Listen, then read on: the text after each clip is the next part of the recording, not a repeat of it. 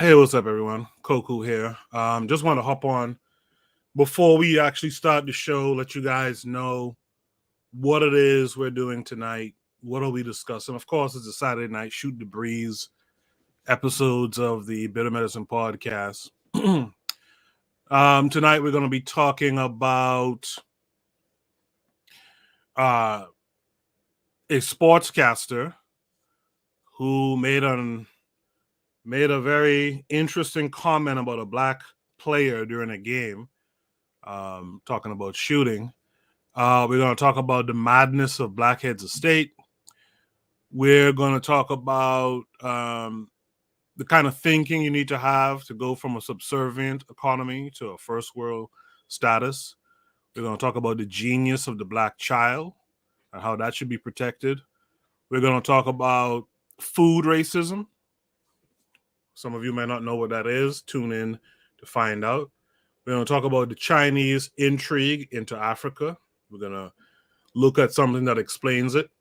We're going to talk about how we have black politicians who aren't worth much in America. A black politician recently got Indians some type of reparations, or Native Americans some type of reparations. We're going to talk. We're going to talk about Kodak Black twerking at a hockey game. And lastly, we're going to talk about Pan-Africanism. We're going to talk about Pan-Africanism from the side of the Africans on the continent. And then we'll finish the show tonight with a remembrance at the end. I see we got folks in the chat already. NYC Sports Archive says, greetings. Thanks for being here. When we come back on the other side, I will drop, when we come back on the other side, I will drop the link for those who want to join the panel. All right. So we will be back right after this.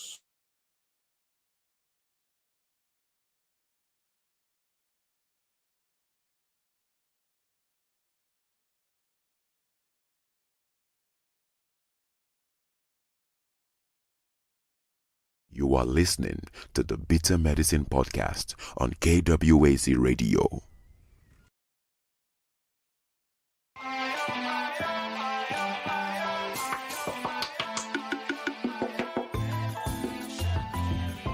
Welcome to the Bitter Medicine podcast, where it's all about black empowerment.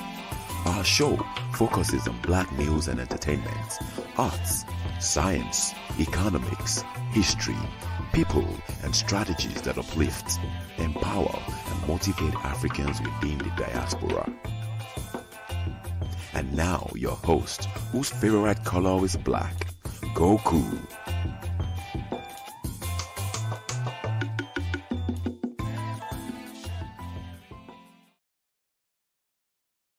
Welcome back to the Bitter Medicine podcast. I am your host, Koku.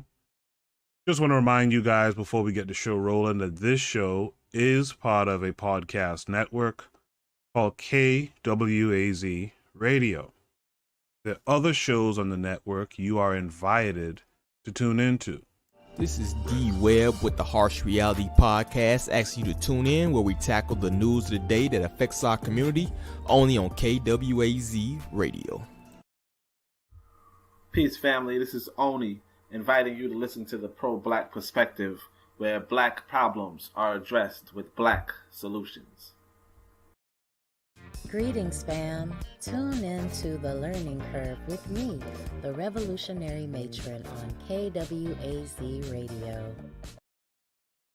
You are listening to the Bitter Medicine podcast on KWAZ Radio.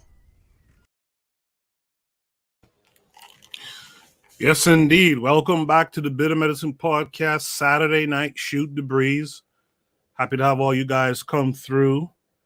Let's get into some topics tonight. Let me introduce Kevin Carre to the panel. Kevin Carre, how are you doing tonight? I'm good. How are you? I'm great. Good to hear from you. Same here, man. Same here. All right. So Bobby Wright is here as well, saying greetings, Brother Koku and the panel. I think Bobby Wright is on the KWAZ radio side of the live stream. You can stay there. Any comments you have, Bobby Wright, I'll be able to see it here, and I'll share them on air. Let's get into the first topic tonight. The first topic tonight, well, you know the deal. I gotta go and copy paste it from my notes. But the first topic tonight is about resistance or conspiracy. So there is the first prompt tonight. It says, is this real or conspiracy theory nonsense? What's the resistance? So let me share my screen. Let me share my screen with you guys. I'm sorry, something's throwing me off a little bit for a second here, but I'm all good. Let's do this. Okay, so you guys should be able to see my screen right now. I'm going to play this audio, and you guys, we'll talk about it after. I know a thing or two about food science. Now, what they have invented, when I say they, I'm talking about the genetic engineers, not only have they found a way to put these genetically engineered traits into food crops, they've now found a way to cause food crops to grow RNA fragments that can be specifically targeted like bioweapons to interfere with the physiological processes of targeted species that might eat the food. Now, this technology is called RNA interference technology. It's relatively new compared to GMOs, relatively new. It's being touted now as a technology to eliminate the use of pesticides because what they're saying is they can cause a corn crop to grow RNA fragments that will kill the insects that eat the corn without having to use pesticides like toxic chemicals that overload the insect nervous system and kill it from a nervous system breakdown and so on. This RNA interference technology is a pesticide technology, but it doesn't rely on pesticide chemicals. It relies on RNA fragments in the food. Now, what's disturbing about this is that this technology can be fine-tuned to target a specific race of humans who eat the food. I want you to follow me very carefully on this because most people have never heard of this before. They've never heard of this technology. They don't know it can be targeted by race. Food crops can be engineered right now based on existing technology to cause infertility in Black people alone. That technology is a reality. It's widely covered out there in the mainstream media, in the science media. RNA interference technology is widely covered. The government is at war with you. If you're Black and you're watching this, the government is at war with you, and they want you to exterminate it, and they control the science funding, which means there will never be money for any genetic science of the food supply to uncover this truth. If it were there, it would be covered up like everything else has been covered up this entire time, just like the Tuskegee experiments covered things up in the 1930s. Interesting.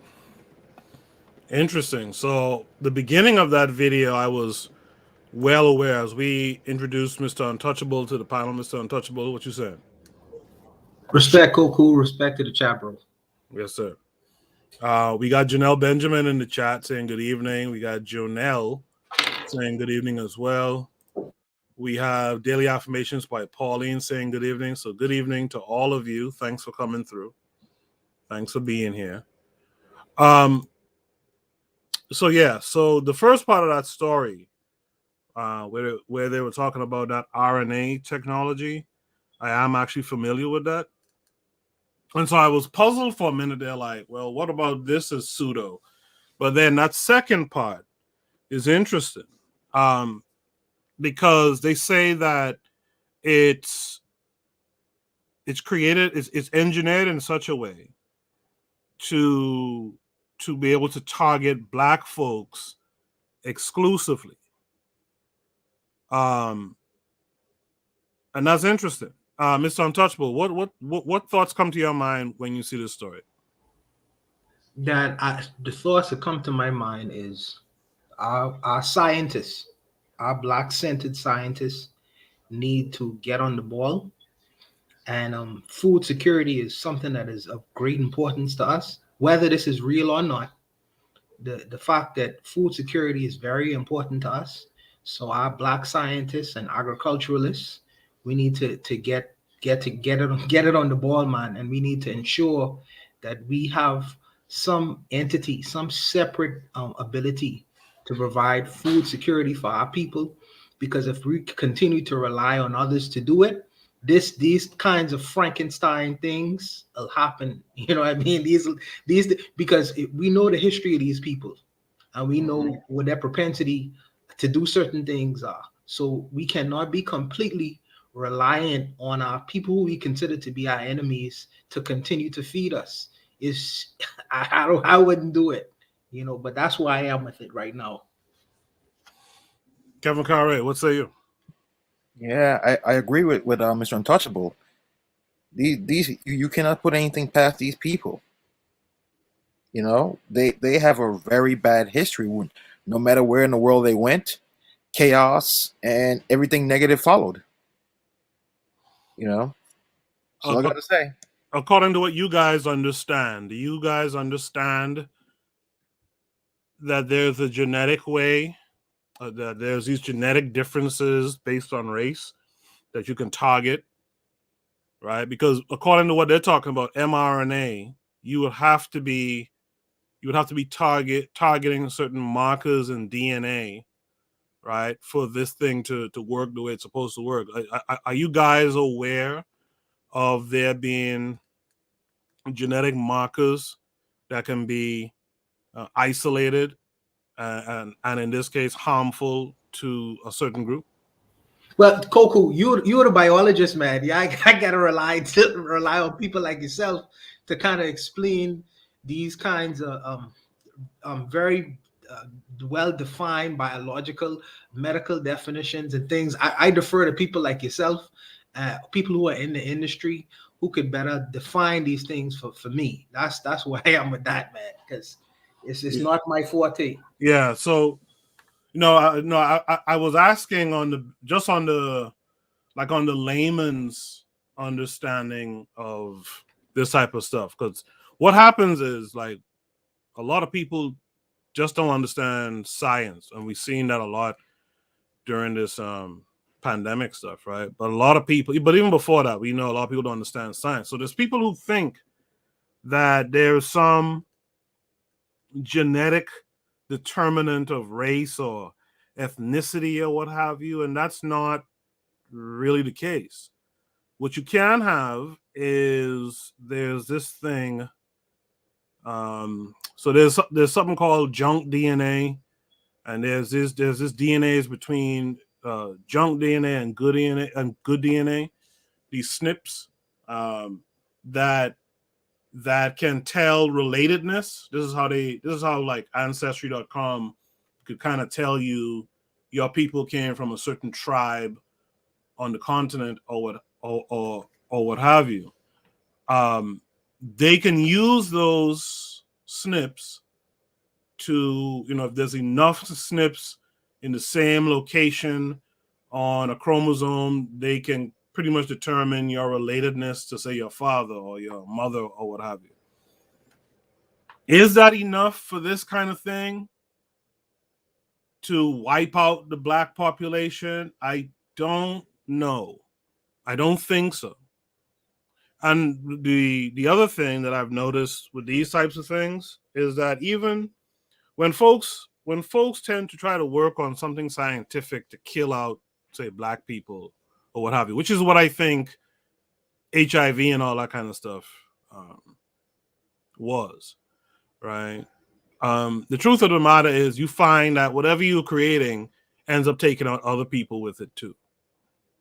Because and that's because there's no way to target a black person genetically. You guys feel me on that? Yeah. Hey, I have one question. Listen, I'm a layman too. Mhm. I'm an artist, not a scientist, but no one in the world, and this question is to you, two questions. No one in the world is truly pure. There's no pure white, Right. right? Mm-hmm. So wouldn't they have some snippets of our DNA in them? Right. And, Right. you know, it can get to them too. They're thinking, oh, that food that they're eating, I'm eating the same thing, is going to kill them off, but at the same time, it's killing me off too. Right. You know? I'm just saying theory. I'm not a scientist, but I don't. Right. No, I feel you on that, Mr. Untouchable. I got a dumb question for you, Koku. I Go got ahead. a dumb question. Are we the black people? Do white people have a melanin? Yes. Okay, I just wanted to know that. All right. Yeah. White folks have melanin. That's a misnomer. When you hear certain conscious people talk about them melanin-less, that's not true. We all have melanin. Of course, some more than others, obviously, right? Yeah, so that's my take on that. Does anyone else here have the last word on this? Are you afraid of what's coming? The only answer I would have is I would suggest food security being one of the more important things we as a community of people focus on, like the information that the video that I showed last week in regards to self sustainability and trying to figure out ways and means where you could not completely go off of the grid, but have some kind of a business or situation where you could be more reliant, more so on yourself or you as a group, as opposed to the outside community. I think that relying on other groups to feed you is something that is very dangerous, whether they put poison in the food or not. I think I like to tack on to that and expand it out just a slight bit. I think relying on people for your life sustaining information is problematic. I think you hit the nail on the head when you originally spoke on this, Mr. Untouchable. Where's the black scientist who is looking into this, who's reporting back to us what's going on out here? Why must we have to make the choice to listen to this white boy scientist as opposed to our own people doing this work? The crazy thing about it is we had the people always like to defer to this person named, I think his name is George Washington Carver, Yeah. right? Who was this great scientist back in the day. And he would have taught many other agricultural scientists to do what he actually did as far as the different methods and methodologies or whatever. But I'm thinking to myself, he should have created, George Washington Carver should created a million other scientists, so much so that today we could easily be able to refer or defer to our own personal scientists who are far advanced, because he was advanced for his day. But that information that he would have attained or acquired within his lifetime should have been passed on to other people just like him. So there would be no issue for going forward as far as food security. So what you're talking about might have been a shortcoming of Booker T. Washington a little bit too, because Carver was at Booker T's school. Yes, Tuskegee. That's right. Yes, he was at that school. Like I remember reading, his lab was on his desk. Yes, he would use scraps and stuff we found in the dump to teach students science, right? Bench work. But that school was more so focused on vocational skills, which I'm not knocking at all. But if in his time, and again, this is where like the whole abundance mindset has to come in. If in their time they had the proper funding and stuff like that, and to not just build labs and instructional labs and stuff like that, but actually to train more people under Carver and stuff like that. Yeah, we should have done that. We kind of messed up with that as well. Yes. If you look at places like Cuba, You know, Yep. when they started their medical industry, that medicine industry, it was scam. When Fidel Castro had the vision, he was a visionary, and he looked at his country's problem and said, "What's the greatest problem? It's health. We have health issues in our country. What am I gonna do? I'm gonna make a bunch of doctors, so it won't be an issue." You know, when you fast forward that decades later, you see that they are able to export doctors all over the world. You know, what is our issue in our communities now? We are facing the same kind of health crises. So we should be able to turn out, and because of the foods that we eat, let me also include that. So we should be able to, as far as problem solving goes, find the funding or whatever we need to do to get the doctors, to get the agriculturalists, to get the land, all these things to solve our own problems. But when we see ourselves not apart from the so-called greater community, then our problems become something other than what our essential needs are for our own personal communities. Now, that thing we did last week with the NBA in Africa, now doesn't this loom large right here? Right. Yeah. You have people focusing on playing ball when we have all these issues. I mean, you know, I had this episode this week on the other channel on KWAZ Radio where I was talking about suicide prevention, but I was talking about Bobby E. Wright, Dr. Bobby E. Wright. And one of the things he said, there's a video on YouTube you could look up. One of the things he said is like, yo, white folks own all the life-sustaining institutions around us. If they shut down the water, you don't know where to go and turn back on the water. If they decide to not treat the water, to not clean the water, you don't know where to go and what to do to clean that water. You know, same thing with electricity, et cetera, et cetera. And here we are focusing on taking basketball or bringing basketball. I'll even take Coco. I'll even take it further. Most of us don't even know how to dig a well to get to the water table to get water. Exactly. Hey, exactly. Coco. Yeah. There was like two incidents that can show what's going to happen. Look what happened during Hurricane Katrina. Yes. Right? Absolutely. Yep. And also, I don't know if you remember the story. Remember Hurricane Sandy, how it really affected New York City? It was really bad. People that lived on like near the coast. Mm-hmm. Well, do you remember a woman? Her name was Glenda Moore, right? Mm-hmm. They were told in that area of Staten Island. Well, let me give you her backstory. She was married to this white guy. You know, he was a garbage man, whatever. She was married to him, and she had moved right into his community, which was all Mzungus. You know, Okay. and if you looked at her wedding pictures, you never saw any of his family members come. It was all her family members skinning and grinning. But anyway, so the area they were at, they were told, "Yo, you guys gotta leave," and they were told this hours before. It started to flood, and she was trying to drive with her two kids. The roads were blocked; she couldn't get through. So she was banging on her white neighbor's house, and they would let her in. I remember that. Yeah. Yeah, and them two little boys drowned. Yeah. I think one of the important questions that we as a community should always ask ourselves is, what would happen if our essential services go down?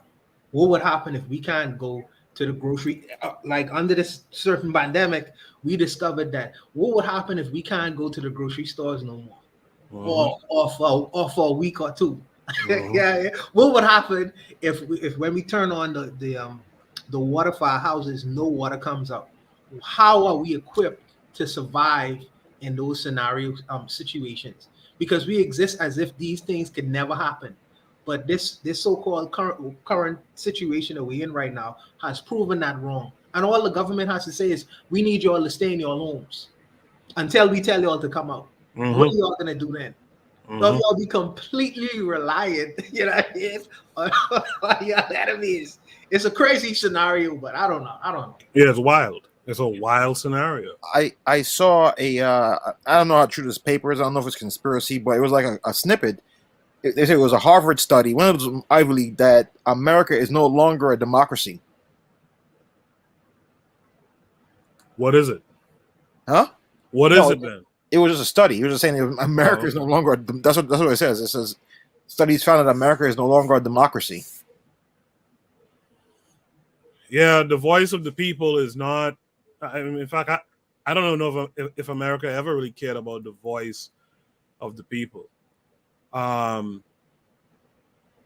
Any last words on this prompt right here? No, I'm good. Same here. All right, so let's go to prompt number 2. I see we have a few more people joined us. BB Rodriguez is here, saying greetings to the chat. The Revolutionary Matron is here. She said, "Why do we trust them to do anything for us?" I mean, that's exactly the truth. D Webb from the Harsh Reality Podcast is here saying, "Peace, family, and salute to the panel on daddy duty this weekend, but I'll be tapping in." Bobby Wright is in the chat saying, "Remember the movie 3 the Hard Way, where these white scientists created a serum that would kill only black people?" That was in 1973. Daily Affirmation by Pauline earlier said, "This is why local businesses should purchase from local farmers." KW, see, the problem with that local farmer stuff too is what we have to be concerned with there too is that where farmers are getting their seed from. A lot of these seeds now are patented. They are GMO seeds, so we have to be careful with that too. KW Don 7 earlier said black people have eumelanin, Caucasians have faux melanin. All right, so that's the distinction. Let's go to the second Shoot the Breeze topic tonight. It says accident or some Urugu shit. Let's see what this potential Urugu shit is about. What a well-designed play, and you got to give credit. Kevin Porter Jr., like his dad, pulled that trigger right at the right time. Boy, that one stung. So, Bill, since you were the one who asked for LeBron today, we'll go ahead and start off with you with your question. Good afternoon, LeBron. Yeah, I mean, obviously, you sent a tweet this morning about the Kevin Porter Jr. moment that made its way around the internet, and there's been more on it since then with the announcer kind of explaining the mistake. And I just was curious if you had anything to add to your initial thoughts when you first saw the video and saw what was going around. What was his mistake? That he believed that his understanding was that, or excuse me, not his understanding. He thought in the moment that Kevin Porter Jr. was the son of Kevin Porter, who played for the Wizards, or excuse me, the Bullets in the 70s, the 70s and 80s. Yeah, which is Kevin Porter, the guy who played for the Bullets, that's 71 years old today, in which he would have had Kevin Porter Jr. when he was 50. Is that what we're talking about? So, okay, so I stand by my tweet and I stand by everything I said. So, okay, let's just say he thought that was the case. So we get scouting reports on players, and I know you guys from the media, y'all get memos and stuff from players and stuff before the game, right? Y'all get like packets and stuff when y'all come to the game and what's going on in the games, right? And I believe that I'm not a play-by-play person, analyst, but I believe that they do their due diligence as well, and they get their reports on teams that they're about to play, as long as their own team, right? So I was actually watching the game live last night when I heard it, and I waited. I didn't do it right away, as you've seen from my tweet. I was watching the game. So if that's the case, if I am a play-by-play announcer, right, and I'm covering a team in my local team. In his case, he's covering the Wizards. So he remembers the Kevin Porter who used to play for the Bullets, correct? The first thing I would have done, I would have said, oh, Kevin Porter Jr. is coming into town. Let me see if that's his son. I would have did that due diligence way before, and I think everyone on this call would have did the same thing. Tell me, am I wrong? Anybody? Okay, don't say anything. My second point. I watched the whole game. Not at one point did he ever reference, which he thought was Kevin Porter Sr. anytime when Kevin Porter Jr. was playing in that game. That's point 2. Point 3, if he didn't look for Kevin Porter Sr. thinking that was his son, I would have just been like, I would have looked at Kevin Porter Jr. and saying, let me see if this is his dad that played for the Bullets in the 70s. You would have known that. That's point 3. All right. So just one more time, I'm going to play the scene that happened. I'm not going to play LeBron's bit at the end. I'll just play the scene again, just so you guys know what we're talking about exactly. What a well-designed play, and you got to give credit. Kevin Porter Jr., like his dad, pulled that trigger right at the right time. Boy, that one stung. So. All right. So the prompt asks, was that an accident? Do you guys think, just watching that, do you think that was an accident, or do you think that reporter, that guy calling the game, do you think he knew exactly what he was doing? Let's start with Kevin Curry. They knew what they were doing. That was not an accident. Think about the past. Do you remember Allen Iverson, right? Right. When he was being really touted, when he was still at Georgetown, and the reporter, the play-by-play, called him a one tough monkey, right?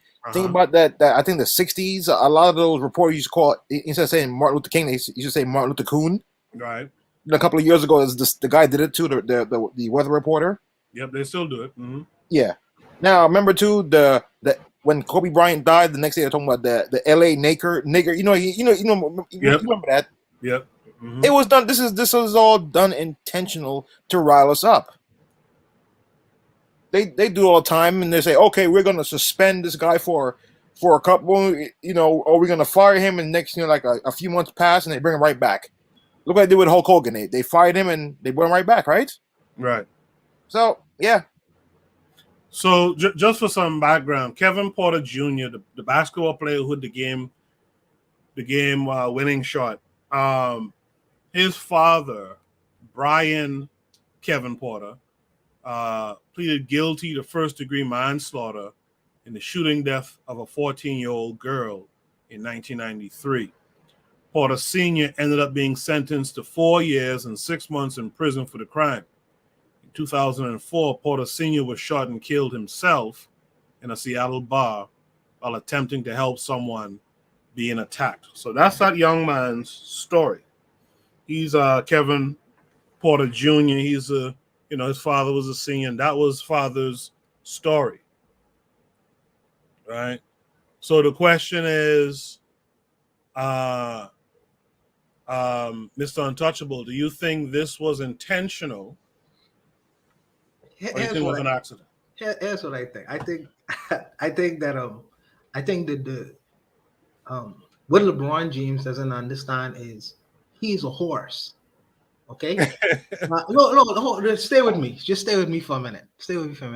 I'm here. So if I'm running on a track, right? Like a horse is like, if I'm watching a horse race and I'm bidding on a horse race, and I used to go to the track a long time ago, and my favorite horse to bet on was Seabiscuit, right? Seabiscuit running, and he's a very fast runner, but he's a horse nonetheless.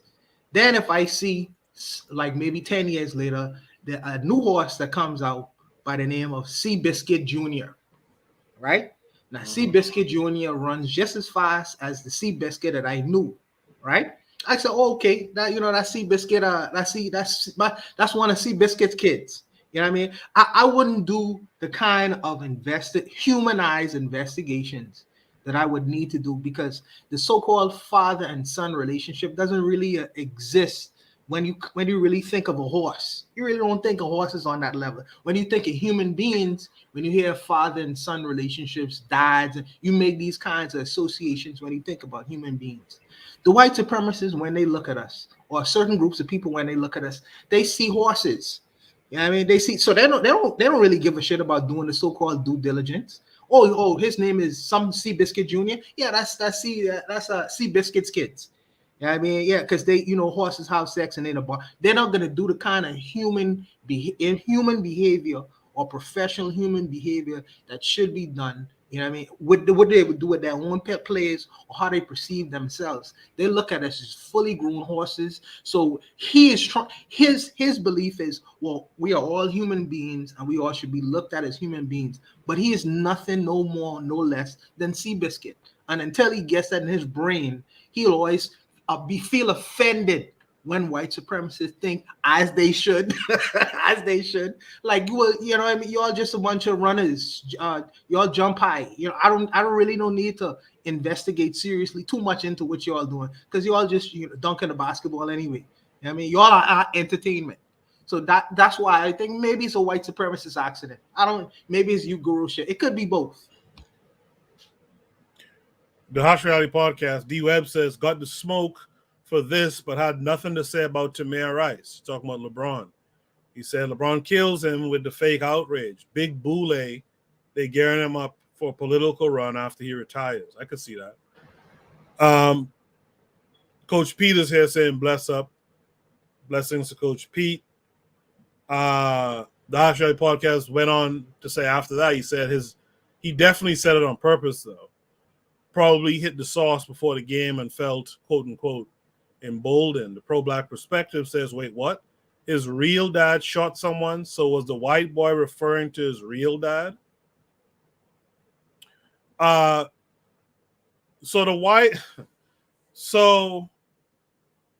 the white boy later came out and said that he thought Kevin Porter Jr.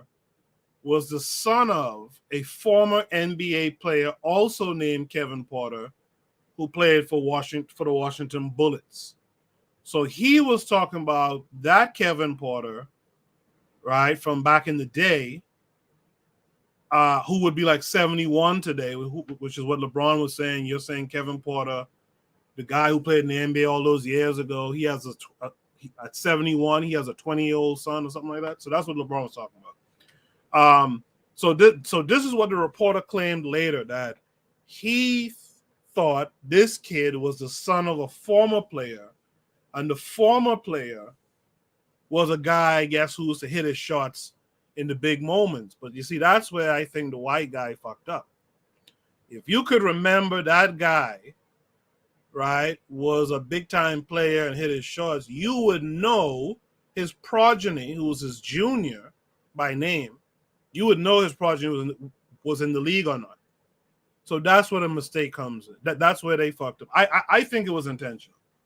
You know what I mean? I personally think it was intentional. Kare, you've been around these sports events and stuff like that. What kind of temperature did you notice for black players from like the people in the stands or folks associated with the teams? Have you ever noticed that? Yeah, I've always, even amongst us, the black media people. I think I might have told you. I'm gonna come back to that question. Mm-hmm. When we used to photograph the Knicks, they put us all the black newspapers and the ethnic newspapers in a certain section by the visitors bench, right? The Knicks bench was more for the local and the wire services, and someone from the Garden, they no longer work there, but they told us that they had a camera aimed at us, watching all of us. Oh, really? Yeah, and I remember that time the scandal of the Knicks back in the early 2000s with the sexual harassment scandal. Yeah. How a lot of stuff was coming out about how the security was doing the same thing with even those white reporters too from the Daily News. But yeah, a lot of those. What I always see is mostly maybe 10 for every 10 reporter. Every 10 white reporters, there's only one black reporter, and that black reporter sometimes is a coon. But yeah, it's like you can tell the players don't want to talk to these people, but they have to because if they don't, they go digging around in their past. I know how these people operate. I work with these people before. Mm-hmm. In the chat, the learning curve says it's deliberate. These things are done to pierce and test the consciousness of a community. we should start to economically starve out the announcer. Daily Affirmation thinks it was a mistake. I'd like to hear Daily Affirmation's rationale for why she thinks it was a mistake. The Learning Curve says we should stop listening to them and economically starve out the announcer. Bibi Rodriguez says to that facts. She also says everything would change overnight if the majority of us did it. The Learning Curve says to Bibi, we can rectify the world, but there are things we don't want to do. I agree with that too. But I'm curious to know why Daily Affirmation by Pauline would think it was a mistake. Because here's the thing: every Halloween, some white person goes out there and puts on blackface, and then they'll feign ignorance. We've been doing this thing too long to feign ignorance. But what happens is, especially from the religious sect of black folks, someone will come out there talking about, well, people do. He's a child of the Lord, and people just make mistakes, and you have to. No. This guy, like LeBron said, and LeBron is a player. I have to believe that LeBron is actually in the NBA, right? Because I see him there. LeBron knows that these guys get their information, they get their intel before games, right? Do you think them guys go out there and rattle off these European names and all that stuff just like that? No. They have their time to sit down and practice. They have some basic idea of the stats. They know what's up. And they would know, just like we know Gary Payton Jr. is in the league, and his father was Gary Payton, the glove, back in the 90s. The same way that announcer would have known there's the offspring of a player who was in the NBA. Hey, Koku, there's something else I want to add about that too, about a lot of those reporters. Like long before the game start, usually there's like you're in a media room, and you're sitting there and you're listening to them making fun of a lot of the black players and their families. Really? Yeah. No surprises, but really. Okay. Yeah. And so Daily Affirmation by Pauline says, why would he purposely make reference to the player in that way to jeopardize his job? But I may be wrong, she says. Listen, they do this all the time. Like Kari mentioned, I want to say every year around the time of MLK's birthday, someone on the news says Martin Luther King Jr. Almost every year that happens, right? I might be missing something. I might be missing something. What I see, his mistake is calling. His mistake, the announcer's mistake is him calling this guy by another person's name. Like his dad's name was Kevin Porter, right? Kevin Porter Sr., right? And his name is Kevin Porter Jr., right? They're in the league. There was a basketball player by the name of Kevin Porter Sr., right? Oh, just Kevin Porter, yeah. Just Kevin Porter. So the mistake is him referring to this guy as the older person's son. He after he got the backlash for making that statement about taking the shot like his father at the right time. Yes. After the backlash, he claims that he thought this kid played in basketball was the son of a former basketball player. So it was a mistake then. But but this guy right now, LeBron James, is saying that that's a mistake that he should have never made if he had done his research, right? Yes, I understand. Okay, I wouldn't necessarily say it was a mistake on the white boy's part. I would say the white boy found a good. It's intentional, right? I would say the white boy found a good way to kind of backtrack, right? Okay. But this kid, and by the way, here's another thing too. When you look at professional sports, especially popular professional sports, basketball, football, even MLB to a certain extent, where blacks are like kind of dominating those sports. They know every sob story for every black player in the league. They could come and tell you Kevin Durant was raised by his mom. Mind you, his dad was around, but she's the real MVP, right?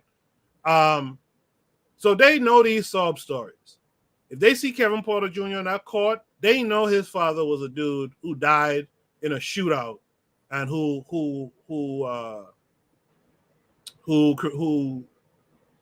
had a manslaughter charge and all that stuff. They know all that stuff. What we got to do as black folks, period, we got to stop explaining away racism. We got to stop being afraid to point the shit out. Let's welcome Erzuli to the goddamn panel. What you saying, Erzuli? Yes. What's up, Erzuli? How you doing, man? What's up, guys? What's up, man? What's up, Erzuli? Nah, I'm just here, man. Just here. We didn't see you last week. That means that Soup Jumu fucked you up, didn't it? Never. Coming up with these prompts and things and not showing up. Cool. Erzuli, I got some bobaku for you, all right, man? No problem, man. No problem. It gets worse. Yo, go ahead. I think this guy, let me tell you, I think this guy knew exactly what he was doing. He already had the backup story to give. And not to lie, the line was fire. But that was very insensitive. He knew this. Like you said, oh my. Hey, you all right? The bobaku got him, man. Broke off for a minute. Could it be though that he's just bad at his job though? You know what I mean? Could it be? Nah. Mr. Untouchable. Nah. Here's another thing you don't think about too. Okay. These announcers, they talk to the reporters, the beat reporters. These beat reporters know a lot of these sources. These people, I know how devious they are. They will go to the bottom of the garbage can and get a story about you. Okay. So, and I'm gonna tell you another thing too. What if not known outside the community that I'm in is a lot of those reporters are blackmailing those players too. Oh, for real? They have a story. It's Because like, of the things they find out what we about. want to know, or we're gonna release the story. This goes on all the time. Okay.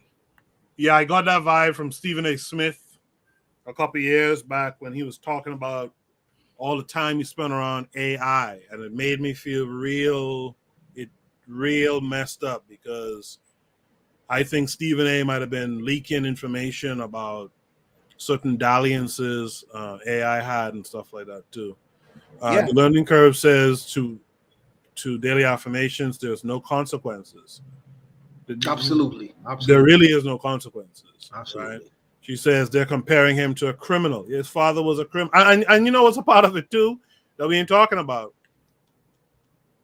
This white guy is calling the game for his hometown. So he's a homer. This kid is coming in town and beating his team last second, his hometown team last second. So he's bitter about that shit. And so he said that's slick shit, at the end of the game there. The pro-black perspective is confused. Don't worry about it. The learning curve says this is the BS Africans in America face. No one is our friend. I agree with that. BB Rodriguez says to the matron, facts, it breaks my heart that so many of us don't believe that we can go down again. In 2016 to 2018, I just knew we were going to do economic boycotts. Nope. Then Jim Crow Joe, you ain't. I'm not sure what that means. BB says, black, if you don't vote Jim Crow, Joe, and chameleon betrayal, we are not just going to do for black, I guess, people. I don't know. Yeah.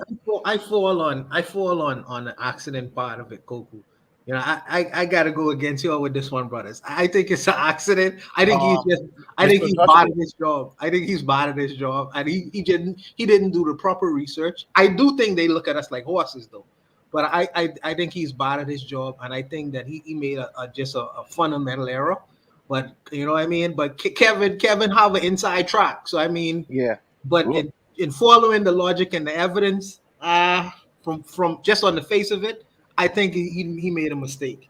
You know what I mean? Yeah. But look what happened earlier. I think last year there was a basketball game, and there was like a hot mic moment where the guy like, look at these niggers, and he the mic was on. Mm-hmm. There's a no lot of doubt these about it. things We that's horses been to them. huh? No doubt about it. We horses to them. No doubt about it. But I don't know. Maybe I might be wrong.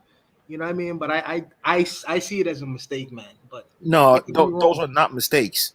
Those are not. These people are out there. As I said, I'm in those media rooms, in the lunchroom, or even after a game. I remember with the Jets games, they just allow us in the locker rooms after the game, and into the media room to question the player. And these people are in there, as I said, the same thing. They're laughing and joking around. Oh yeah, you heard about that baby mama he has in this state, and I'm like, yo, you're just there. You just listen to this, and they don't care because it's a fraternity right there. By the way, I'll defer to your expert opinion on it, and I have to go with what you say. I have to go. That's your expert opinion on it. Yeah, and it's gotten worse. Yes. By the way, Mr. Untouchable, it's okay to disagree. I mean, it's not a show for everyone to agree, but it's for folks to think some stuff through. Yeah. No, respect to you, Mr. Untouchable. No. Kev told me, but see, the problem with that, Kev told me that he have personal experience with the issue. Right. He's like he was in those rooms, so he knows firsthand of the trickery and the BS that goes on. So I gotta defer to that. You know what I mean? Because I don't have that kind of information. For me, looking at it on the face of it, it appears that way, that it was a mistake. But for someone who has background experience in the industry itself, I have to defer to his expert opinion. Yeah. I mean, as I said, it's his firsthand experience being there. Right. The learning curve says this guy remembered some BS from another player over 25 years ago. You telling me that's an accident? Yeah, I mean, the guy who he's supposedly referring to, if he's 71, this guy, his playing days was 50 years ago. You know what I mean? Even if he had a long career, that's still 30-something years ago. You know what I mean? So, it's possible, but again, I'm of the belief in my own life that whatever they say, they mean. I don't take what they're saying as a joke. Whatever these folks say, they mean. Yes, I agree with that. But they also do make mistakes too, and they can make mistakes. They can. Yes, they can. But I don't want this idea or this perception that some white supremacists ain't bad at their jobs. You know what I mean? Because they could be. Right. So I can't just say, well, he should have known. A responsible reporter would know, but I can't exclude the fact that there are some people who are terrible at their jobs and wouldn't have done their due diligence to actually find this information out. I can't exclude that fact. I hear you. But like the matron just said in the chat, we need to stop being so damned permissive. You still have to hold his foot to the fire for saying that shit. You know what I mean? So that's my take. I don't know what happened to Azuli, but is any last words from you guys or from the chat as far as this prompt goes? No, not on this side. All right. I guess that's a no from Kare. So let's go on to prompt number 3 tonight.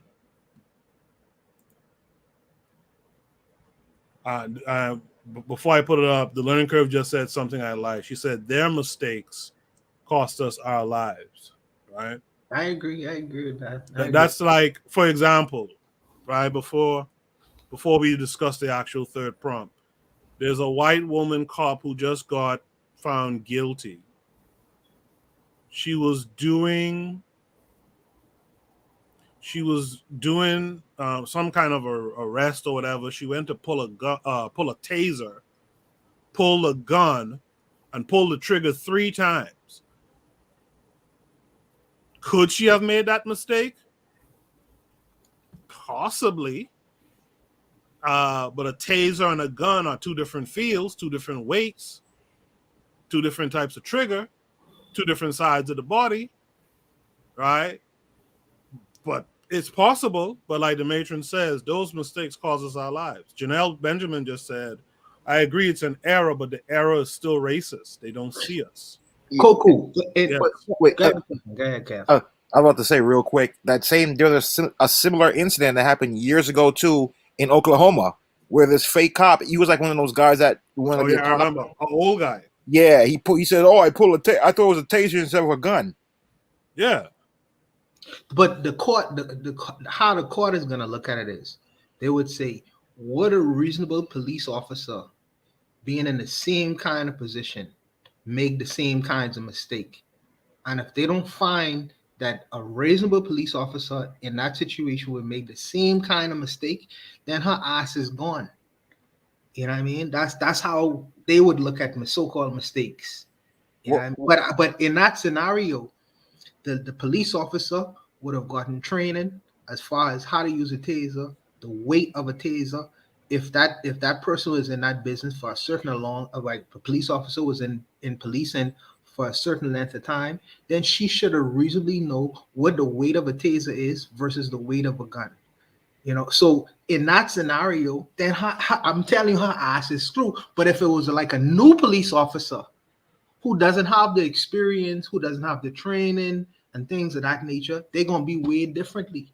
A mistake in that scenario would be weighed completely differently from another kind of police officer. You understand what I'm saying? You know, I get you completely, but what I'm saying is, this media guy, he ain't just started this job last week. He's been in the media game for years. Yes. And so, if you're going to make a relation between a current player and a past player, it's not you a mistake needed to have look that up. It's not a mistake he should, not a senior person like that. No, it's not a mistake he should make. No. You had to look that up. You just can't make it up off the fly. Well, I thought it was Kevin Porter from back in the day. I thought that was his son. You can't just do that in a game. That's something you had to look that up before. You had to research that before. You know, so this guy is not some newbie. You know what I mean? He's a senior guy. He's been on that job for a minute. You know, so that's why I can't say it's flat out it's a mistake. I can't give him that benefit of a doubt. You know, he's a professional goddamn sports analyst. That's right. Like I say, if you was to put that same scenario into a courtroom, people would a reasonable reporter, based on his experience and his understanding of his business, his industry, would they make the same kinds of mistake? And you are right, they wouldn't. So that's true. That's true. No, trust me. If you go on a TV show, let's say you're going to do an interview, and all, they already looked up your background. They know all kind of different little factoids about you. Same thing on these sports shows. Same thing with these guys calling these games. And these guys who've been in the job for years and years and years, they're accustomed to doing that kind of stuff. So when they see a Gary Payton Jr. on the court playing for Golden State today, when they see him, they can relate something that he does back to the glove, his father, from back in the day, back in the 90s, right? These guys are trained. So it's the same scenario, right? It's the same scenario. The same way you're supposed to be able to tell a taser from a gun is the same way you're supposed to be able to tell if this Negro playing ball today is the son of this older Negro from 50 years ago. Yes. Well, you know what, though? If you look at it like that, then I would say he shouldn't have made the mistake, and he's just terrible at his job, and he should be called by LeBron James. No, that's right. That's right. That's right. Yeah. And again, you could disagree. You don't have to agree with me. No. We go into what they call it critical analysis. Yeah. we get into the critical analysis and we reach a logical conclusion. So I fine with that. Right. All right. So let's go on to the next prompt. I think we did that one sufficiently. The madness of black heads of state. I think this came with a video. Let's check it out if that's the case. From Nigeria's Sani Abacha to Liberia's Charles Taylor and Uganda's Idi Amin, There is no denying that Africa has had more than its fair share of ruthless dictators. Now, while the crazy antics of the likes of Mobutu and Idi Amin are generally quite well known, one man whose story from Nigeria's Sani Abacha to Liberia's Charles Taylor and Uganda's Idi Amin, there is no denying that Africa has had more than its fair share of ruthless dictators. Now, while the crazy antics of the likes of Mobutu and Idi Amin are generally quite well known, one man whose story is very rarely spoken of is Jean Bedel Bokassa of the Central African Republic, a man whose obsession with all things European led to one of the most embarrassing demonstrations of the kind of self-defeating mindset that has plagued many within the African elite for the best part of the last century. A former officer in the French army, Jean Bedel Bokassa seized power in 1966 after a successful military overthrow of the Central African Republic's first president, David Dacko. Ripping apart the country's first constitution, Bokassa immediately appointed himself president. 6 years later, in 1972, he declared himself president for life. And just 2 years after that, he declared himself Marshal of the Republic. You see, Jean Bedel Bokassa was a man obsessed with two things: grandiose titles and all things French.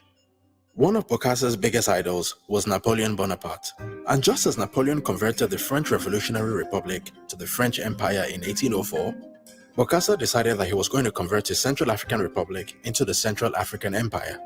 During a presidential visit in 1976, Bokassa told then French President Valéry Giscard d'Estaing of his plans to celebrate the establishment of a Central African Empire with a lavish coronation ceremony.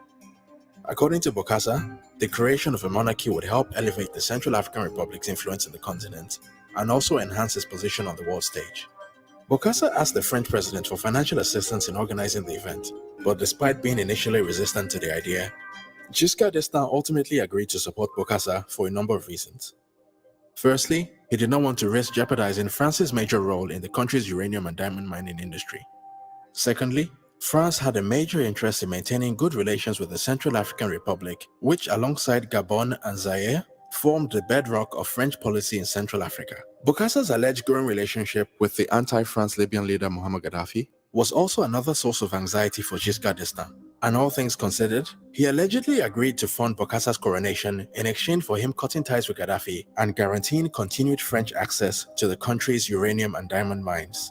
With the financial backing of the French government, Bokassa's grand coronation would take place on the 4th of December 1977, a date he chose as it marked the 173rd anniversary of Napoleon's grand coronation in 1804.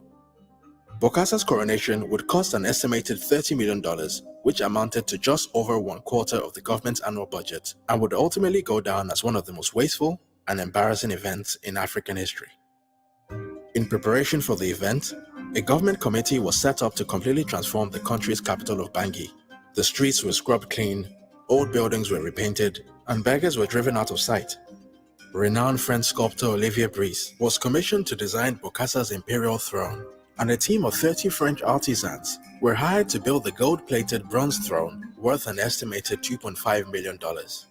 8 white horses were imported from Belgium to pull Bokassa's royal carriage, which was sourced from the south of France, and over a dozen more horses were imported from the French city of Normandy to carry the royal horsemen that accompanied his carriage.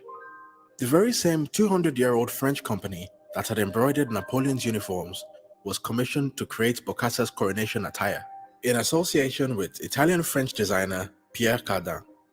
13 different outfits were ordered, costing a total of $145,000. Bokassa's coronation gown alone reportedly cost over $72,000, and his imperial crown was produced by a French jeweler which was founded under the reign of Napoleon. Along with his imperial scepter and sword and other bits and pieces, Bokassa reportedly spent around $5 million just on jewelry. To ensure that his guests were driven around the city of Bangui in style and comfort, 60 brand new Mercedes-Benz vehicles were ordered from Germany. But as the Central African Republic is a landlocked country, the cars had to be first shipped to neighboring Cameroon before being flown over the Central African forest to the country's capital of Bangui at a cost of $5,000 per car. Bokassa wanted the whole world to witness his coronation, and his first invitees were fellow emperors Hirohito of Japan and Iran's Shah Reza Pahlavi. But unfortunately for him, both emperors declined to attend, as did the many other reigning monarchs on the official guest list. Not a single president attended the event, and all other African leaders, with the exception of the Prime Minister of Mauritius, refused to attend the event. Reflecting on the rather disappointing turnout, Bokassa would later be quoted as saying that the other African leaders were simply jealous of him because he had an empire and they didn't. Even the French President Valéry Giscard d'Estaing, to the surprise of many, also refused to attend. Of the 2,500 international dignitaries that were invited, only 600 accepted the invitation. On the day of the event, the procession began with 8 of Bokassa's 29 children leading the parade. They were then followed by Jean Bedel Bokassa II, the heir to the throne, who was dressed in a white admiral's uniform. Catherine Dengwade, the favorite among Bokassa's 9 wives, then walked up to the throne to be crowned Empress of Central Africa, just before Bokassa himself was invited to walk across the 80-meter red carpet for his official coronation. Despite the tropical heat, Bokassa was dressed in a floor-length velvet gown decorated with 785,000 tiny pearls and 1.2 million crystal beads. Across his brow, he wore a golden laurel just like his hero Napoleon.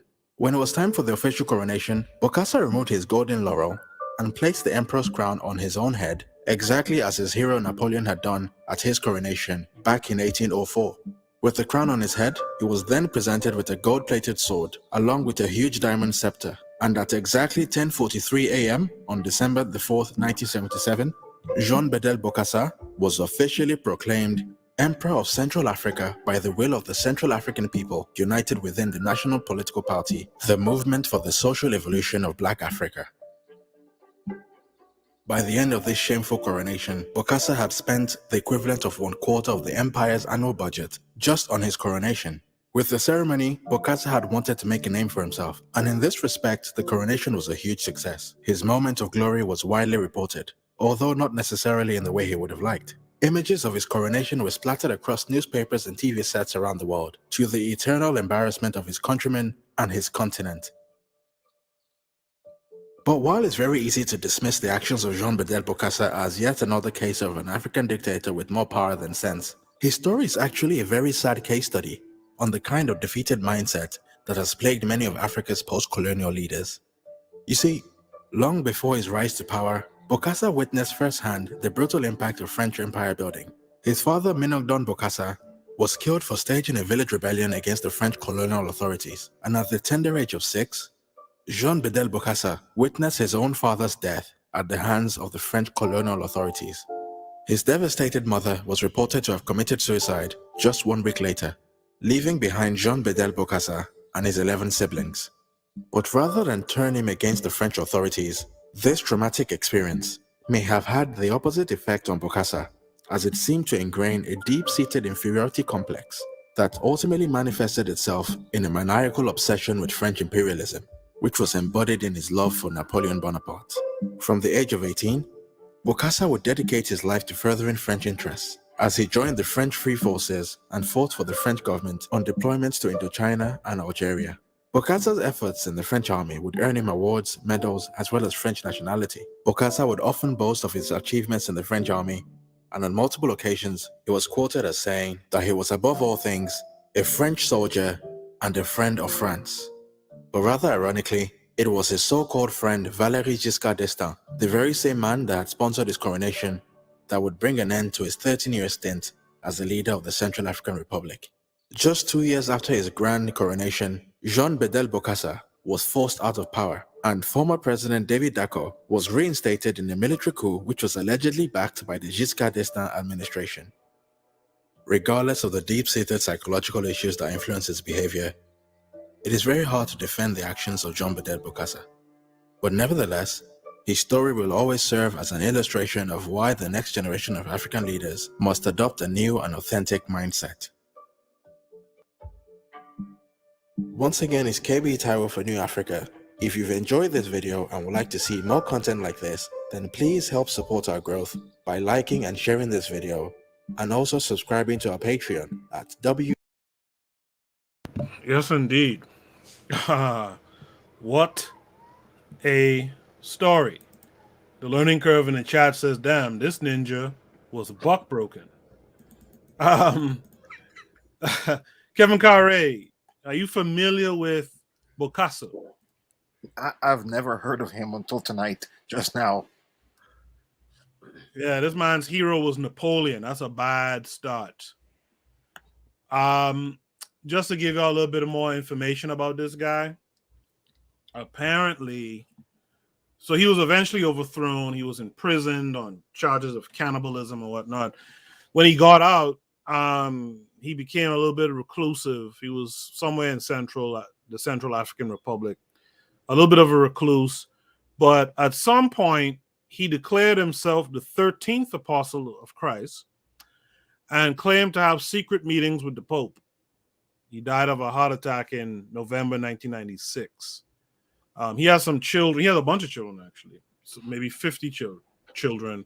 Some of them are popular in politics in his home country, etc.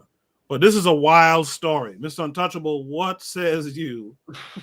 You could remove Bokassa is an extreme version of most of Caribbean leaders that I know, kind of, sort of, and many of the African leaders I know. And what's unfortunate is that his parents were revolutionary. They were anti-French, you know, and his parents being murdered, the indoctrination he received was so programming, so much so that he completely went against the interests of the people who birthed them.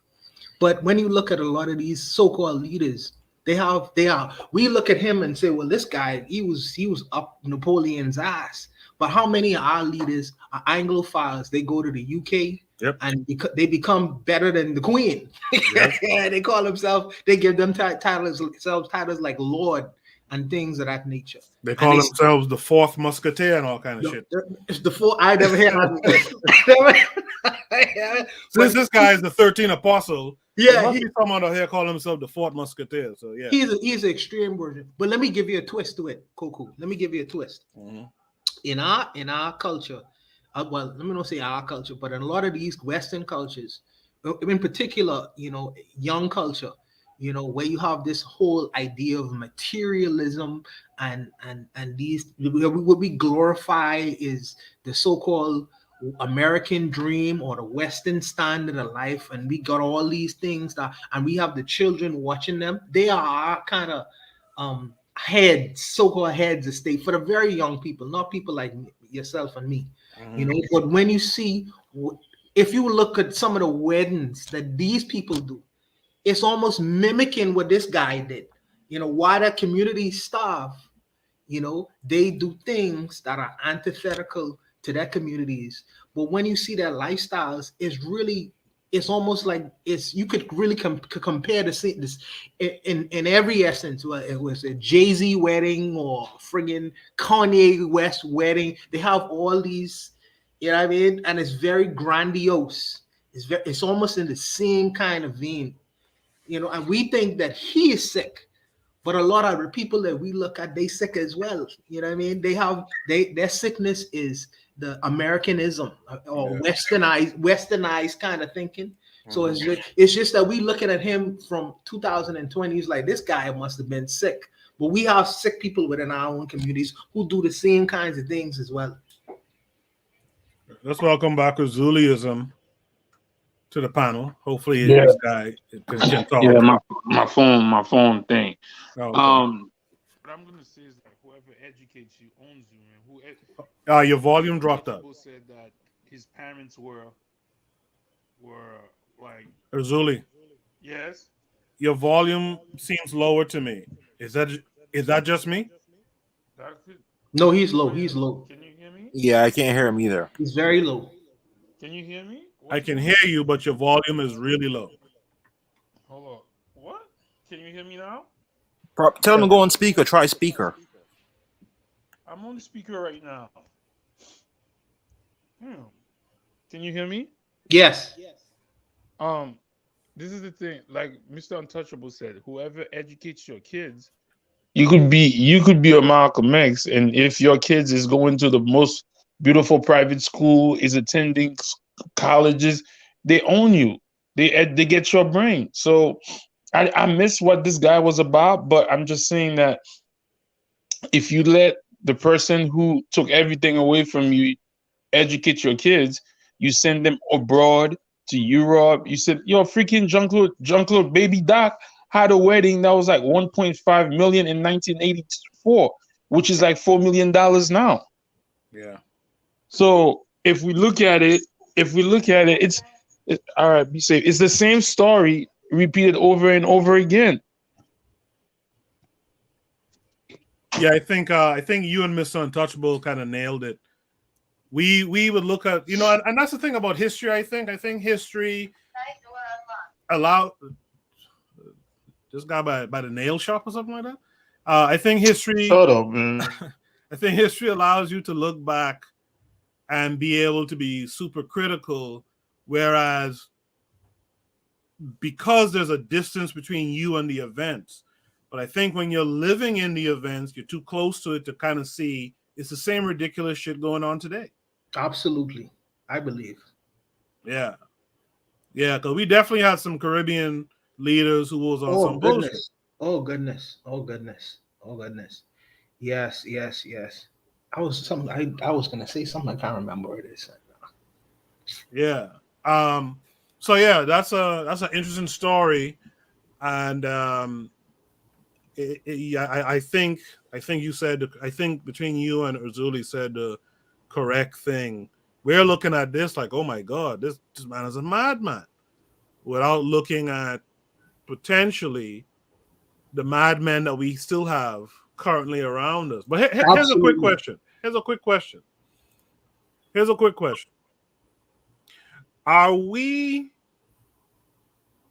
assured that this man was this level of madman, or are we being told by our enemy that this man was a madman?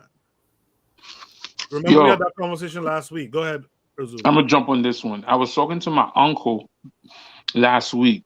What's the guy? I mean, the last king of Scotland. What's his name? Idi Amin. Idi Amin. They told us Idi Amin was a brute. He wasn't. They say Idi Amin, if you watch The Last King of Scotland and all the propaganda, Idi Amin was very intelligent and pro-African. Yeah. So I'm going to agree with you. We don't know. That's what they told us about this guy. But Kuku, if we go based on what? I give you an example of Baby Doc doing the same thing, bro. Yeah. So, and I agree with you. Then African Americans and the whole black community do the same thing when that so-called black girl got married to the Prince of England. Yeah. We all want to live that. We all love that Cinderella story. So go ahead. Go ahead. I'm done. Go ahead, bro. Go ahead. To your question, Koku.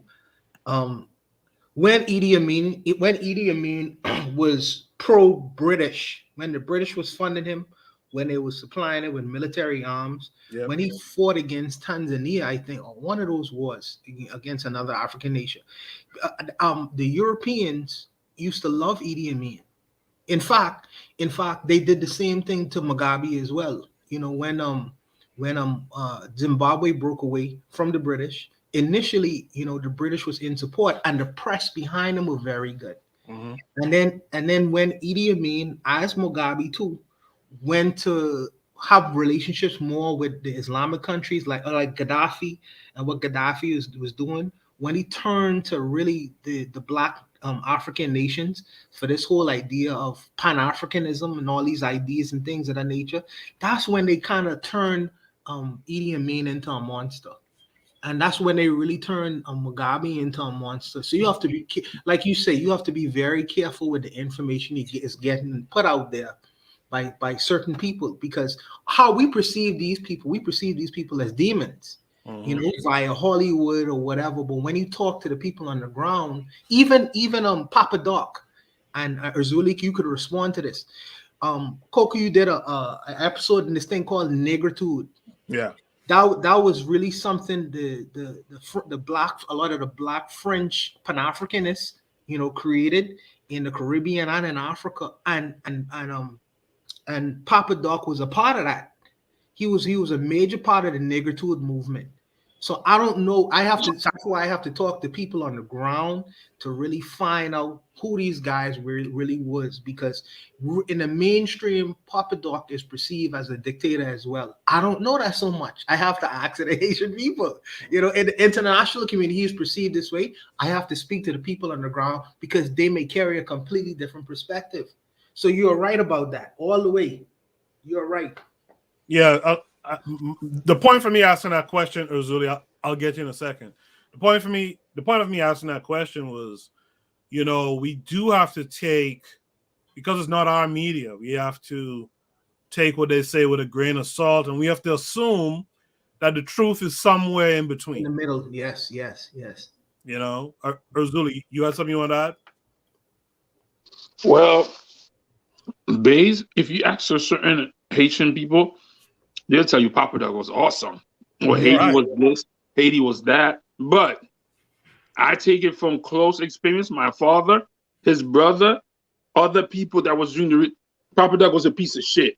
He pretended he used the negritude. So you know when you tell a bunch of lies but a bunch of truths?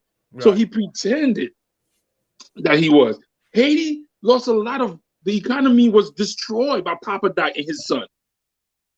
No matter what people tell you, if only the elite Haitians and the retarded ones will tell you, oh, Papa Doc was a great. Nah, that I got from first, like, oral tradition. My pops told me, his pops told it. No, not his pops, but other people. Yo, Papa Doc was not a good guy. Maybe he started with the right intentions, but in the end, he was president for like 15 years, and then he let his son. If you're a good guy, your 19-year-old son, you let him become president, and you didn't even teach him in your ways of the negritude, if you want to say. Nah, Papa Doc was a piece of shit. I've known Cubans. I know a couple of Cuban people, or I should say, I've known a few Cuban people over the years, and I've known some who say Castro was great, and some who say just what Uzuli said about Papa Doc, that Castro was a piece of shit.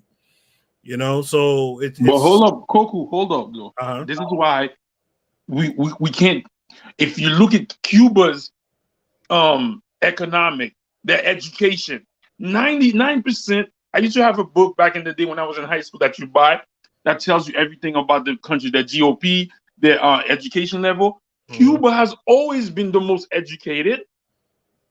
The people in America live in America to go learn to become doctors in Cuba. Yeah. They don't do that to Haiti. So yes, we could look at that, but look at the result of Cuba compared to Haiti. Right. So that's what I'm saying. Right. In the chat, well, the chat is kind of quiet. I see we have Lero here. Lero's in the chat. She said Christianity had this guy on his mummy go bully. I'm not sure what that means. But yeah, we have to be, a little bit skeptical of the words, especially, years later, people reporting this type of stuff. Because again, it's easy to look at, the propaganda that they put out to us and say, wow, that guy is terrible. So there's two things from this story. There's the fact that we're looking back into the past and being told about these atrocities and this seemingly madman, and not recognizing that, there's people like that right now on the planet. And two, is he as bad as what the media is telling you, what history, what those who write history is telling you? You know what I mean? So it's an interesting dichotomy. Daily Affirmation by Pauline in the chat says, when I was small, many of the Haitian musicians and other professionals who fled Haiti for the Bahamas talked about how evil Papa Doc was. So when I was young back home, I had an uncle who was real close friends with a Haitian guy, and the thing with Haitians fleeing Haiti and stuff, like, to me, that was a phenomenon that came about like in the late 80s, heavily in the late 80s with Papa Doc and them.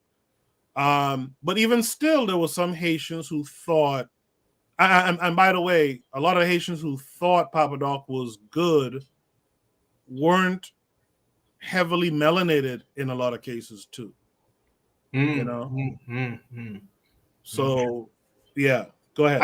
I think what is also interesting is his love for all things French.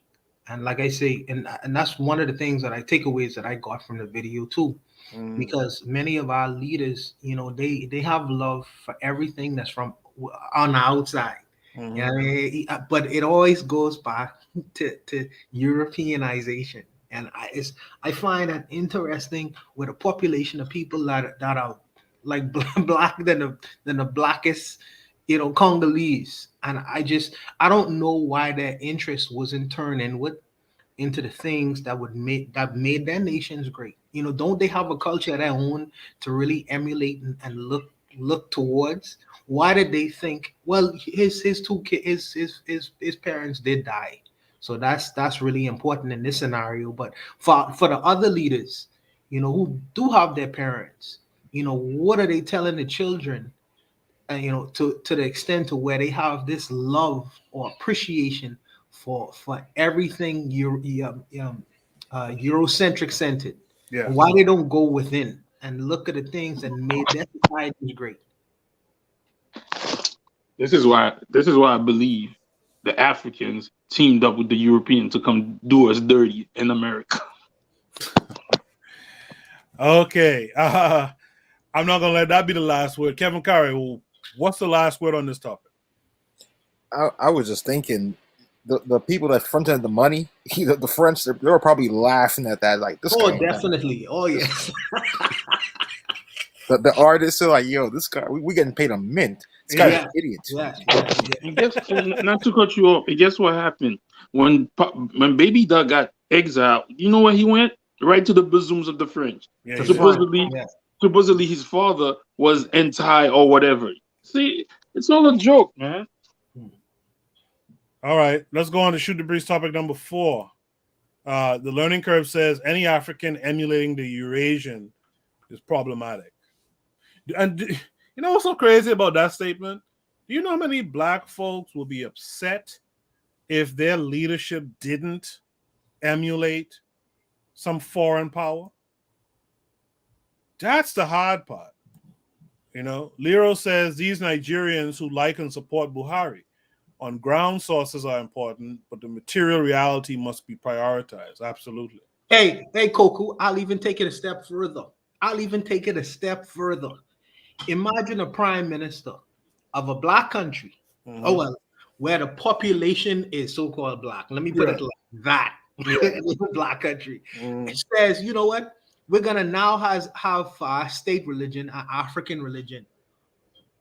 Just doing that on that alone will probably cause an uprising. Yeah. Let alone you saying that, you know what, we're gonna break away from the so-called Westminster style of government, and we could do it more like the Ashantis in Ghana. We're gonna have that kind of style of government. Right. They'll have your head. If you ain't careful, they'll have your head. They'll have you up on a cross. Oh my goodness! In a majority black country. Yeah. Oh, that's hilarious. You guys are going way too far. That's too much. Yo, they tell you. I'm gonna use Haiti for example. The number one history book that they use was written by the French Catholic people. No surprises. Yep. So they tell you what, I'm going to something that's very close. They went to your country and told you that, take this vaccine. Everybody got COVID. Your man, all the countries and thing, they told you to take that jab. I'm not saying that whether it's right or wrong, but ain't you a man? Ain't that your country? Yeah. You let another man come from out of nowhere to tell you what to do. Yeah. That's wild to me. Wild. You're a man. You have 2 pair. You let another man come tell you what to do. And I'm using Haiti. The educational system, the history books, all the history books that we use probably in the Caribbean, everywhere in the world, is written by you know who. Yeah. So, man, L's all around, man. 2 pair. Yeah, man, that's a heavy one. Let's go to Shoot the Breeze topic number 4. If no one else has anything to add. BB Rodriguez says, Coco, you're right. Okay, thank you. I appreciate that. Let's go to Shoot the Breeze topic number 4. By the way, if you don't see your Shoot the Breeze topic posted tonight, is because there was a lot of them. And that's a very good thing. I typically go with the first 10 that I see. But we will definitely talk about the ones that I didn't talk about tonight. We'll do that next week. That's a good thing. Yeah, that's a very good thing.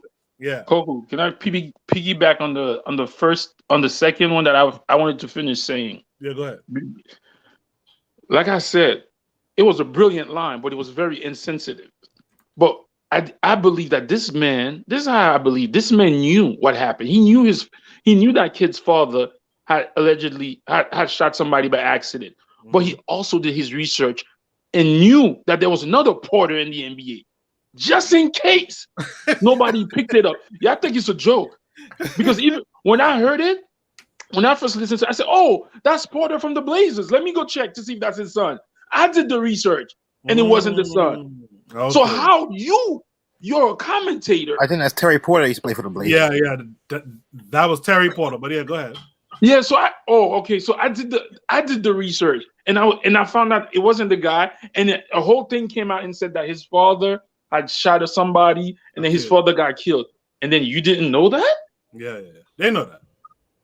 But that line was brilliant. I ain't gonna lie. But I moved on. Because on draft night, they be talking about that kind of shit.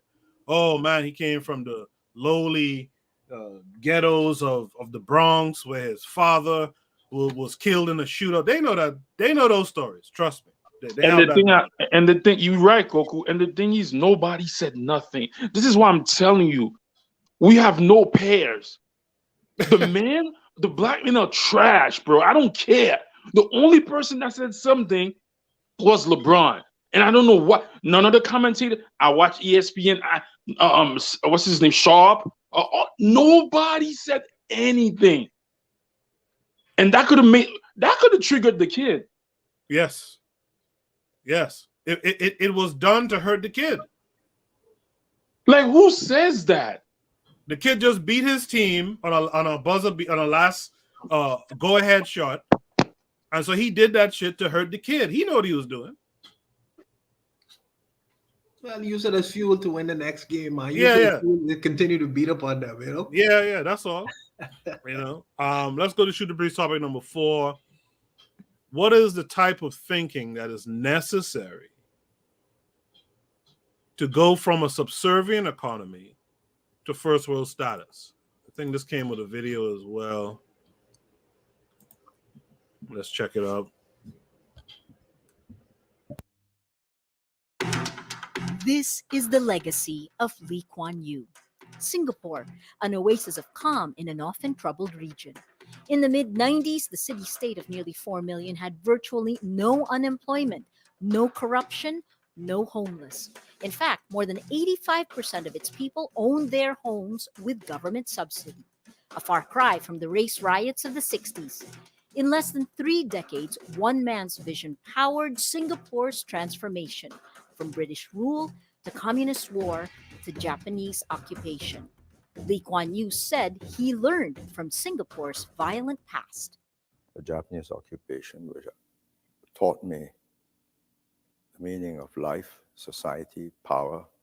I understood then what happened in Nazi Germany or in Southeast Asia when the Japanese surrendered. And also that if you have that same power, but used to good ends, you can reshape a society for the better. Some call him authoritarian, others a visionary, but he tolerated little dissent. The vision, he says, was simple. We were motivated by an intense desire to create a fairer and more just society where man does not exploit his fellow man because he's a different color, a different race, or different religion. Lee started with the basics, rebuilding social ties and stimulating the economy. By promoting Singapore as a stable alternative to China during the Cultural Revolution, Lee managed to turn the 600 square kilometer island into a tiger economy, sparking dynamic growth rates for the entire region. He knew when to take power and when to give it up. In 1990, Lee stepped down voluntarily, paving the way for 14 years of more growth under Goh Chok Tong. Goh handed power to Lee Kuan Yew's son, Lee Hsien Loong, who's groomed Asia's second fastest growing economy. Only a few crises slowed Singapore's growth.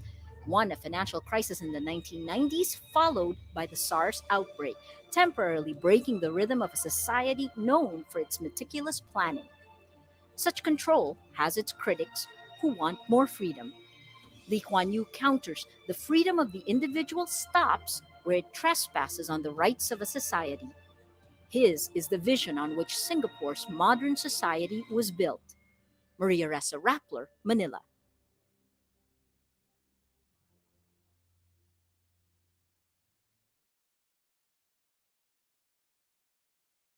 Interesting. Singapore has always been of interest to me for the same reason that this video talks about. Because I remember the guy who they talk about in the video, who they show, he died a couple of years ago, and that's when I really got to pay attention to Singapore and what they did. Before we actually talk about the video itself, let me throw this question out there to you guys in the chat. You guys listen to the playback, you guys here on the panel. A couple of years back in the conscious society, conscious movement, conscious community, you will hear people say that the Asians are allowed to manifest, to achieve and have abundance, right? That they're allowed by the white folks to do this thing. Do any of you guys believe in this idea that white folks allow certain groups to do things? Let me start with Azuli. I don't know. I don't know. I don't. It looks like it. It looks like it. But when Asian people come to America, they have their China or Singapore or Japan looks out for their people when they go to different nations. Yeah. It's not like you just go and then there's nobody looking out for you. So I can't say that. So I don't know. It seems like it, because I don't know if it's that they stay together and they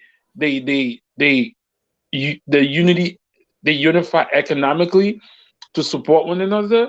So it looks like it, because the same is for the Asian, the same for the Arab, and the Koreans and all of that. But I've also seen that there's a lot of Africans, like on Bedford, like they come here and they do some stuff too. So I don't know, man. It's really weird. But what I would say is that a Chinese person here, a group of, they are back. They are sponsored. They have somebody behind them, that a country that stands behind them to help them. So I don't know. And so you don't think it's necessarily white folks allowed them, but you think that is their power backing, because they have a strong backing. Their power backing, and also that let's keep it 100. This country really believes in capitalism. So for the sake of money, they will allow people to make money. Right. So it's like Apple have warehouses in China. All of this.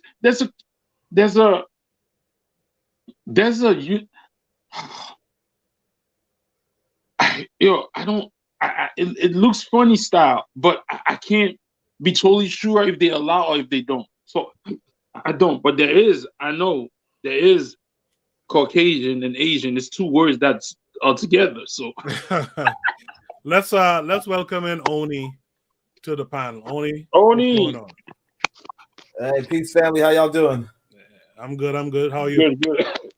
Nah, I was just gonna completely agree with I was just completely agree that we, it's not so much that these white folk are allowing us. It's more like we allowing these white folk. We not doing the basics at this point. Right. The Asians, because I mean, like it's been pointed out, you got, here in Brooklyn, because that's another thing I picked up on. There's this old song called "Old Carolina" by Shaggy, right? Yep. And I like the tune. It reminded me of some old school, like '60s music from America or whatever, right? But at one point, he name drops Flatbush. He's like, all the, I think all the Jamaicans in Flatbush or something like that. And it dawns on me, right? Because when my family first came to America, we first went to Bed-Stuy, and then we kind of moved like close to Flatbush in a sense, right? Mm-hmm. Now, I didn't know this, but like when I was in Flatbush, when I grew up in Flatbush, a lot of my colleagues, all of my classmates were Caribbean. They were either Jamaican, Haitian, Trinidadian, Barbadian, whatever, right?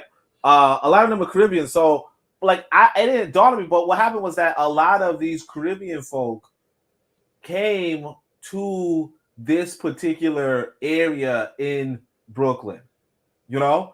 and here you saw a lot of Caribbean businesses. So like growing up, I didn't even know that, like I didn't get to experience that same, only white people got businesses, only so on and so forth. What you had was like a people kind of a community. Now it's not as tight as Chinatown per se, right?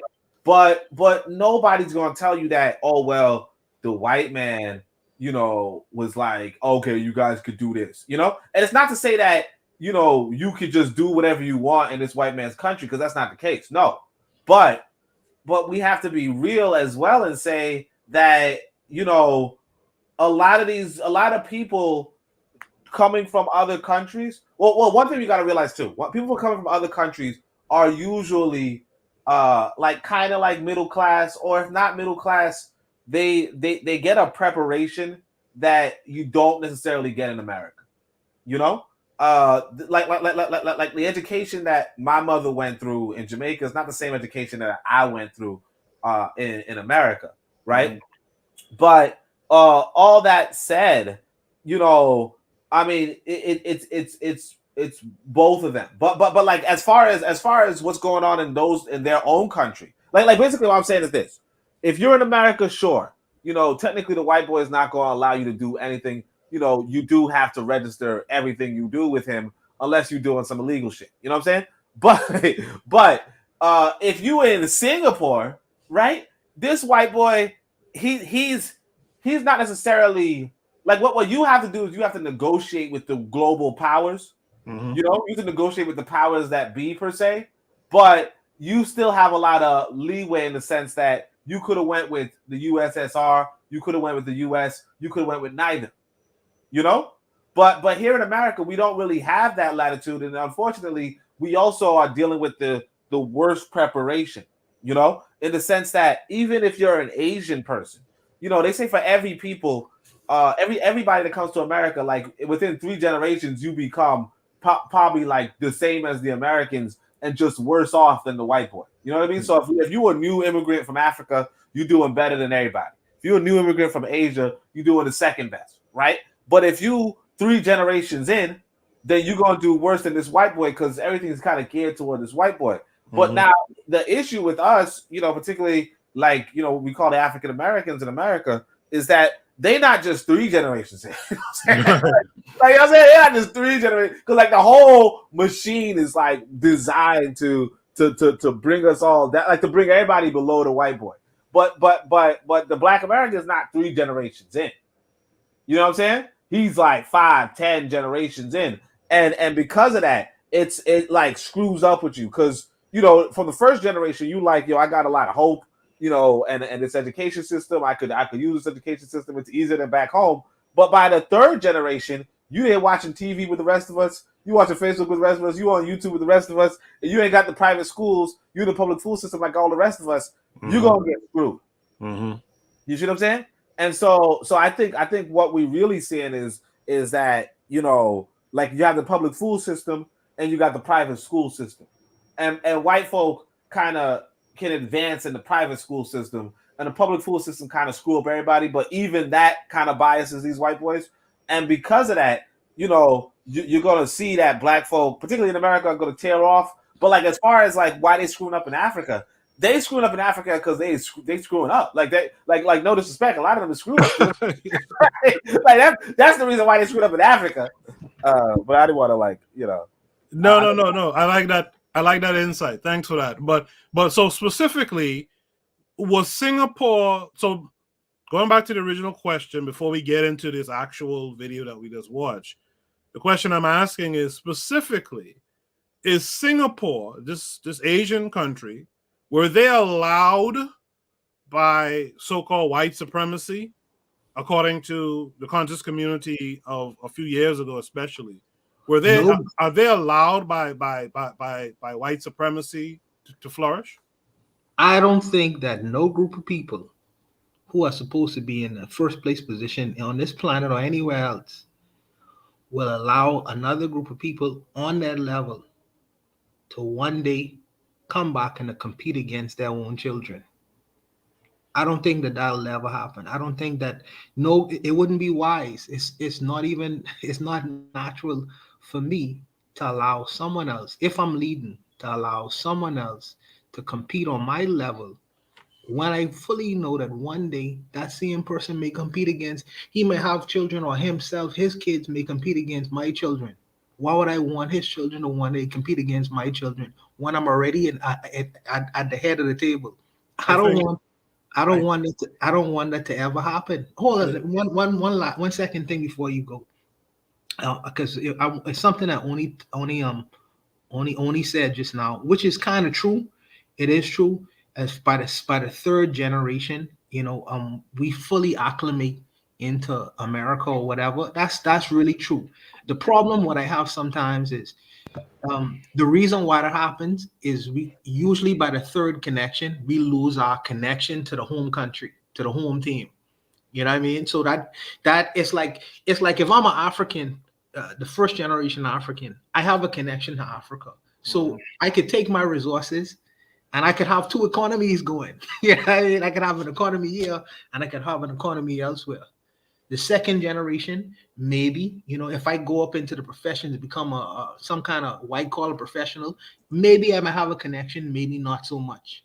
But by the third generation, my connection, the two economies that I would have created has been severed. I just have that one economy going in the so-called the new country. And then I'm like, man, I'm at a loss. You know, I become just like everyone else. I feel like it's important not to lose that connection, but to continue that connection.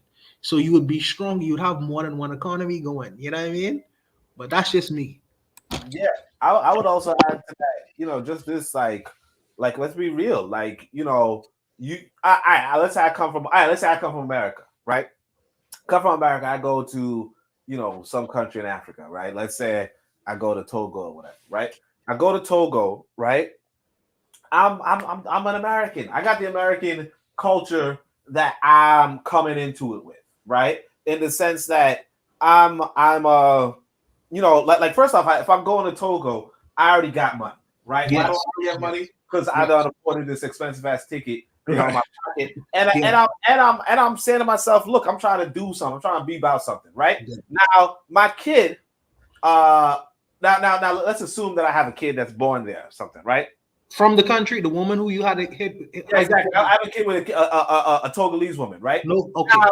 Now he's gonna get some of my stuff too, because I'm gonna be like, look, man, we're gonna be about that business, right? We're gonna be about that business. We're gonna so forth, right? He's gonna get some of my stuff. He's gonna get some of the Togolese stuff too. He's gonna get a lot of Togolese stuff, but he's also gonna have his father there, right? Yeah.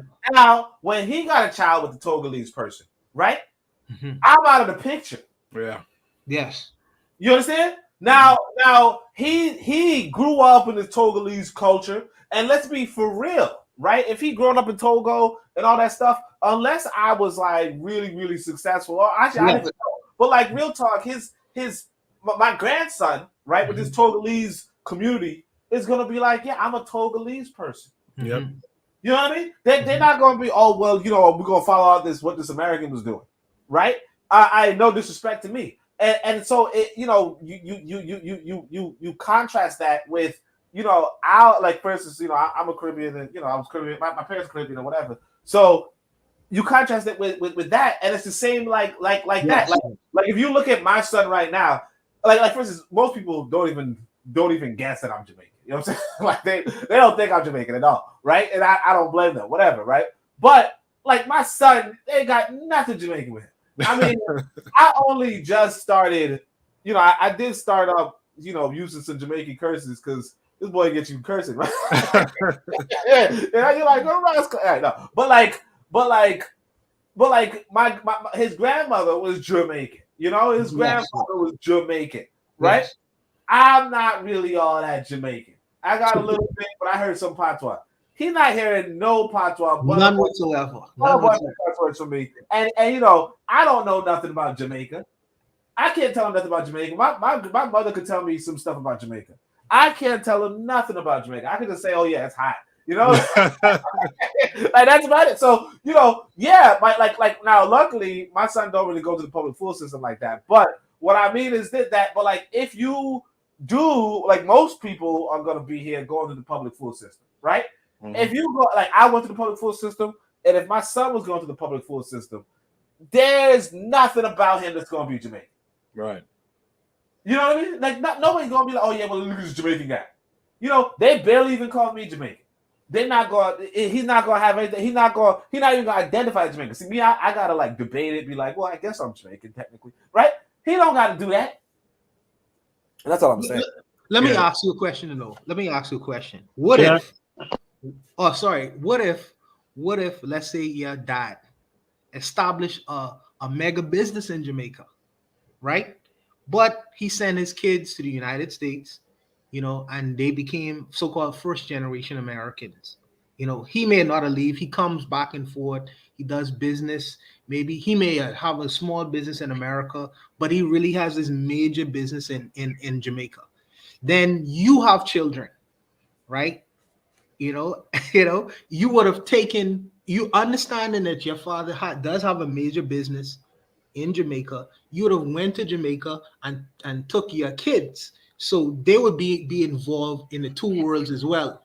You understand? So you kind of like creating two economies. You still have to maintain that connection. You bring your your child into that situation in Jamaica, so his vision is expanded a little bit rather than just limited it just into one specific space. You understand what I'm saying? Or no? Oh, I want to say this though. I want to say this. That's one thing I want to point out. Yes. One of the, like, because I think Koku talks about this all the time, right? Mm-hmm. The school system in like outside of America is just much more rigorous. Like America's like 50 something place in the school system. So what happens is that those of us, particularly like if you black, like you gotta remember this: the school system is 50 something place if you're white. Yes. You know what I mean? but like, there's this thing called. So this thing I picked up on, like one of the things that got me a little bit radical when I was younger was that they had this thing called tracking, right? Which is basically de facto segregation. Okay. Basically, they put all the black kids in the normal classes, right? And they put all the white kids in the gifted classes. Okay. So the state gets a certain, each school system gets a certain amount of money based off of how much wealth is in that community, right? And even on top of that, the fact that you might not be from wealthy communities, but sometimes you might live adjacent to them, right? Yeah. Then what happens is that those schools then put most of their resources in the white kids, right? And it's de facto segregation in the sense that they'll have some token black kids, they'll have some token white kids, token black kids in the gifted program, token white kids in the non-gifted program. But for the most part, it's all white. And on top of this, you're getting bombarded with a bunch of white propaganda and white this and so forth. You don't really want to go through like if you're like see, here's the thing. If your family immigrated, right? You'd be like, hey, I just gotta get through the school system to go get me a good occupation, right? If your family didn't immigrate, you know damn well that's not gonna work. Mm-hmm. You know, or that you know that's not gonna work, but you don't have confidence that's gonna work because your mama got a degree, or no, yeah, she got a degree and she's still washing whatever, or she don't even have a degree. She just she went through school, she finished high school, ain't nothing really came from it, right?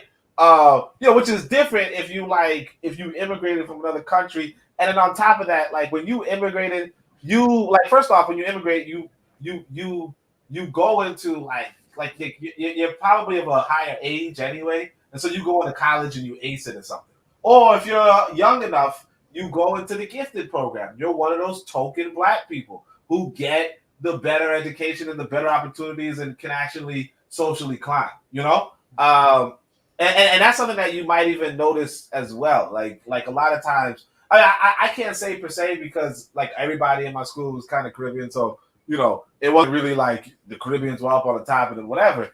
But the point being that sorry. So the reason why I brought that up was to say that one of the aspects that like one of the things that you get from being an immigrant in a sense is that you don't have that inferiority complex, right?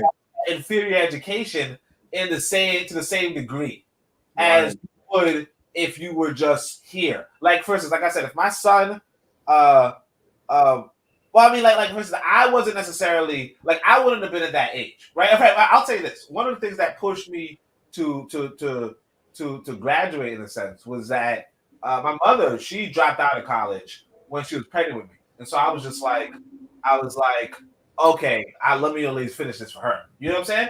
So that was a little bit complicated, but at the same time, I do want to say that but for her, she went to college. My father, I think he went to college. I'm not even sure. But I should know that. but right, like that's embarrassing. You're like, I don't know about that. I'm pretty sure he went to college. But the whole thing is that what I mean is that you come from a different educational background, much more rigorous. I actually passed by, I went to Jamaica.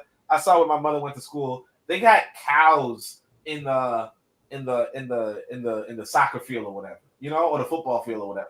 Right? They had cows there. She was like killing goats as a kid. Coming to American education is just like light work. Yeah. I was her third kid, and she's like pregnant with me going through college. It was easy for her. Compare that to it's not going to be as easy if you're from like a family like for example, another thing I wanted to say is this, because I kept asking her to help me with Spanish or whatever. Right? She learned Spanish. She knew. She went through the rigors of school already, right? She could have been a very capable tutor. She didn't want to be, but she could have been. But that's not going to be the same for every family, Yeah. Shout out to Oni's mom, by the way. Lero in the chat said, no, Asians are not allowed by the West. It's rather the opposite. I just think that Asians haven't been subjugated the same way as Africans, so it comes off that way. And I think that what Lero is saying plays into what Oni and Mr. Untouchable and others are saying on the panel as well. BB Rodriguez says, I agree with that to some degree. Japan was given Marshall rebuild money to recover from World War II. I think that's a little bit different, but I understand where BB's coming from. She also says the Z people are now becoming a competing force in all arenas because they hold the majority of manufacturing contracts. Lero says, if anything, we allow them. Daily Affirmations with Pauline says, well, I heard that the Russians meet at their clubs, pitch ideas, and seek private sponsorships from their own people for their business ideas. Maybe the Asians do, etc. The same. Yeah, only talked about that on Shoot the Breeze a couple weeks back. BB Rodriguez says, before that, they were given all low-level, non-competing service-style businesses, laundromat, veggie stands, hair, beauty supply, nail salons, etc., non-threatening to white systems. She says, Ruskies, you mean J. Ruskies, most definitely. So she's talking about the Jewish Russians. She goes on to say Black Americans built all monumental structures and have now been financially alienated in the country their forefathers built, from the White House to every port, all rail systems, except the, I don't know what else she was going to say. There's someone here named Del J who says, damn, this is on point for me. Came up from JA and went straight into gifted in 5th grade. Shout out to Del Ray. I think this might be the first time Del Ray is here. Appreciate you for coming through. So let's discuss the actual prompt. Because I just threw out that initial question just to gauge where everyone's head was at as far as that. When we look at Singapore and what Singapore did, and I'm going to go to Urzuli first because I think he had wanted to say something before. When we look at what Singapore did in this story, is this something that African countries, African peoples can emulate, Urzuli? What I want to say is that I believe that the Asians, when they come here, there's a thing of unity that they have. There's discipline that is lack. Even the Caribbeans, when the Caribbeans come here, some people open businesses, but they don't unify it. Like, it's just like, oh, a Jamaican restaurant here, an Italian, but the Chinatown, for example, is like China. Like, they have their own language there. They're not just doing it, oh, this person has laundromat, is making money. And when the Caribbeans come to America, they don't unify their economic power. It's, oh, I own a store here, I own a restaurant here. So it's not unified. So my thing is, another question I'm going to pose is, did America really lose to Vietnam? What I'm saying is that, are we saying that a superpower that has all these guns, all these things, are just going to let somebody come, are just going to let you come and dethrone them? I think there's politics between the two. I think there's a reverence between the two. I don't want to say allow, but they're in business together. So let me get to Singapore. What I see about Singapore is testicular fortitude and discipline. 54 countries, a lot of the countries in Africa, they don't have no discipline. Caribbean, no discipline. The testicular fortitude is not allowing certain mindset to come in their country and turn their people around. Like, wasn't it in Singapore that white boy went and did some graffiti, like in 1990 something? Michael Fay. Yeah. And then what he got what he deserved, like 7 lashes or whatever those lashes he got. The strokes, yep. Pause. So, yeah, I was about to say that, but thank you. But there's a discipline. There's discipline in Singapore. Whatever they want to say, it's authoritarian or whatever, but they're producing, like you just said, like the video just said, people own their houses. There's a sort of, in this country, especially around Black people, oh, it's my feelings. I do what I want to do. I'm free. What? You're free and you're broke and you getting shot in the streets. You're losing. Yeah. See, in that country, there's a patriarchal authority that keeps bullshit from getting in the house to turn their people around. And there's a lot of discipline. These people are disciplined. That's what I see in Singapore. By the way, Chinatown, the reason why Chinatown is so strong, Chinatown, people don't talk about this. Chinatown is run by a Chinese mafia. This is how all these Chinese restaurants open too. They get all their supply chain through some families in Chinatown. It's a mafia run type thing. Again, Goku. But you know what you just said, mafia, testicular. Yeah. That's why I brought it up. A lot of our people, our countries, they are, even with the whole jab thing, they said the jab thing started in China, but they're part of it. They business partners. How you your own man in your country? I'm just using a country like Namibia, like South Africa. What? No, not South Africa's no. Like, let's say Uganda or something. How you gonna let another man come tell you what to do with your people? We listen to the same music, the same detrimental music, the same bling bling. Oh, I want Rolex. I want this. I want that. Yo, where's the discipline? We are not disciplined.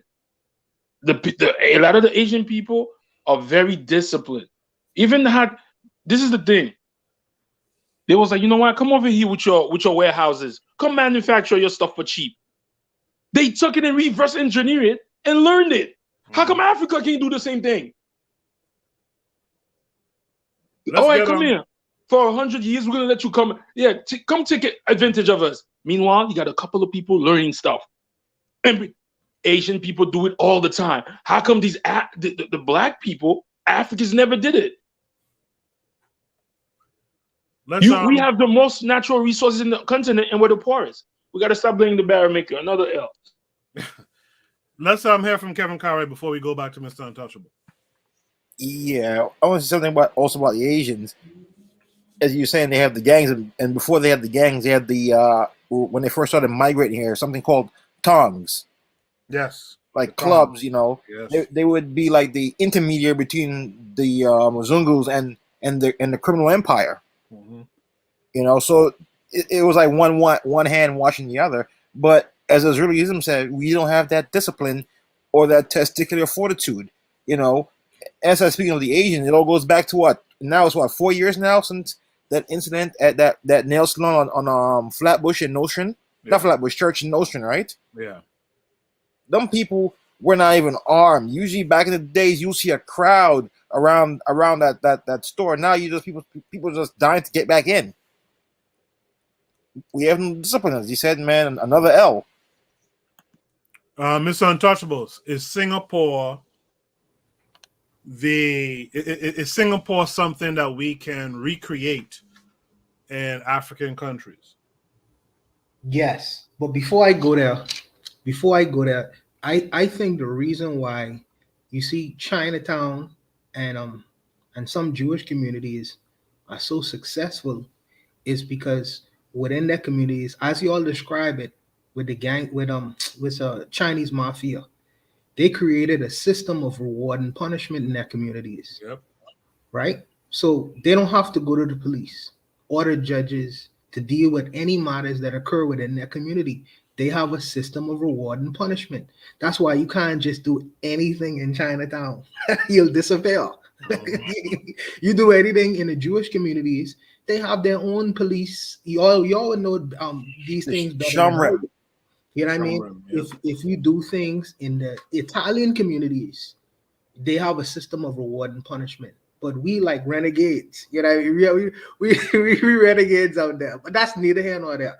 I think that me and Matron was agreeing on the idea of a benevolent dictator, and KW Dawn agrees with it too. I believe that we should have. I believe that an idea of strongmen. You know what I mean? This idea of democracy, Western democracy should fit any and everywhere because everyone wants so-called freedom and democracy. These are ideas that the West don't even live up to. You know, really, if you really want to get them in a real conversation. But I believe that benevolent dictatorship is a good thing. Africa needs strong men. Unfortunately, I would not want to think that my people have to be governed by the big stick. But that's just the reality. We, Erzuli talked about discipline. And a lot of our people, I don't know if we've been socialized to act like a bunch of renegades, but we have a lot of indiscipline within our communities.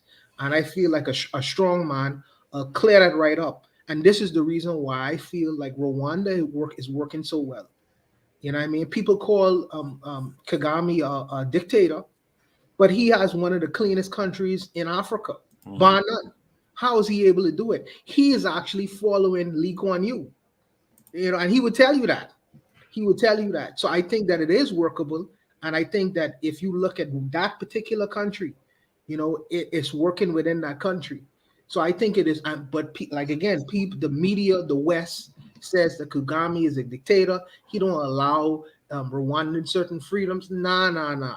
We need some time for them to become disciplined first. You know what I mean? Have that idea embedded in their brains, and then they don't need me anymore. I'm gonna work myself out of the job of being a benevolent dictator. If Castro had permitted Western influence to come in to the country, prior to a generation of programming, then you wouldn't see that so-called socialist ideology that they have ingrained in them now be perpetuated. But America could come into Cuba right now, but it's in the children. They already have that ideology embedded into them. So you have to beat that out of them. You know what I mean? It's like that'll be very difficult to reprogram a whole generation of people. So I think it's a good thing. Like I say, the Chinese, not the Chinese, the Asians have this idea of discipline, and I feel like we need it. So benevolent dictatorship is needed. I think Lee Kuan Yew, maybe not in every African country, maybe not the same kind of jacket that he created in Singapore should be fitted in every African country. Right. But I think that you could tweak things. Right. You could tweak things, but you could get some things right. You could get them things, but you could tweak things, and not because another community of people are not black like me. I can't learn from the positive things and the things that they would have learned as far as creation, nation building, that I can't take small things and maybe implement it in my community. You know? Del J in the chat says the question of why African countries can't be more like Singapore is not fair. I hope I didn't give that impression that that was a question I was asking. The question I was asking was, can Singapore be studied? And like Mr. Untouchable just said, some things be gathered from what they did and applied or replicated in countries on the continent. Oni, what says you about Singapore, their methodology, and Africa? Is there any way those things can be connected, I guess? Well, I think one thing for sure, we have to remember basics about war, right? The Asians understand Sun Tzu in the least. And Sun Tzu is not like the entirety of your study for war, but it's a good base. Because one of the lines that Sun Tzu says is all warfare is based off of deception. You know? And the thing is this, that if you're being on, all right, here's the thing. This white man, it's not about allowance. This white boy is going to oppose you. Okay, in the real world, people are going to oppose you. You understand? In the real world, people are going to oppose you. Institutions are going to oppose you. Like, for instance, let's say it this way. You know, we got this YouTube channel going, right? We got 9 likes. You know, it needs to be more, whatever, right? But the reality is this: you put this channel up on YouTube, right? And YouTube is like, look, I don't want this shit on my website, right? But I'm not going to outright tell you that. But what I'm going to do is, because you so obviously are how you are, right? I'm going to put you on the blacklist or whatever. You know what I'm saying? Like, literally the blacklist. I'm going to do some stuff behind the scene because you were not practicing deception. You understand? It's like today we go. I remember when I first came to the college community, somebody was like, Booker T. Washington's a coon. I was like, really? I didn't know. But I didn't know this about him. No, sorry. I was like, oh, really? Yeah, okay. Then we just went with that, right? I went with that. Later on, I come to find out the dude's been secretly financing black, radical black institutions, even Africa. He's been secretly doing this. And meanwhile, he's America's favorite Negro. Like, he was able to go up into the White House before they called it the White House. They have to rename it the White House. That's the rumor. But anyway, the point is that he was America's favorite black person. But he understood the art of warfare, and he said, look, let me be quiet. So this Singapore guy, right? He's quiet. What we have are a bunch of black folk who are loud as fuck. Like you know what I'm saying? We're just like, man, fuck you, cracker. You white man, you stupid piece of white shit. Because like I'm running into this problem myself too. You know, because I want to do some like programming, and I want to do like, you know, maybe some games and stuff, right? Well, you know damn well if it says game made by Oni Time, you know what I'm saying? This white boy's gonna be like, yeah, no. You know what I'm saying? That's the world. You cannot be explicit. That's the thing that people. Oni, I disagree with that. This is what I'm saying. You can, as a black person, especially as a black man, your skin already gives you away. Okay? You think you name some, you think they trusted Booker T. Washington? You think they didn't have a plan for him if he got out of line? Yeah, but then he didn't go out of line. No, he didn't. He went out of line. He didn't let them know he was going out of line. Now, but I want to say this. This is why I wanted to touch on, because this is really important, right? All right. So my brothers, when I was younger, they used to like most black folk. Because like I said, you get socialized, you get acculturated. Most black folk, we like that martial arts stuff. Okay, we like that martial arts stuff. I don't know why. They was watching it. I wasn't really into it. They were like, "Yo, you gotta watch Ip Man." I still never saw it, but I did see Ip Man 2 and Ip Man 3. No, I think it was Ip Man 3 or Ip Man 4. I don't know. Is it Ip Man 4 though? Is it Ip Man 4 now? Yeah. 4 came out a little while ago. Yeah. So I saw 3 and 4. The reason why I saw 3 is because Mike Tyson was in it, and I was like, "Yo, Mike Tyson's like, I like that guy, right?" But anyway, so I saw Ip Man 3 and I saw Ip Man 4. If you follow along on Ip Man 4, right, the whole thing is like these damn racist white boys. Oh man, let's kick their asses. Let's show them that they're disrespectful. They just they so on and so forth. They don't like our culture. They do all this stuff. They even show you that whole, like you were saying about the Chinese mafia. They show how when Ip Man was trying to get, like, the whole story is he's trying to get his son into the schools in America, right? And he has to go through the Benevolent Chinese Association. Yeah, that's Benevolent Chinese Association is run by these dudes who's all sort of so forth, all that kind of stuff. But the point is that that's what like one is part historical, right? Part historical in the sense of they're letting you know that these Chinese people felt the same kind of not the same level, but they felt this bigotry from this white boy. That this white boy was not trying to have them advance on anything, but they came through, they stuck together, and they tried to do something, right? And they understood this white boy clearly was their enemy, right? Yeah. Now here's another thing I want to add to that, right? Every group of people that want to succeed, even back in Africa, if you want to succeed, you have a community center. Okay, I've been saying this forever. You get that community center. Like this sister was telling me up in she lived in Albany. She was telling me that up in Albany there were these, I think they call them, I think they're Dominicans, I don't know, right? But they weren't like black Dominicans. They were just like whatever, right?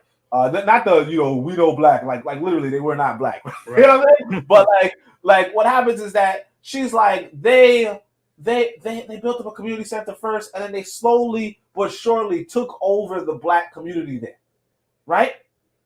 Because they had a center where to organize, and we want to come back to this public school system thing.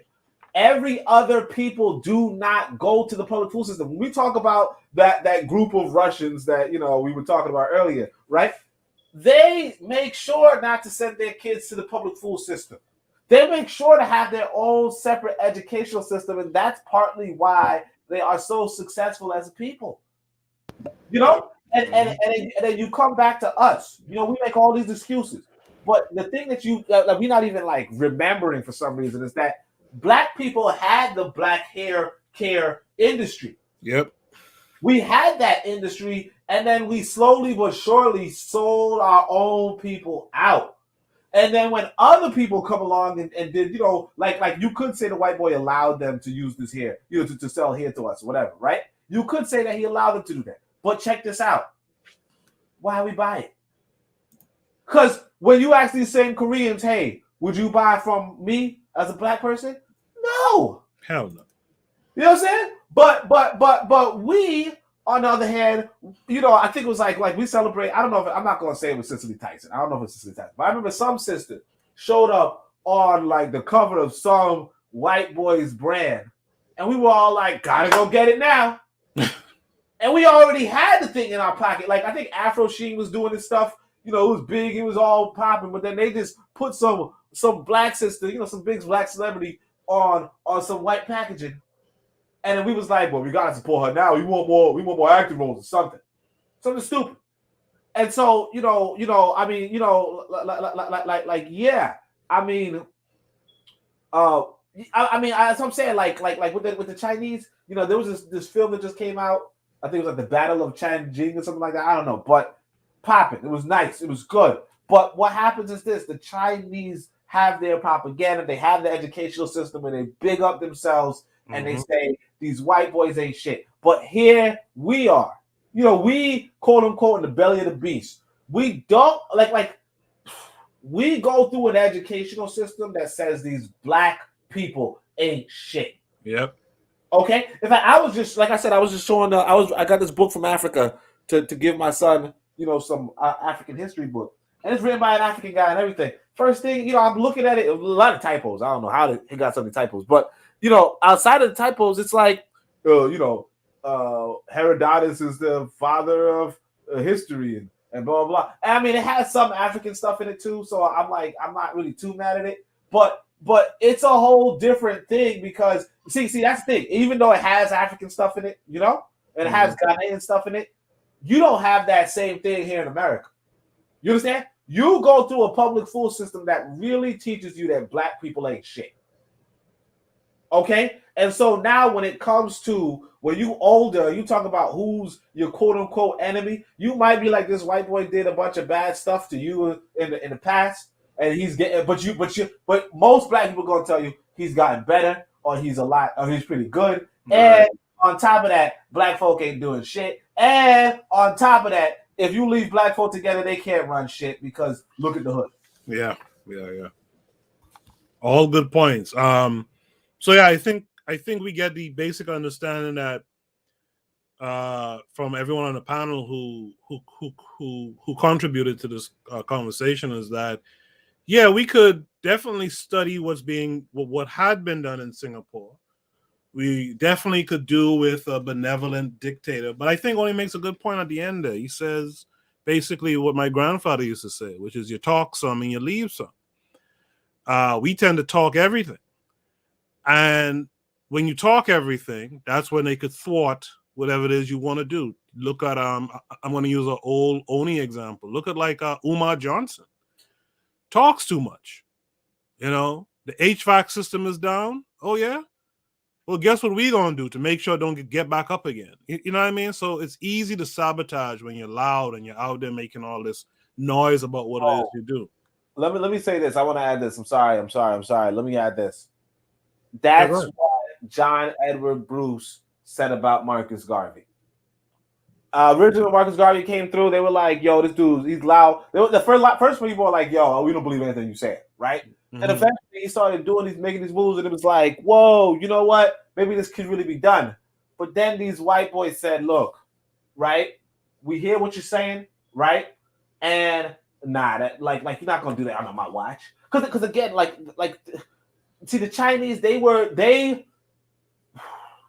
mean, that's the same thing that they said about Marcus Garvey. He was very loud, and it's like you have to strike a balance. You have to strike a balance. Like I actually think it's good. I think it's part of it is good to be loud. But if y'all notice one thing, I don't never tell you what country I'm trying to go to, and if y'all even was picking up on it, I didn't tell y'all I was in Africa until it was until I was about to leave. I know. We telegraph too much. Mm-hmm. We telegraph too much. And I mean, I'll give props to Marcus Garvey because, he did something that none of us could have done, right? But at the same time, like the rest of us, we telegraph so damn much that it's no surprise that we get done in. Whereas, these white boys, you don't like China just released this new missile. Right, and America's just finding out when they shoot it. Yeah, they know they was working on all this stuff. They was like, what? Like I was just reading this article. I wasn't reading. I just saw I just saw a bit of it, and they were like, "Yo, China's cutting down all its communications. It's not even connecting to Google Maps anymore. They're doing their ships and all that kind of stuff. They're not even connected to Google Maps anymore because they're like, that's some dumb shit. Why are we connecting to Google Maps? Tell our enemies where we shipping and all that stuff, right? But meanwhile, us. Like when I used to have meetings, I used to tell people, look, turn off, like leave your phone somewhere else or pull out the battery. You understand? That we don't do that here. Like here, I'm not even going to go. Yeah. All right. In the chat, Del J, and by the way, thank you, Del J, for coming through. Del J says the question of why. Oh, sorry, I read that. He says yes, African nations can learn from Singapore, but solutions to African problems have to originate in Africa. Yeah, that's absolutely true. But we can get inspiration or get ideas from elsewhere. He or she goes on to say the problem with strongman approach is that one day that strong man will die for another man will fight to replace him. That's the problem with Kagame today and Mugabe and Nkrumah, etc. in the past. They already goes on to say that's how the white man and Asians win. It's based on systems, not individuals. I don't Mr. agree with all of Untouchable. that. I don't agree with all of that. But in particular, that all of the solutions to Africa problems don't always have to originate out of Africa. You know, in particular, let's just. By the way, Oni, if you watching Ip Man, you have to watch the first one, bro. Yeah, you gotta watch the first one. Anyways, yeah, as far as the solutions is concerned, what about the energy crisis in Africa? You know what I mean? Solar energy, as far as getting all of the materials that's needed as far as to boost your energy supply in Africa. Some of that could be solved by getting a bunch of shit out of China. I know that's an unpopular idea, but that could solve a whole lot of energy crises in Africa as we speak. It don't all I'm saying is all the solutions to what ails Africa does not specifically have to come or originate out of Africa. I think that's really hustling backwards. When countries and nations have already solved specific issues or whatever, it's not to say that we have to solve it like they have solved it. But if somebody already invent the wheel, I don't have to necessarily invent my own wheel. Yeah, I mean, I could possibly get that wheel and use it to my advantage, or I could use it to my benefit. That's all I'm saying. I think the China thing, yes, that you said is unpopular. I think only a part of what you're saying was unpopular. I think the idea of China coming into the continent themselves and doing that's this work, a whole different ball game. Yeah, that's a problem. Yes, but you purchasing, if it is what it is, and you got to Yes. purchase what you need to purchase from who Yes. has it, that's not a problem. No, to jumpstart, I got to do what I got to do. And Yeah, that's you got to what do what it you is. got to do. Yeah. On the statement on Gavi, I got to talk about Gavi. Go ahead. I feel the reason why Gavi was so loud is Gavi was his own propaganda machine. And at that time, you know, when you're trying to speak to a large amount of people, and he was thinking continentally, not even nationally, he was thinking continentally. You know, you have to put yourself really on the firing lines and really create a big noise. And I feel like that's why he was so loud. I think that the Tuskegee guy, what's his name from Tuskegee? Booker T. Washington. Booker T. Washington wasn't as loud as Gavi. That don't necessarily mean he wasn't as impactful, because what he was doing was he had a different methodology in trying to solve or create solutions for his people, and he did it, you know, as far as the institutions are concerned, by creating his own university and doing, you know, in stealth. You know, he wasn't as loud as Gavi. I think that they had different ambitions, you know, and different ideas about how they wanted to benefit their communities, and I think that their missions were different. But that's why I believe that why Gavi was so loud, if you ask me. I personally think it's more of a personality thing. I don't think their missions were that different, to be honest. To be honest, I think just difference of personality, and one personality type can get you caught up versus the other personality type. I think that I also, as far as Dr. Johnson is concerned, I do think that he talks too much. And I agree with that sentiment. I think that there are things that could be learned from the past. And if you feel like there were issues as far as Gavi being so loud and quarterbacking, you know what I mean? Quarterbacking everything he was gonna do, why do it the same way? You know what I mean? Shut up. You know, sometimes you have to just show and prove. And I think that this is the brilliance of the guy from Vietnam. His name is Ho Chi Minh. Ho Chi Minh was in the United States. Ho Chi Minh spent years in the United States. You know, he was attending. He was a Gaviite. Ho Chi Minh used to clean white men's toilets, and all the while they was laughing at him, saying, "Look at this guy." You know what I mean? Dance to me, you slant eye, whatever. The next time they saw him, he was the military commander in Vietnam. You know what I mean? He was quietly learning from his enemies. So I think that there is some importance to really being stealthy. There is some importance also. Sometimes you got to make a loud noise. It's a balance that you It's have a to balance. Yeah. Yes. It's a balance. I think that's what Azuliism was getting at too. That sometimes you have to kind of raw sometimes. But when it comes to really integral stuff, you got to know when to just shut the hell up and get it done. Like the matron just said, we refuse to do the work, shaking her head. But I will add, we refuse to do the work quietly, man. Just get the work done. We ain't got to do all that talking all the time. Who wants the last word on this one before we go to Shoot the Breeze topic number 5? No one? Okay, that's cool. Let's go to Shoot the Breeze topic number 5 for tonight. Shoot the Breeze topic number 5 says why the genius of the black child should be protected at all costs. Let's see what this story is about. Hi everyone, my name is Kelvin and I built this car with my own 2 hands. Wow, man! This is so amazing! The story that I'm about to tell you is beyond impressive, and I've never seen anything like it before in my entire life. Everybody meet Kelvin, a teenager from the outskirts of Accra, Ghana, who literally made this stunning car from scrap metal with his own bare hands. To me, this is so revolutionary and mind-blowing that I couldn't help but wonder, how does one even go about doing this? Well, it turns out that he's always been a bright kid with very high ambitions. When Kevin was a kid, he has been using these empty containers for aeroplanes. He started with it.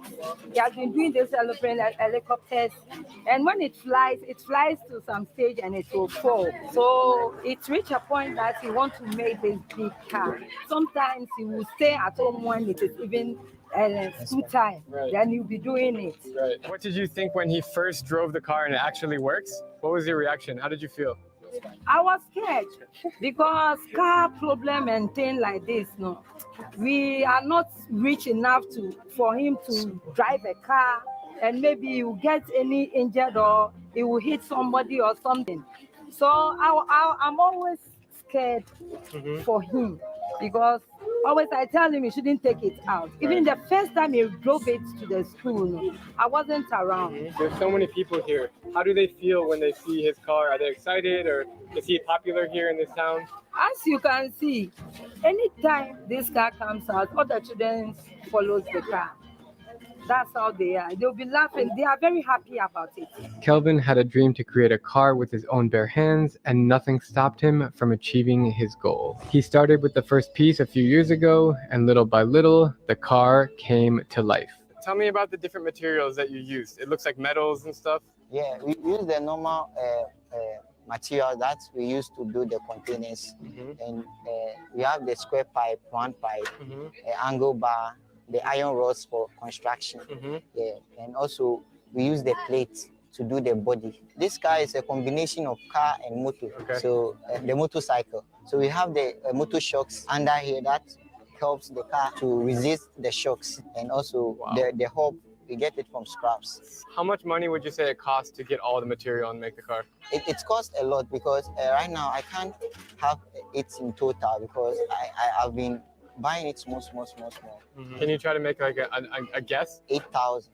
That's like 100, less than $200. How long did it take you to build this car? It has taken me 3 years. And you did everything yourself? I did it myself, and later on my friends came and joined. So Kelvin and I are gonna take a spin in his amazing car that he hand built from scratch, from mostly scrap metal. I don't even know how it's gonna work, but I'm excited to get in the car. Okay, cool. Wow, that's the door handle? Whoa, that's cool. Wow, it's like a Ferrari, it opens up. We're going in the Kelvin Mobile. The one and only Kelvin Mobile. Whoa, dude, this is so cool, man. Holy crap. Cruising around Accra in style, bro. Today's video is sponsored by Surfshark, my go-to VPN, and the one that I'm actually using right now to upload this video. A VPN gives you complete online privacy because it lets you access the internet from any country you choose. Video, and now let's jump back into the story.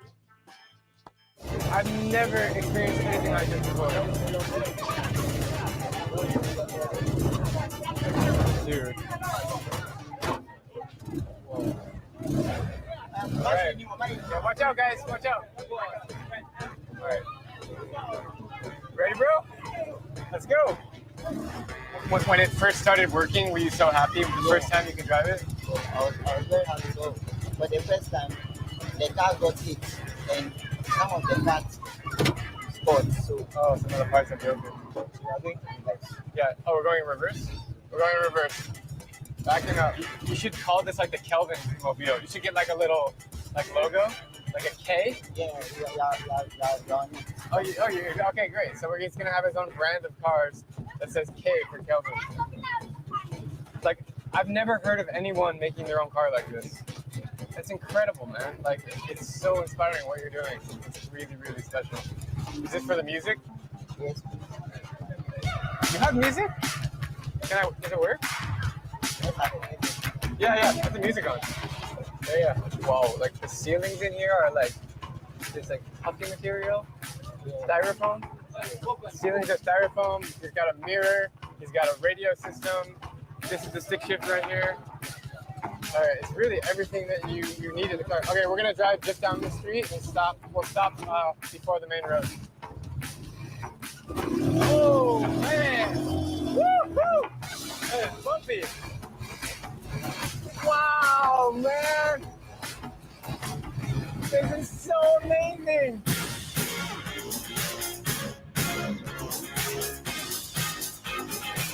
We're cruising on the main road right now. The car actually works. Like, we're driving fast. Unbelievable! I'm like so shocked right now.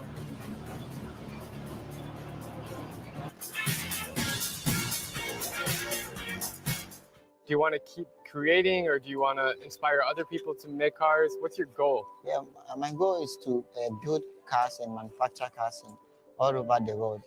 We want to build cars like how the white people do. If you could say one message to everybody in the world watching this video, what would you tell them? I want to motivate everybody who has the knowledge and the skills to build something. Sometimes when we are starting to do something, we find it very difficult to build things like this because it costs a lot. Yes. So I want to motivate every youth, anybody who wants to build something like this or who have a dream, to make sure the dream comes to pass, and with that it can be successful with everybody. That was beautiful, man.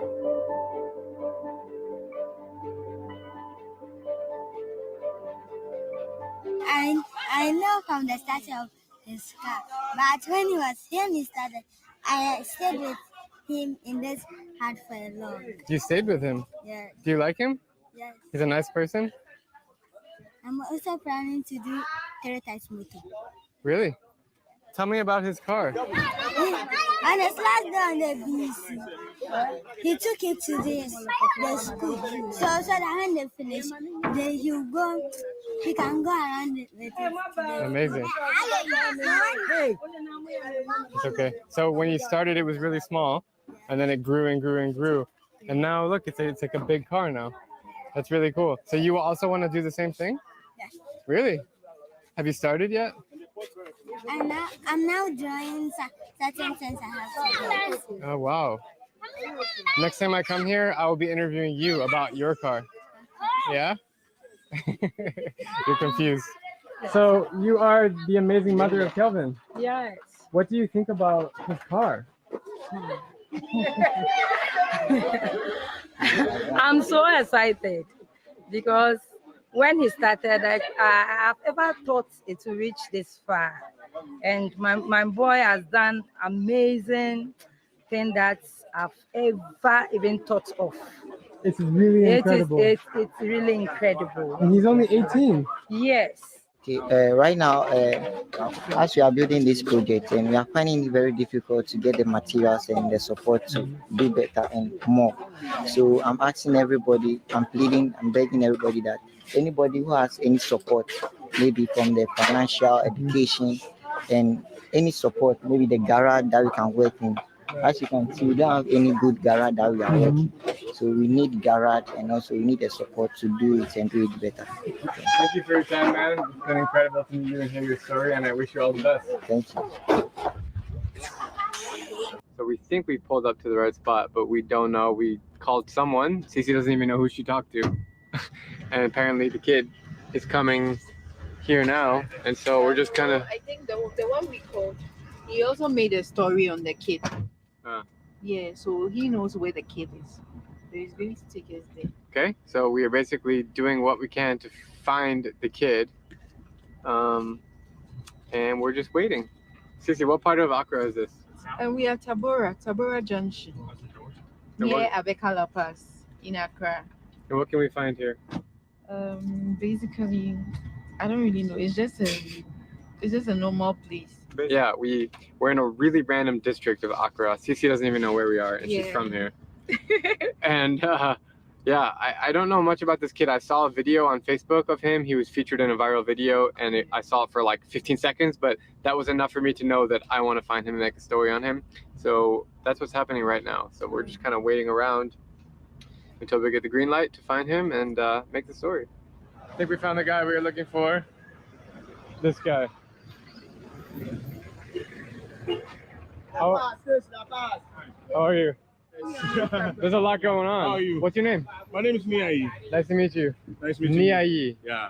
Promoting Ghana to the world. Yes. I'm trying to do that also. Thank you so much for coming to our country to promote us. I'm Drew Binsky, and if you like my travel videos, please click subscribe and ring that little bell. Yeah, talk some and leave some.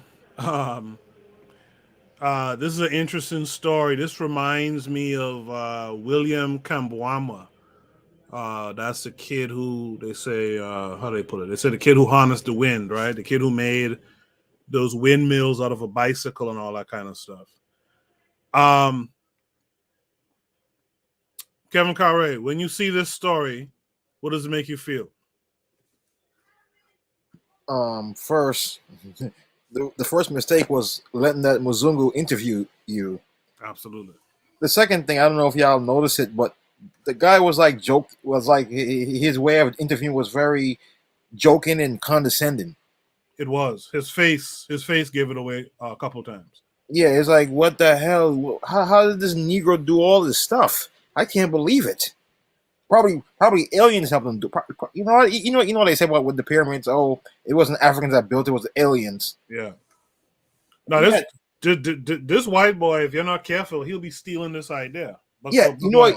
He was like, "Oh, well, what materials did you use to build this car?" Yeah, how much it costs? Yeah, that's the problem. Yo, shit. But I'll digress here. Mr. Untouchable, what say you? Yes. I didn't see what you all saw just now. I thought it was hilarious. Yeah, you remember when we talked about the idea of the WNBA in Africa? Yeah. And it's funny because this kid at 18 will influence all them young kids who watching him and around him as far as science and technology. Their mind is already triggered. It's like, what can I do to be just like him? And he's only 18 years old. So imagine now if WNBA moves in the slums of Accra and they see all these wealthy basketball players or whatever, their mind is going to switch from technology and engineering to bouncing a basketball. This is the danger of, this is why I say that the as far as the African genius, the child genius, their mind should be protected. And you are right. He shouldn't have done an interview with him, but he doesn't know any better. He's in the slums of Accra. He doesn't have any real politics yet. Right. You know what I mean? But I feel like us, yeah, as far as the elder people, you know what I mean, we should seek to protect these kinds of cats. Even, you know what? Because a person in the West might say, oh, well, this guy is a genius. I want him in my military program. You know what I mean? Yeah, let me fund him and come to America, put him in my university and program him in a way that he could go back there and exploit all them people with his genius. You know Yeah, what I that's mean? kind of what they did with the William Kambwamba, the boy who harnessed the wind. That's kind of what they did. They took him and put him up in a what school was it? They put him in a nice school in America. You know, there's a kid who built a drone. I think we talked about that in Shoot the Breeze some months back, and they scooped him up in France. You know, had him taking meetings and all that kind of stuff. So that's the problem. Like, Ghana's supposed to be a Ghanaian. Like, they showed a Ghanaian at the end who's promoting Ghana. He should be the one who have done the interview. Because that genius should be protected at all costs, because that kid has the power and influence, and he has the ability, as far as the technological know-how and genius, that should be nurtured. That should be nurtured. And the fact that he has so many children watching him, you know what I mean? That he could be his own propagandist with that idea. But I think that whole basketball NBA Africa, it'll ruin that whole area of kids who have a different kind of mindset in fixing their community kind of problems. Yes. You know? Yes. BB Rodriguez says he did all that filming and couldn't drop $1K for 3 years worth of rent for a garage. Exploiters. She goes on to say, yes, Wind Kid is at MIT, more deplorable brain drain syndromes. I feel you. I feel you. Only, what says you to this story? Yeah, I don't know. I could see this white boy was kind of patronizing, you know, and I feel like, but like I also, I mean, it's just all around, you know, like who was this white boy to do this interview, you know? But at the same time, you know, that's the thing with our people, is that we were excited to have this white boy, you know, and he's just like some nobody. Don't have nothing to him, and yet, you know, as we can see, he's able to travel to every country on the planet. You know, it's just a lot going on, you know. But you know, I mean, on top of being patronizing, I don't know. I mean, I couldn't have done it, but you know, there you have it. You know. Yeah, I feel you.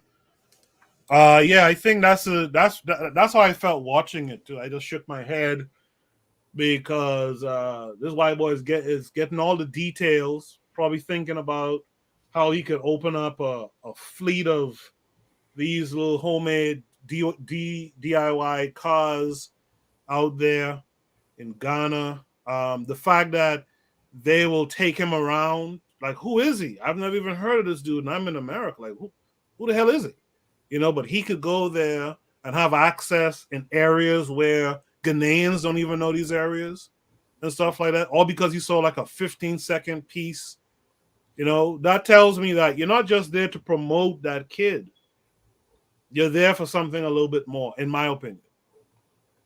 Mr. Turbo, my thinking is, I understand what your brother is saying, but my central focus is the genius of the kid. Oh, of course. You know, and I think that the genius of the kid, that is what should be really nurtured and protected. Yeah, but nurtured by whom? Protected by whom? That's exactly my point. You see, that's what we gotta talk about. Right. Because if I am the government of Ghana and I'm watching something like this, I say, oh, because I know Ghana have their own universities. I say, oh, we need to train this person because he could be one of our high-minded engineers in our future. If I was a visionary and I understood future planning, I would want to recruit a person like him. You know what I mean? I would want to protect a person like him. I would want to nurture a person like him, so I could I'm probably going to make sure my community becomes better with young people like him, or involving young people like him. So I take a more long-term approach. The interview, maybe, you know, he's a Jewish guy, you know, coming from America. He might have subversive ideas in his mind. But for me, you know, this video is probably sent out all over the world. But me living in Ghana as a Ghanaian official, I would want to grab this kid up and nurture this talent by any means necessary. You know, because who builds a car at 18? I know. I mean, I know. Bobby Uriah says it's terrible. We don't cultivate ingenuity of our own. And that Muzungu is Drew Binsky. Okay, that's his name, Drew Binsky.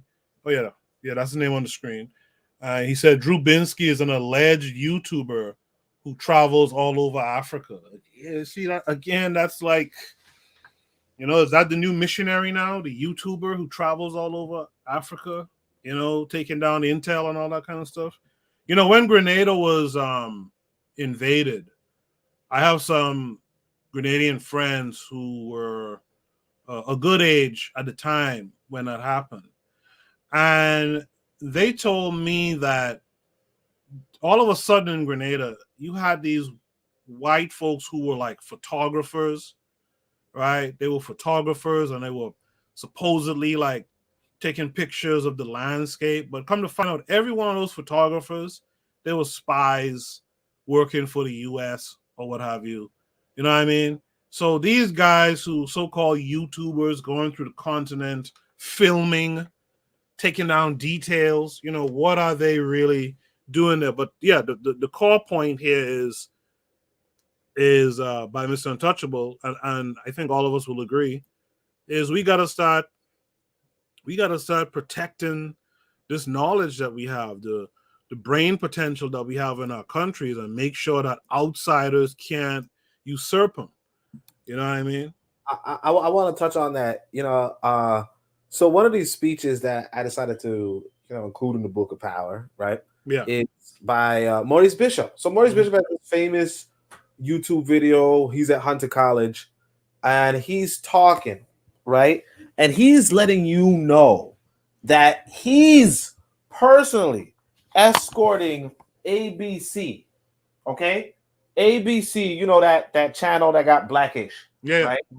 They have a news company. He's personally escorting them around the Grenada airport.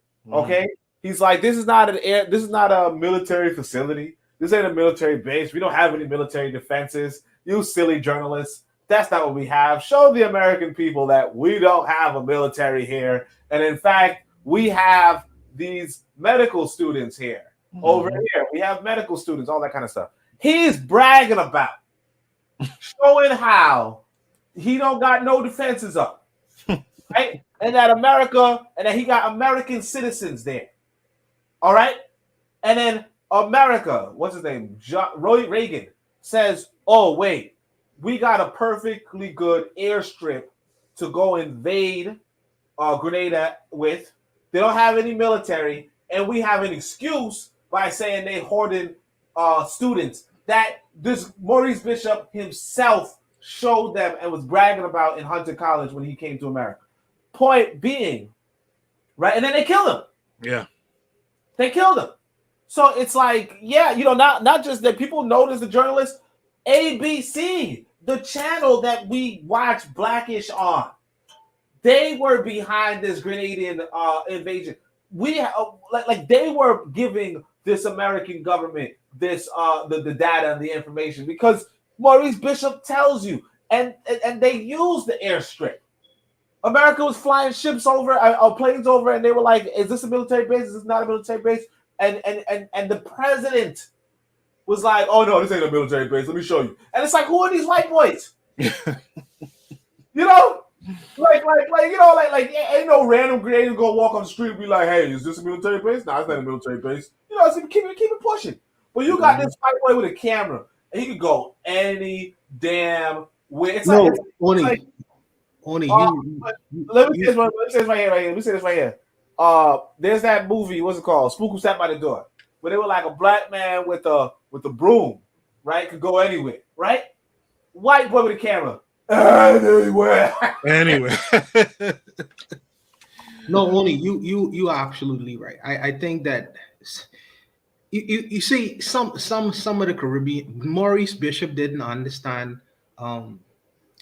He was a very intelligent man, but I don't think he understood military warfare and what that really meant as far as international military warfare, the CIA and their tricks. Because really and truly, if you look at it, by the way, Bernard Cord killed Maurice Bishop, not the United States. That's neither here nor there.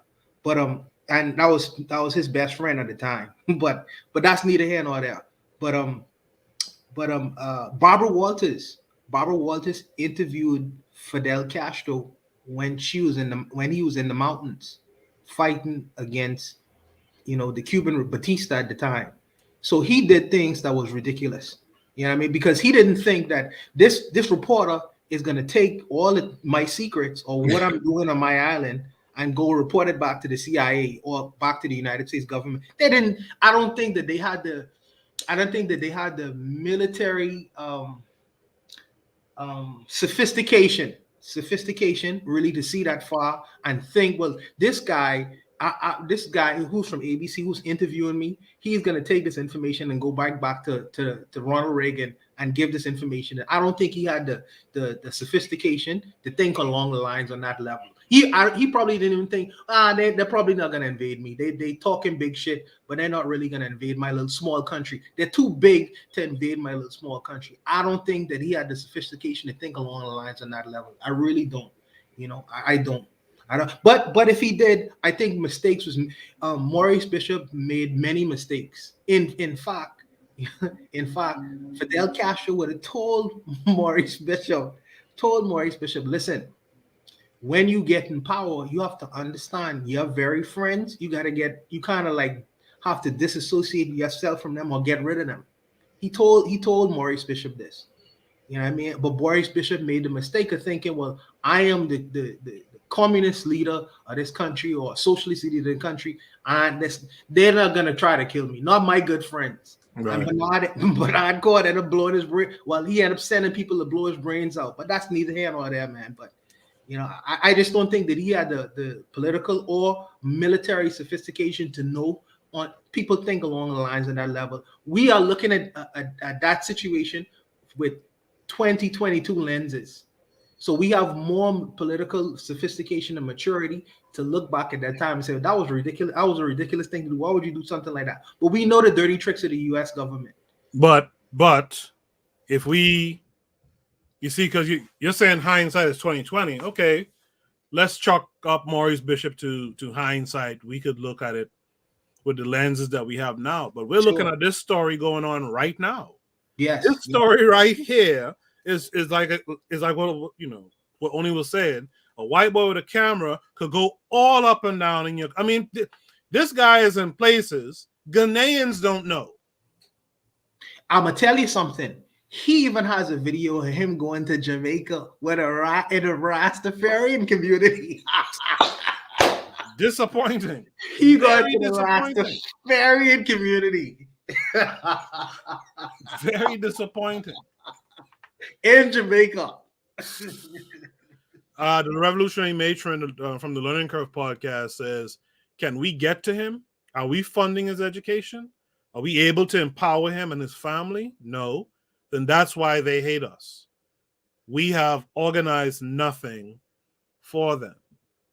The powers that be have to do better. And we got to, and this really does go back to the last prompt too. We got to learn to just kind of move in silence and cultivate the positives that we have. Because when you got these guys all up in your mix here, go and ask Maurice Bishop and them. This is the kind of trouble you're going to have. The Learning Curve says the maps are all wrong, remember. They just found 75,000 trees. Right? So, yeah. So, kudos to the youth for being able to build a car at 18, which I think he said he took a couple years to build. So he started this even before that. Right? Started at 15. At 15, right? Mm-hmm. So kudos to him, kudos to his genius, but then at the same time, boo-hoo to us as a collective, because we're not cultivating his genius. Yes. We're not capitalizing from his genius. We're not putting him like how we had in the US, they had Carver, right, at Tuskegee. You didn't use him to his fullest potential. You let this guy out here, what's his name? Ford actually used Carver more than we use Carver, to be honest. You know what I mean? Henry Ford. And so it's the same thing over and over and over again. When will it stop? No, I agree. I say shame on me as a person who, as a proclaimed Gabi, was to see something like this and don't really try to do some more investigation to see how I could assist this young person. I can't do it for everybody, but I would say pick a person, pick a person and try to influence them. Like if you have the material to do it, you know what I mean? Because not everybody has the material to pass it on, whether it's through financially or even on an intellectual level. But if you can, try to pass it on. If you can, where you can, try to do it. Absolutely. All right, let's go to. We're about to go to Shoot the Breeze topic number 6 tonight, but at this point we haven't done it since we started. Let's do a station ID break. You guys pour your drinks, smoke what you have to smoke. Come back on the other side. We'll continue with Shoot the Breeze topic number 6. You are listening to the Bitter Medicine Podcast on KWAZ Radio. This is D Webb with the Harsh Reality Podcast, asking you to tune in where we tackle the news of the day that affects our community, only on KWAZ Radio. Peace, family. This is Oni, inviting you to listen to the Pro-Black Perspective, where Black problems are addressed with Black solutions. Greetings, fam. Tune in to The Learning Curve with me, the Revolutionary Matron on KWAZ Radio. You are listening to the Bitter Medicine Podcast on KWAZ Radio. Have you ever considered joining KWAZ Radio? Each of our hosts shares their unique perspective with you. You might have a perspective that needs to be shared. If that's true, hit us up at kwaz.radio@gmail.com.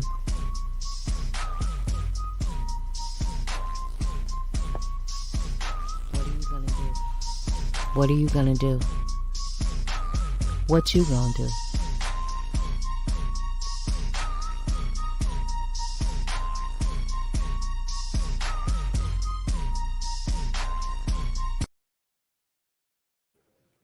Yes, indeed. I think before we go to Shoot the Breeze, as we go to Shoot the Breeze topic number 6 tonight, that statement the matron made at the end of that last prompt, the maps are all wrong, remember? They just found 75,000 trees. That's a good point, too, because, we talked about that I think maybe we talked about it on the matron show, but we talked about that some time ago where, Google Maps or whatever didn't map out an area, like certain areas of Africa. They went and they got like chiefs and stuff in Africa to go and report to them the terrain and how many trees there were and all this kind of stuff. We got to stop reporting, because we make these people feel like the authority too with all this reporting to them bullshit. So we got to stop that as well. Shoot the Breeze topic number 6 is, what the hell is institutionalized food racism? Let's take a look at this video. 70 to 75% of African Americans are lactose intolerant. The prevalence amongst Asian Americans is 95 to 98%. Amongst Native Americans, it's around 74 to 78%. And amongst Hispanic Americans, it is 53 to 58%. Whereas amongst Caucasian Americans, it's only around 33 to 35%. And that is because the use of dairy foods have been traditionally much more common in people of European ancestry. And so, again, dairy foods have not been a traditional part of the cultures and cuisines of people of color. And therefore, the recommendations in the dietary guidelines for people to include these foods in their diets can't be justified. And so what is the reason that these foods are recommended? It's marketing, plain and simple. after I finished residency, I was working, doing urgent care part-time for Kaiser, but also working in free clinic in Alexandria. And I was having African-American patients coming in telling me, Doc, my irritable bowel is acting up, or I've got a spastic colon. And I talked to them about their symptoms, and it was fairly clear to me that probably what was going on with them wasn't that they actually had spastic colon or irritable bowels. It was that they were continuing to include dairy foods in their diet. So I have. Let me pause.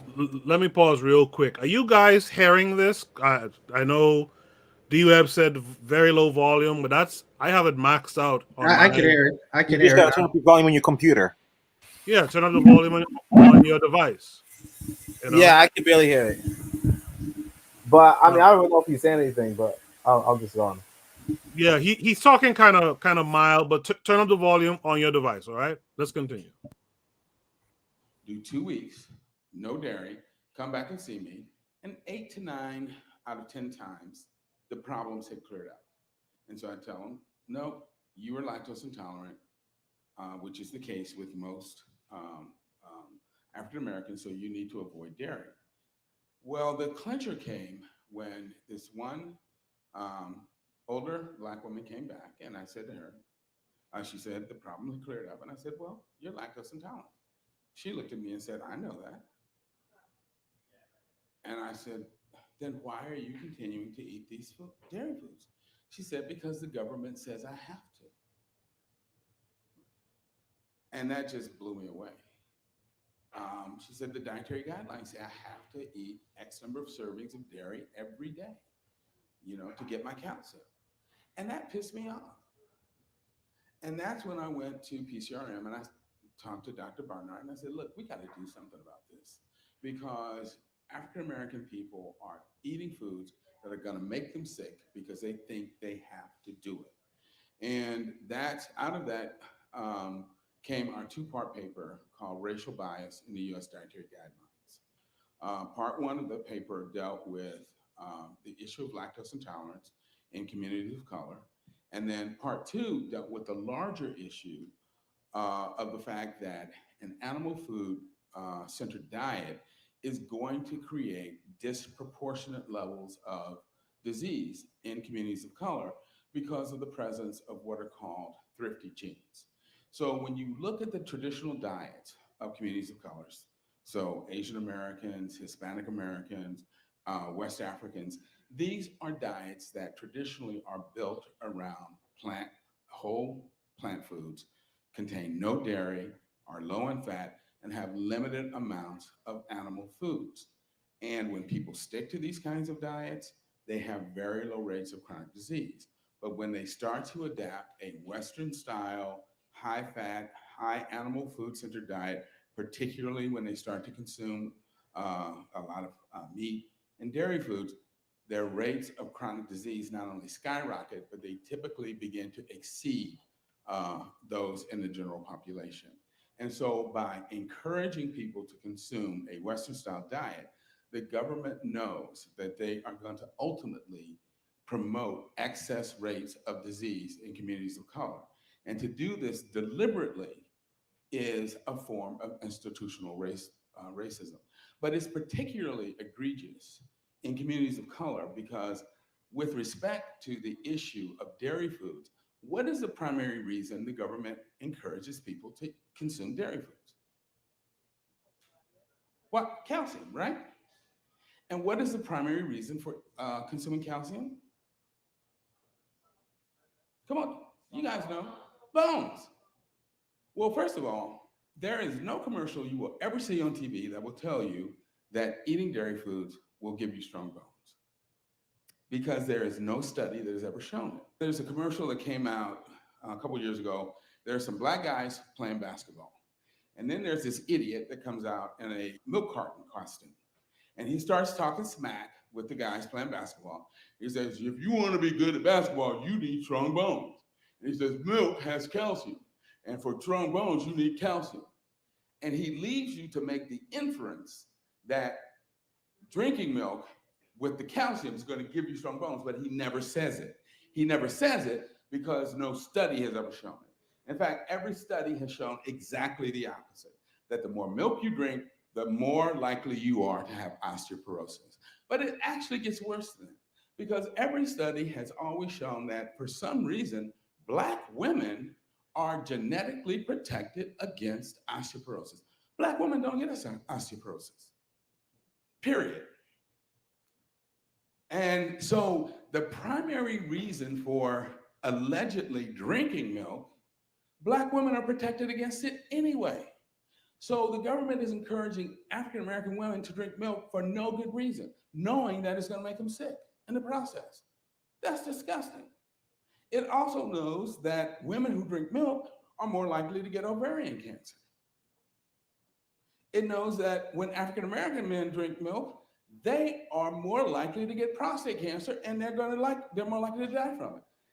Also knowing that African-American men are more likely to have problems with access to healthcare. And so when they get the prostate cancer, it's going to be AMF yo-yo. Y'all know what that stands for?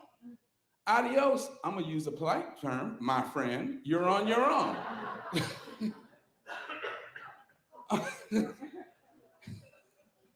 So, yeah, it's institutionalized racism.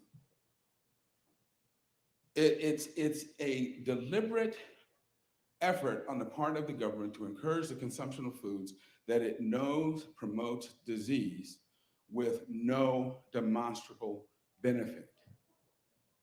And our government has had a history of taking minority communities, putting them in a position of food insecurity, thereby making them dependent upon the government for food subsidies that it then uses essentially as dumping grounds for agricultural excess, and basically dumps these commodity foods into these communities. And these, again, are the foods that promote chronic disease. That's pretty much it in a nutshell.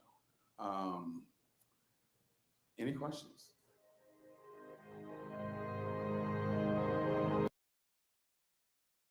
I'm sorry. This Negro looked like he ran up there to go have that talk.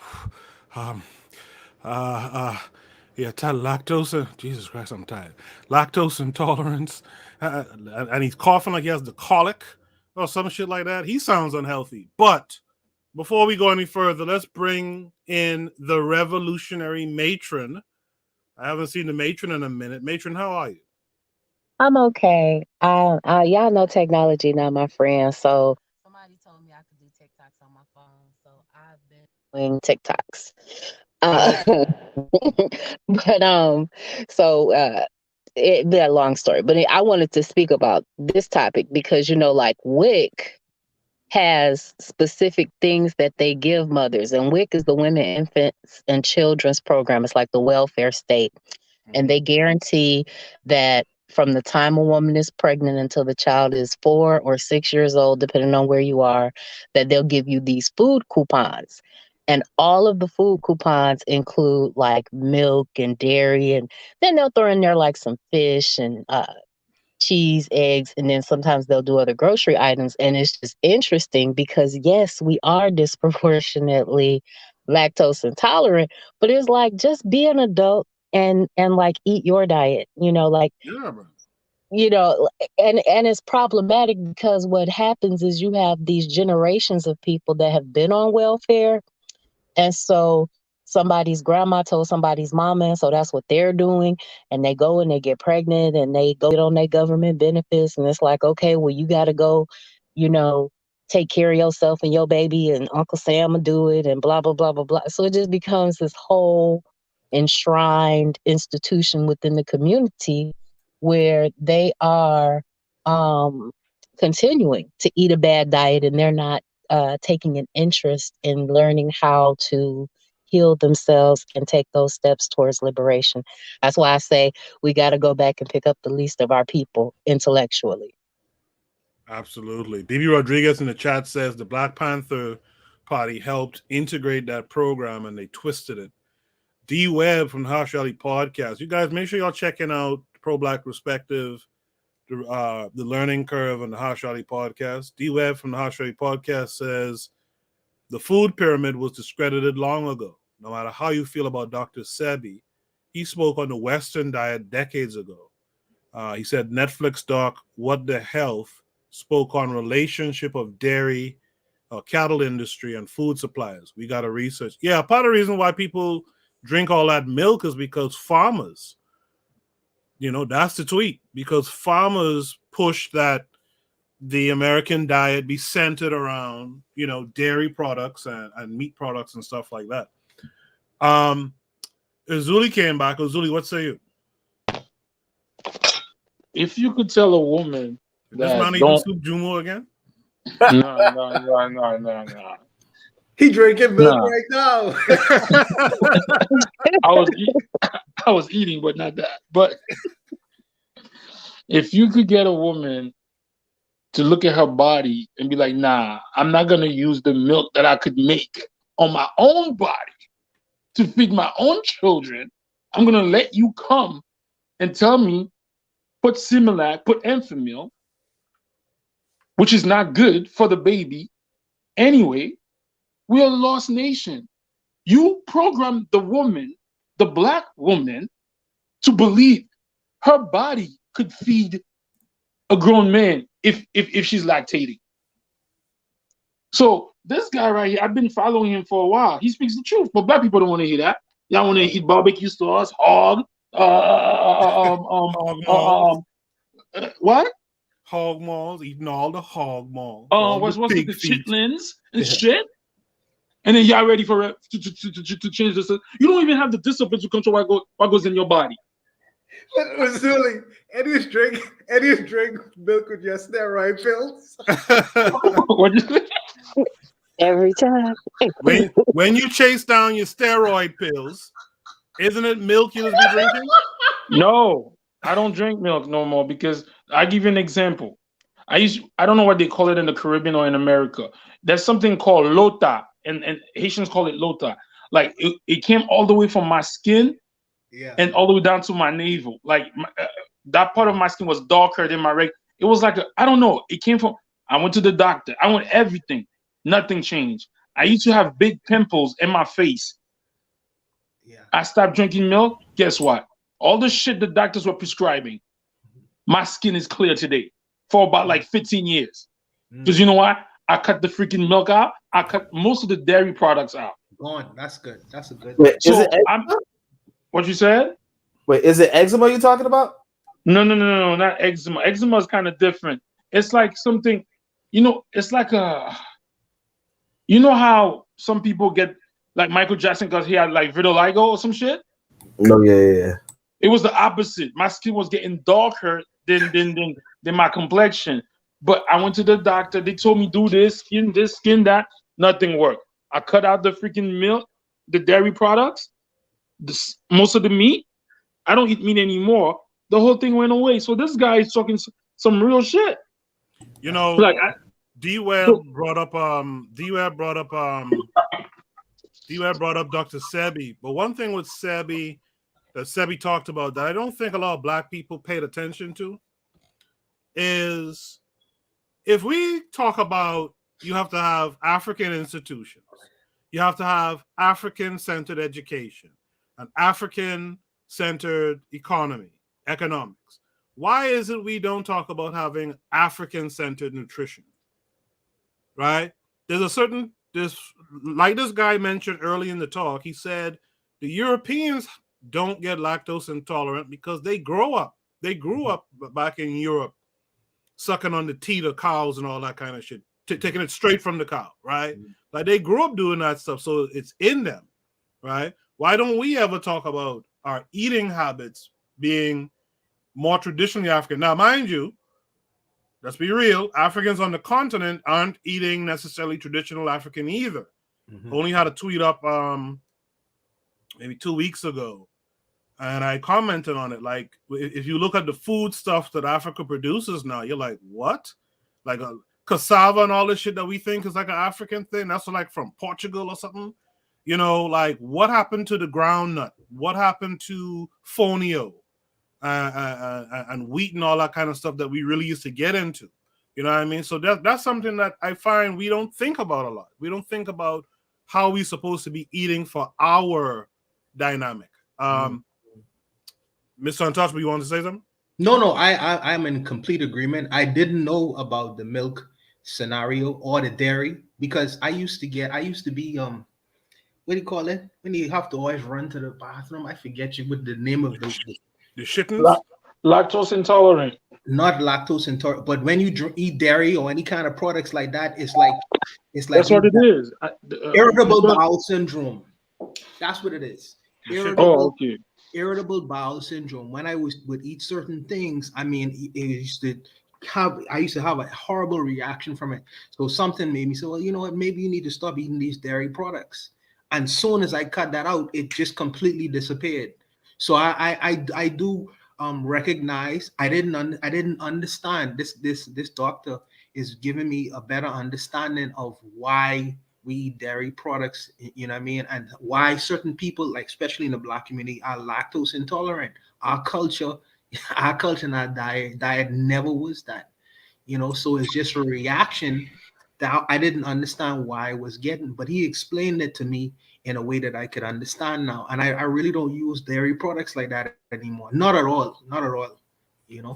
Del J in the chat says, Del J in the chat says, this happens because our people just want to fit in with dominant society, even if it means killing ourselves in the process. Real quick, Dash Alley Podcast, that's D-Web. He says, I recommend the Hood Health Handbook. Very easy read for those who want basic health info tailored directly for the genetic makeup of melanated peoples. Thanks for that, D-Web. I like that.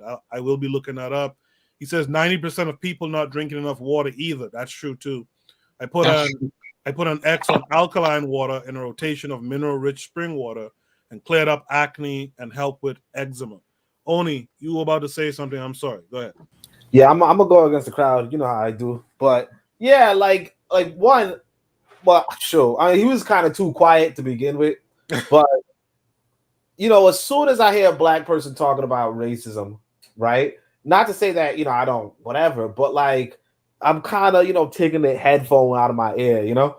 But this, I mean, I looked up the statistics for this lactose intolerance. I'm gonna give the guy the benefit of the doubt. There are conflicting numbers. You know, some numbers are going 80%, some numbers are going 20%, right? I don't know if lactose intolerance is that popular, but if you're talking about, but like if you're loose with the definition, like, oh, you know, you might get an irritated stomach kind of thing, then that could be it, you know, although I don't know if that's really what we call it. Either way, right? We can't be saying this government is doing all these bad stuff when it's like, what do you like if you letting another man feed you on his dinner table? Yeah, man. Come on. His dinner table, he gonna feed you the food on his dinner table. Absolutely, I agree with that. That's a fact. That's like why this white boy gonna give you goat if he got cows? You know, so I said, let me look up this thing, right? There are 980 million cows on this planet. Okay, apparently India has the most, but I guess they don't eat their cows, right? But they got 980 million cows. Oh, you said they do? I guess I don't know. No, they don't. Yeah, but America has 98 million. It has 10% of the cows. It is the top producer on the planet of beef and veal. What do you think they're gonna put in front of you? And the thing is this: you eating, you know, you have like a quote unquote culture of eating ribs and you know, steak and all that kind of stuff. What you just gonna throw the milk away? You think these capitalists, right, who try to squeeze money out, squeeze pennies out of a rock, you know? You think these capitalists are gonna be like, well, ain't nobody, this is not fit for human consumption? No, these capitalists are going to use the freaking cow milk too, and they're gonna give it to you. To blame them and be like, well, it's racism. You're not giving us champagne and Chardonnay. Of course, you're not giving no champagne and Chardonnay.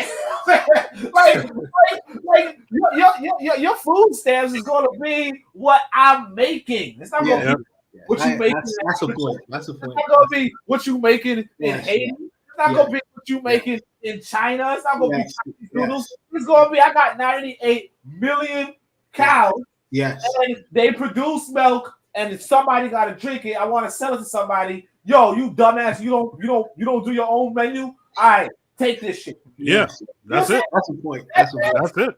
No, that's the point. That's it. Here's my thing. My issue is this: when you gonna call the man a racist for doing that? Like what the fuck? He don't give a shit about. If you dumb enough to drink, now look. I'm not gonna say you dumb for eating dairy because I mean I eat dairy. I eat pizza. You know what I'm saying? I eat mac and cheese. You know, I do all that stuff, right? So I'm not, whatever. But like on the real though, if you ludicrous enough, like if you can do it, like if this white boy could say, hey man, why don't you go drink some milk from that animal, right? And you do it, don't call him a racist, call yourself, and you just don't complain. You know what I mean? Like if because let's be real, like I'm not gonna hate on people for pizza because I eat pizza. You know what I'm saying? I'm not gonna say you stupid for eating pizza because I eat pizza, but like, let's be real. This white boy could make milk taste good. You know what I'm saying? We was just watching this thing. Like they was on Twitter. They was talking about oatmeal. They're like, oatmeal's a good meal. Like oatmeal, and then somebody wrote me and they were like, hey, I know you don't like oatmeal, and I was like, yeah, because like some people don't use like if you want to make oatmeal good, I don't know how to make oatmeal good, but I mean. I could vaguely remember maybe you got to put some condensed milk in. Yeah. Right? Now, I mean, I the person told me, hey, you're making it unhealthy. Yeah, but like the point is that even me saying condensed milk, even Koku saying, yeah, that's us saying this white boy know how to make milk. Like he know how to make you want to fucking, suck off a cow's nipple, which is like some weird shit, right? But he know how to do it. So like, what the fuck?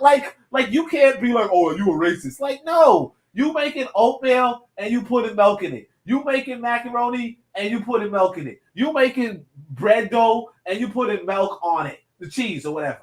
Like you doing that. And I mean, yeah, you could say, hey, this mucus is, it makes you all mucusy and it makes you all bloated and it makes you all this. Yeah, but like cake, frosted. Like milk tastes good.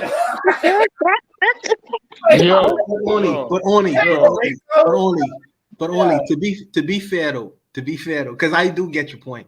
But to be fair though, in some of our communities, they do have certain things like food deserts. Like it's like the only thing that's in the community is some fried chicken place or a lot of pizza fast food restaurants. It's not a big alternative. It's not alternative places where you can go to get these foods that I would feel like that doesn't cause diseases or inflammations or different things like that. You may have like bodegas or whatever, and sometimes their fruits ain't even fresh or their meats either. But but we're supposed to change that though. Yeah, exactly. we do. No. He is right. It's to say that we complaining about what master serving tonight, nigga. You serving what I give you, and I respect that. Can I say something? Yeah. I disagree with what you just said because you know what they don't do? They don't feed that dog chocolate. They don't feed the animal certain stuff that's gonna kill them. So they can be like, no, don't feed the dog chocolate, but they feeding niggas milk and McDonald's. But you a Big Mac. them. Let me finish. A Big Mac is 99 cents. A Big Mac is 99 cents. There was a time when I was younger in Brooklyn College, they'd be like, buy one Big Mac, get one free. But you know what? The dog, they don't feed the dog. If you say you feed your dog chocolate on purpose, you get locked up and arrested. But they So don't I don't like want to you use as shit much as talking their about, dog. oh, they eat this, they eat that. So how come they don't feed the dogs chocolate? Because they like their dogs better than you. So this is what I'm saying. So we can't say this guy it does not have a point. No, he has a point. No, I think he have a point. He has a point. No, you just said that. Because you're gonna eat what I eat. He don't feed his dog what he eats. He has dog food. He has cat food. He has dog food. Hold on. You ain't the white man's best friend. No. What I'm saying. This is what I'm saying. Trying to say something. Hold on. Let the matron speak, please. Sorry, matron. You guys are okay. I was just gonna say two things. You guys already said the one, which is that they like their dog, okay, and it actually costs them money for their dog to get sick and die. They don't like us, and they make money at every step of that incremental illness that we experience, because you go to the doctor, you need more drugs, and we know that the money is in the treatment, not the cure. And then when we finally die, after having paid hundreds of thousands of dollars into the medical treatment system and then making profit off of that, we go spend $20,000 on a funeral. And most of us don't even get life insurance. So the money that they're able to extract over time by introducing these things into our community is insurmountable. It's uncountable. Absolutely. Yeah. As far as the milk is concerned, the white boy, they are not lactose intolerant. They could digest the milk and the byproducts of the cow. We can't, but we gonna eat what they serving up, because we create alternatives for ourselves. So if these guys say, well, hey, I make my food for me. You know what I mean? If you want to eat, this is what your alternative. If this is what you have on your plate. If you want an alternative, make it your goddamn self, or eat what I serving up. He ain't lactose intolerant. Yeah, I'm lactose intolerant, and I drink oat milk. I make my own hemp milk and all kind of stuff. You have choices, man. Stop thinking You have in this choices scarcity now, mindset. Goku. You have choices now. Let's not act like they don't control the hemp industry. They control everything. So let's stop saying that. Oh, you have it. So the Negroes in the hood have a choice. They know about this. Yes, they have a choice too. All right, you look like what you talking about the Big Mac's $1. So then don't spend $1. Don't buy it. I mean, I don't, like, you know what I'm saying, like you don't eat arsenic. You got arsenic, but you don't eat. Arsenic is not monitored. No, but that's not fair. That's not fair. Arsenic is not advertised as food. Hey, look, fair tourists, you know what I'm saying? and they continue to advertise things as food that are not real food. Right, food-like products. It's food for them, though. You understand? Like what we're asking for, we're asking this white boy to advertise different foods for us. And look, here's the thing, though. If this white boy start advertising different foods for us, we ain't gonna eat that. That's true. This right here, he's like, yo, this food right here is really good for black folk, right? Yeah, black folks ignorant of shit. Black folks like, fuck that, but no. That's even that's like the truth right there. Like, I'm not, like, I'll tell you this right now. Like, if I want to go eat fast food, I would go to the white neighborhood. I mean, like, let's be for real, man. This white boy said, "Hey, man, this food's gonna be really good for black folk," right? You ain't lining up for that. That's an unfortunate fact. I mean, I believe many of us wouldn't line up for that. I'll bet that. I'll bet that. That's unfortunate, though. Bro, we be many of us. You trying to tell me if you went to a function and this white boy said, okay, this food's for white people and this food's for black people, you going to chow down on the black food? No, the reason why I would need it is because I wouldn't trust him. If he makes some separate shit, for me, I'm not eating that. So they just gonna advertise. Dr. Sabi's not white. Y'all niggas still don't listen to him. So what you talking about? Who? Dr. Sabi's not white. Huh? A lot of people listen to Dr. Sabi. What you talking about? I listen to Dr. Sabi. Yo, you talking about y'all. The majority of black people, 95, 98% don't listen to Dr. Sabi's. They laughed at him. People do not know Dr. Sabi. That's bullshit. You think 98% of black people know about Dr. Sabi?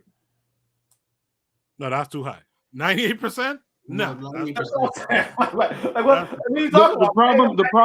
problem, it comes to this. Black people have no lack of discipline. That's why they can't even control what the fuck comes in their mouth. You want to be like Singapore, but you can't control not to put fucking Big Mac in your mouth.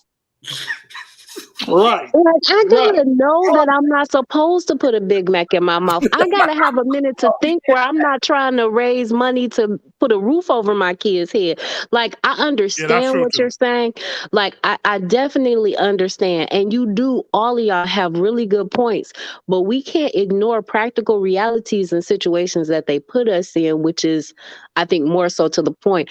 I wouldn't have necessarily said that this was systemic racism, but it does play out that way in our lives because we are not faced with the same decisions that a Eurasian couple would be faced with. One, because their women don't have to go into other people's marketplaces for jobs at the same rate we do. And two, this is food that they are designed to eat. We just also eating, and we in the hustle and bustle of everyday life. So, but all of y'all have good points. I'm saying we can't ignore some of these realities. And then we add to that intergenerational knowledge transfer and information that doesn't filter back down to the least of us. I think the thing that hold on. I'm talking. Right? I think the thing that irks me in that video is something I pointed out on Twitter yesterday. I saw Uma in a video screaming about how dare the U.S. government put a black woman on a coin, but don't even let a African or a black woman or a black person design the coin or something. I'm like, how dumb are you? What do you mean, how dare you? You're acting like you're in a position to do something about this shit, right? So it's the same thing here. This idea of this guy in this video is basically saying, how dare they not give us food that resonates with our being, which is separate, which is different than theirs. How dare they not give us this food? And so he's calling that racism. That's stupid. That's stupid. The move here should be, let's find a way to get this information out here. Like we talked about Sebi. How can we get more Sebiites out there in the world? How can we get that information? How can we create our own institutions, our own systems, and we teach our people how to eat, to live, etc., right? That's the thing that gets me with this video the most. It's another one of these black folks puffing up their chests. How dare you don't cater to our particular needs? I mean, let me add this too. Let me just add this, because we can't go on this. Black people lack discipline because we eat at McDonald's. I want to say this right now. First off, I want to start with this, right? When white folk be like, hey man, you guys like chicken and watermelon, right? Like, I don't know, even some white boy was like, yeah, well, who doesn't? But like that's some good ass food. But like, let's be real. Singapore, when we say, oh, well, Singapore, we can't be Singapore if we eat at McDonald's. Singapore got 120 McDonald's there, serving 1.2 million customers every week. China has 3.79 thousand stores, right? Japan is 2.9 thousand. Australia has 1,000 stores. People eat at McDonald's because, like, I don't eat McDonald's anymore, but from my memory, it tastes good. Like I remember there's this video. I don't know what happened to it, but it was this old video on YouTube where these white boys go and introduce sugar to these black men, like, for the first time, right? And so these guys, like, never, blah blah, and they tasted this sugar and their mind is blown. You know what I mean? Like, we already used to it, right? But like chocolate cakes and milkshakes and burgers and all that kind of stuff, they taste good. I mean, you could be like, hey man, I mean, you're supposed to moderate your food in general. Yeah. You're supposed to not eat the same thing every day anyway. You're supposed to have vegetables and fruits and not have too many carbs and all that kind of stuff anyway. And I mean, sure, you might say, hey, white folk ain't teaching us the right way to do it. White folk are white Americans are the most obese people on the planet. I mean, maybe possibly, black Americans might proportionally be more obese. I don't know. But white Americans themselves aren't following good health. And if you're talking about Dr. Sebi, let's be for real. This is something that a lot of us, kind of skip over. But there was a lot of white health gurus before that said similar things, if not, the same things. And white people ignored them too. Yeah, right? there was a German guy, big. I forgot his name now, but he was big on a lot of what Sebi was talking about. Yeah, a lot of that alkaline diet stuff. Like these white folk would say the same thing. The point being, everybody knows America is unhealthy. Okay, everybody knows that the American diet is unhealthy, but it tastes good, and they do this even in Asia. Yeah, hold on though. Let's slow this down a little bit. In Asian countries, do you know that the way that they present their fast food, what they put into that fast food is a little bit different than they do it in the United States? I was gonna say that. My fault. Like I was looking at this Filipino picture, and they had a mixed spaghetti, and it's like Americans were like, "The fuck, we ain't eating no spaghetti." Yeah, they say in my name is McDonald's. That's true, and they may have some of the same things, but they have a whole lot of different things in these in Japan and Singapore and China. That's the first thing. The second thing is that the difference between the United States or in the West and these Asian countries is that food culture is different. Yes, they may go to McDonald's maybe once a month and things of that nature, but their food culture is very heavy. For every one McDonald's, they have probably 1,000 Singaporean traditional restaurants or Vietnamese restaurants and things like that, and there are more people more inclined to go to them restaurants as opposed to McDonald's. You know what I mean? So, I mean, this is the reason why you would see in Japanese culture, the people live so long. You know, they don't have that culture of fast food and if they do, the food is very much different. Now, they may go to a place like McDonald's and these westernized fast food places, but I'm telling you, brother, not as much.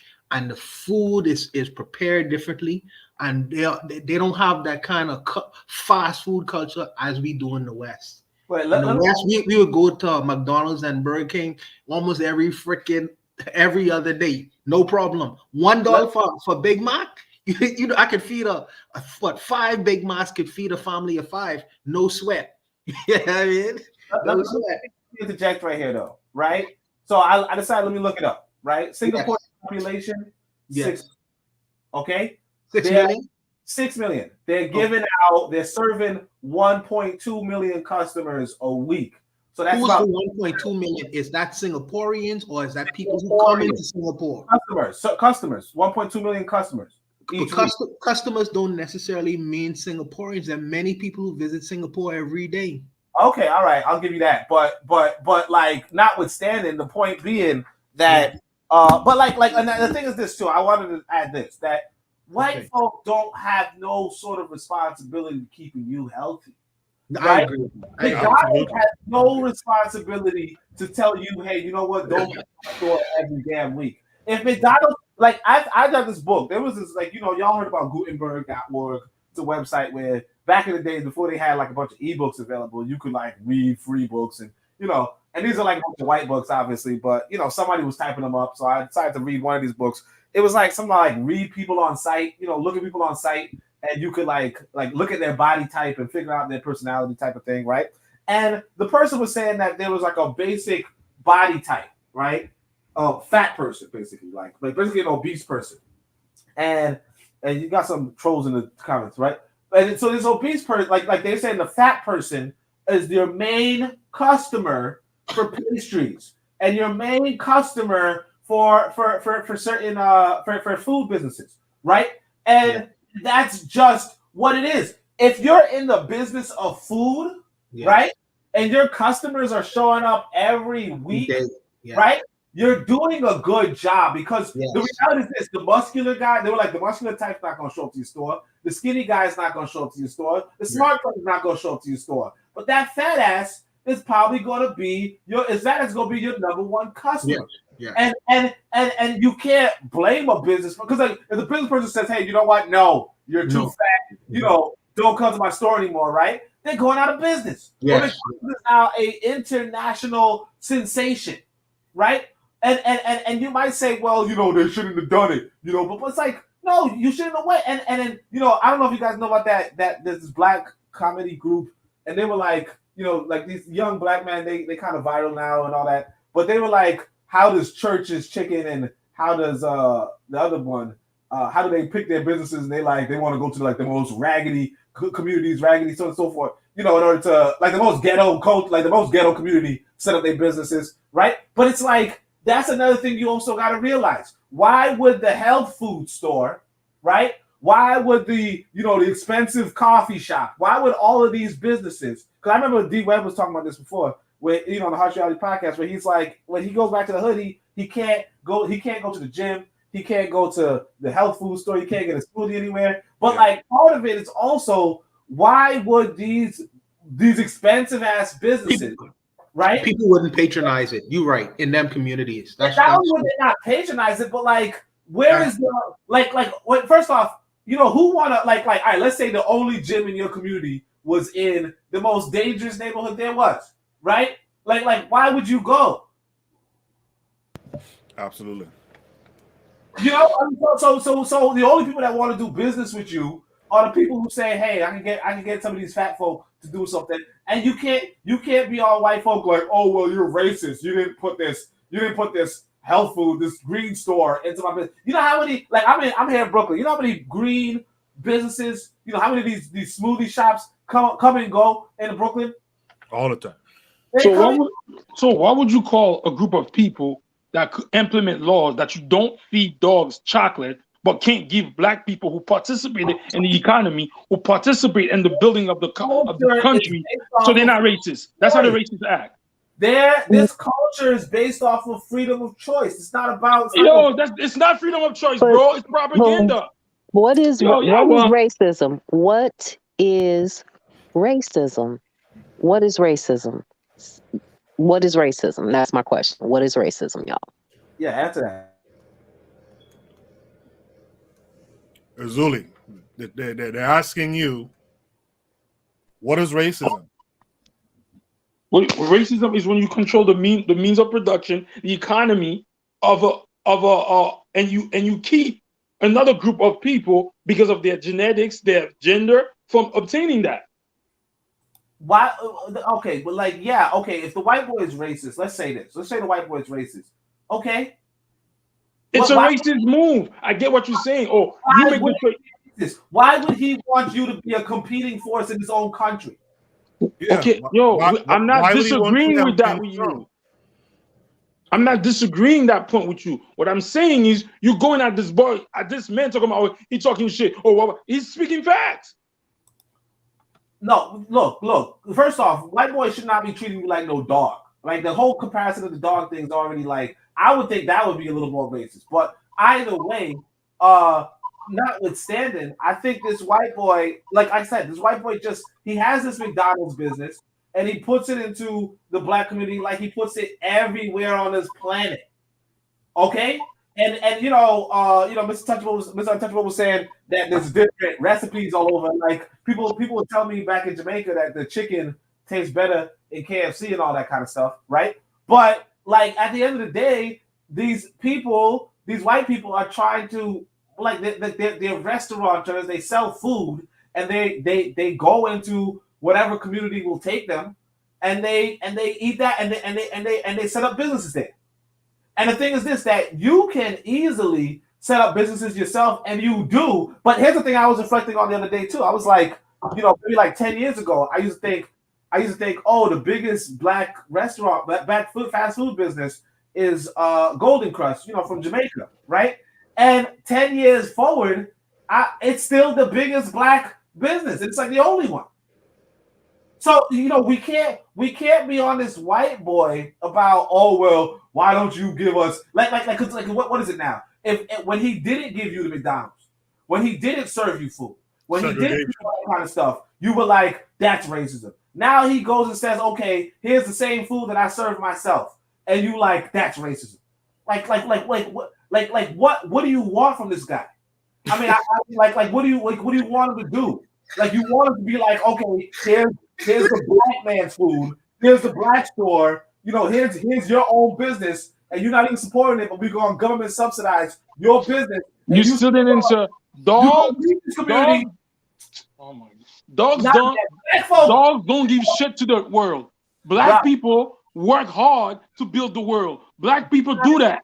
The But the dog is there problem, not doing shit, but the he's fed a problem better is meal that than you. but we build everybody else's world and not our own, and expecting someone else to use their socioeconomic engines to build for us is a part of our psychosis. Additionally, all racism is about economic opportunity and advancement. It is literally a competition for social, political, and economic survivability. And we don't even compete because we keep ourselves too busy building their world. It's a race. It's a race. You got to get ahead in a race. You know what I mean? And you got to keep the other person behind in a race. That's what it is. You know, this white boy. He's doing what he's supposed to do. The D-Web says many agricultural products that originate in the U.S. are banned in many countries in EU and Asia. The U.S. in general is a sickly nation that eats GMO food-like products. It's why medical industry is huge here. Del J is still here with us. He says the big lesson from COVID should have been how eating home-cooked meals and active lifestyles protect from disease. Processed foods and low-active living is harming more than just Black folks. Yeah, I mean, that's what I'm saying. Like I like what Harsh Reality was just saying about, you know, the GMO, because it's like, you know, every other country has different food because they're a different country, right? You're just a neighborhood here. And the thing is this, that, you know, another thing is that we ourselves don't take charge of our communities. And even when we do elect these politicians, they sell our communities out. Even when we got prominent Black business people, we open up franchises for these white businesses. Yeah. You know, and we get our supplies from these white businesses. It's like, you know, you can't blame this white boy, right, for just having a country. You know? I mean, you could say his country is bad. You could say his country is negative. But to be like, hey, you know what? You're a racist because I'm eating at your McDonald's every day, right? Like what? Like what do you want? And that's the thing I wanted to say earlier, actually, matter of fact. You know, Black folk, you know, I asked any of y'all what I think it's called the Green Book, I think, or the Green Handbook, or the Motor Book, or whatever. Well, basically, Black folk had this book they were handing out to each other, right? They wrote a book, right? You know, where you can hand out to each other and tell each other where you can go to get some white food. You know, they left there, wherever they were, and drove anywhere to go get some white food. And I'm simplifying and I'm making it seem a little worse than it is. But all the same, that's what it basically was. Because if you're saying, hey, you know, if you're saying, hey, the food around us is all we can eat, then why would you have a book telling you what kind of food you can eat in another state? If you could go to another state to get some food, and I'm not saying that you're going to get some food. I know you know, I know it's about, you know, if you go in one part of the country to another part of the country, you got to go eat at some point, right? And so you want to know where it's friendly or not. But the point being that, you know, we don't have to eat the food around us per se. It is convenient, absolutely. But even here in Brooklyn, matter of fact, I can say this. When my mother went to get some groceries, she went to the grocery store all the way down on the other side of Flatbush. I guess I can say where it is. But y'all know Stop and Shop, I guess. You know, down in by church. Yeah, so we weren't by church, but she would go take the bus to go and get the grocery store on the other side of town. Now, I'm not saying that everybody can take the bus. I'm not saying that everybody can so on and so forth. I'm not saying everybody can walk. I'm not saying everything. But the reality is this, that if it really means that much to you, you know, if it really means that much to you, because the thing is this, if you're being real, McDonald's is down the street. And if you go to these areas, in fact, if you go to these, like you go, like for instance, I would sometimes do some, you know, some organizing in what was it Brownsville? Yeah, Brownsville. Like I know where the McDonald's was. There's this particular street where the McDonald's was, and next, like there's supermarkets near there. You know, you don't have to just go to the bodega. You don't have to just go to the corner store. There were supermarkets where the McDonald's was. You know, and multiple. So if you really were like, if you really did a case study analysis, people are eating the food there because they want to eat the food there. And I mean, sure, you could say the commercials are advertising it as food that's edible for them, because as far as white people are concerned, it is. And as far as white people, and as far as I'm concerned, if I were a white businessman trying to get money from my store in Brownsville, I would advertise to black folk that it was food too. I have a question based off of what you say, because people do eat the food where they are, I think, because they want to. But let's just say, on cigarettes, they put on the side of a cigarette box, smoking kills. If the same community who you say are eating these foods, if they were properly informed that the foods that they are eating is having deleterious effects, which means it's creating a lot of diseases that exist in your communities. And if you all eat our products, these things are going to happen within your communities.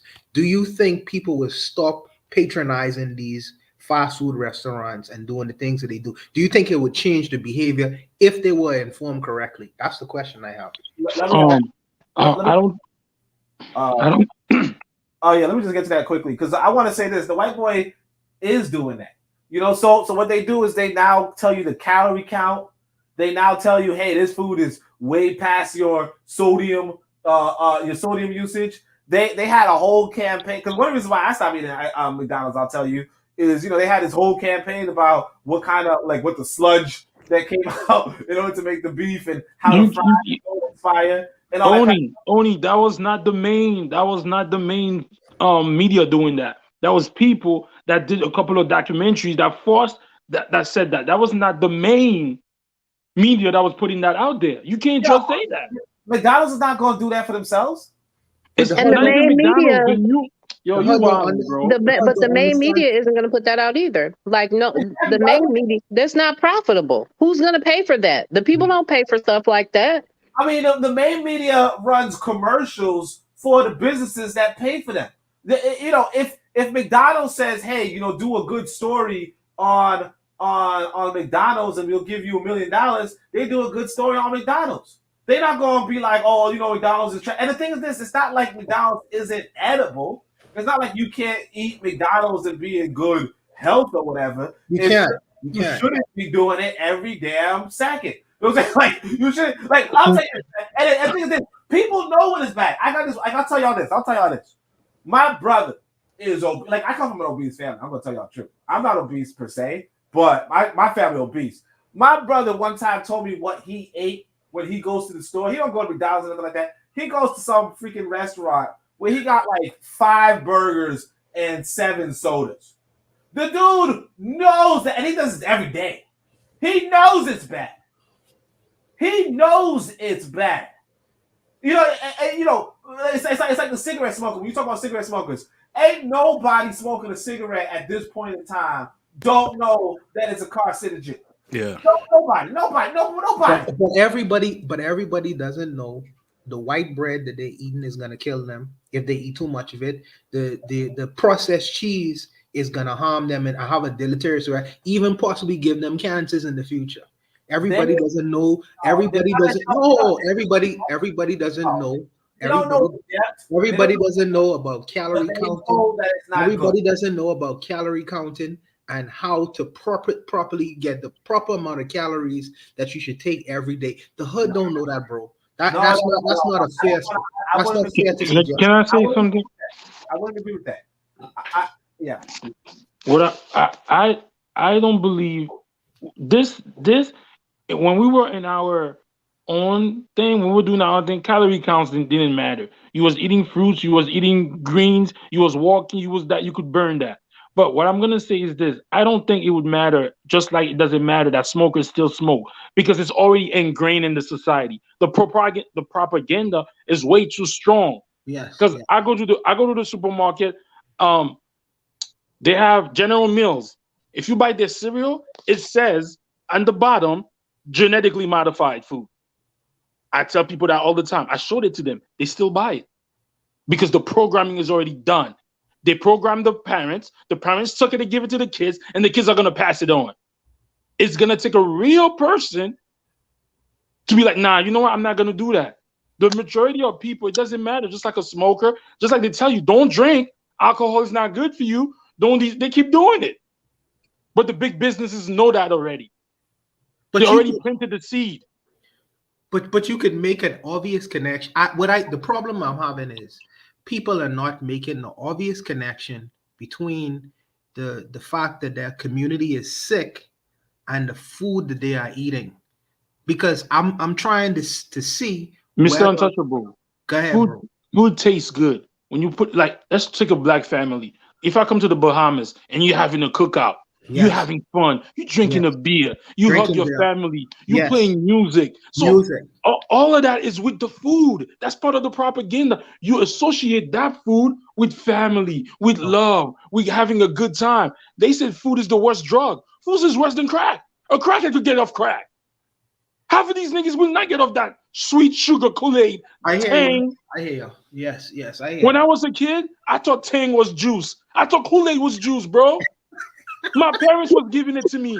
But did both of your parents work, Ezel? Did both of your parents work? Were they busy, caught up in the hustle and not able to really make these types of intentional decisions? But the major, even when I was in Haiti, I was drinking Tang. They had that in Haiti. When I came to America, that's when I got with the Kool-Aid, but they had the Tang in Haiti. I thought that was juice. Yeah, Tang is global. No, Tang and Tampico. I want to go back on that too, because like there's this joke Sinbad had, right? I listened to one of these Sinbad routines, and Sinbad was like, you know, this gentleman was saying, oh yeah, for the last 30 years, I've been eating, you know, sugars and sweets, and I was eating candy and blah blah, and I had cake and I this blah blah, and then when he's like 50. Doctor tells him he has diabetes, and he's all, but how? You know? But like the thing is this, that people, like people not stupid. You know, even when you watch Boondocks, and they had a whole episode of, and then Big Mama. And first off, why she Big Mama, right? But Big Mama done got her foot amputated. And it was like in the moment there's soul food or something. I think they were critiquing soul food. I ain't like soul food either. So, you know, I missed out on Ip Man 1, but I also missed out on. You gotta watch Ip Man 1. You gotta watch it.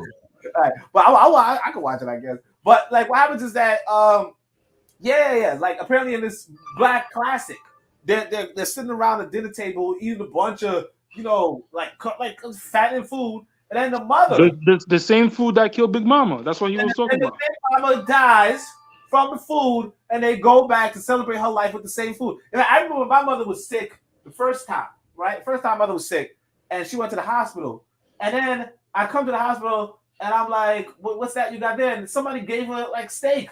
They were like, oh, well, here's some steak. You know, but only that is stupid though. Stupid is what stupid does. You know what I mean? If you continue to do it, that's stupid. Because you're like in a freaking hospital, and she's like, but blah blah. Like, well, I'm not gonna call him out stupid or nothing. I mean, okay, I hear that. But that's part of the lack of discipline that we have, knowing that the food is gonna kill you and you're still gonna eat it. Yes, you could kill you. It could kill you. The thing is this: it's like, you know, that's just the world. Like that's just the, you know, what my main thing is this: that you can't be blaming this white boy for it. You could definitely say, hey, you know, there's something. I mean, because and like you could even like I wouldn't even say that there's something wrong with like at the end of the day, the trouble is this, that you're in America. When you're in America, the thing that means, like there's a really important thing that means. When you're in America, when you are in America, the cheapest food you can get is the American food. The cheapest diet you can get is going to be the American diet.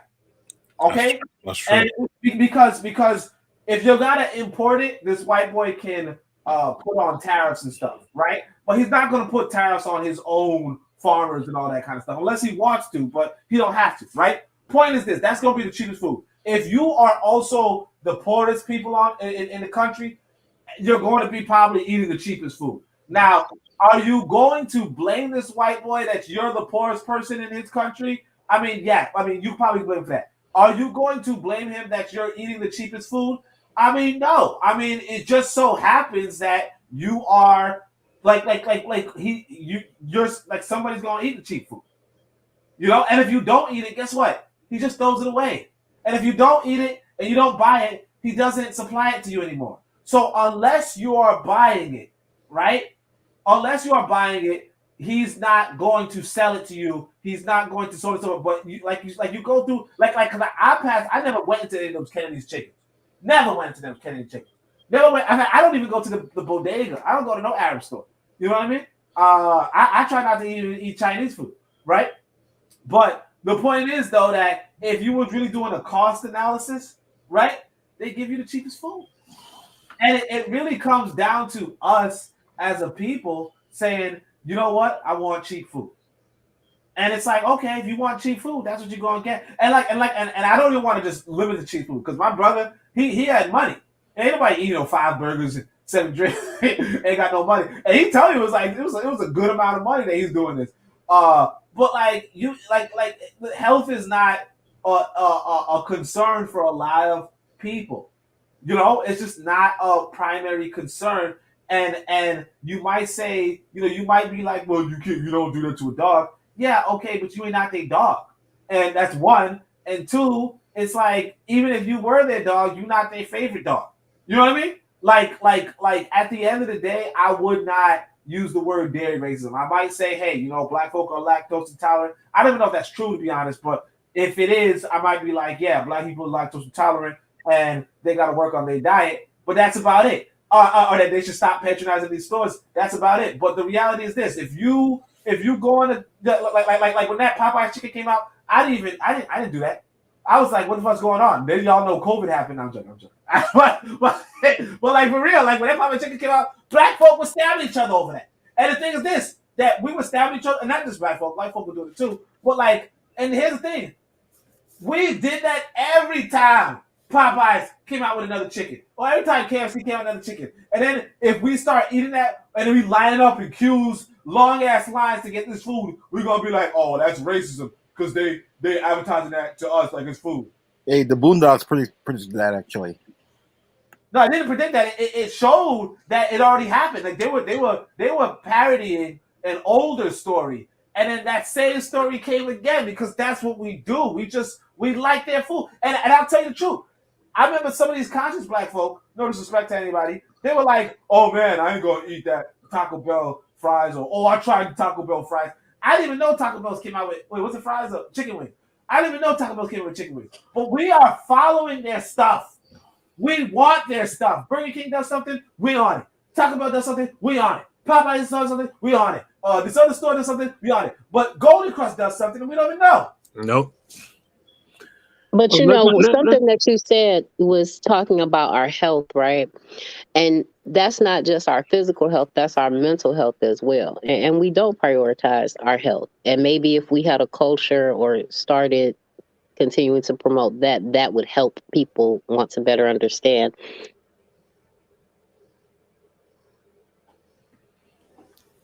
Yeah, Kare, we haven't heard much from you. Oh. Kare, we haven't heard much from you.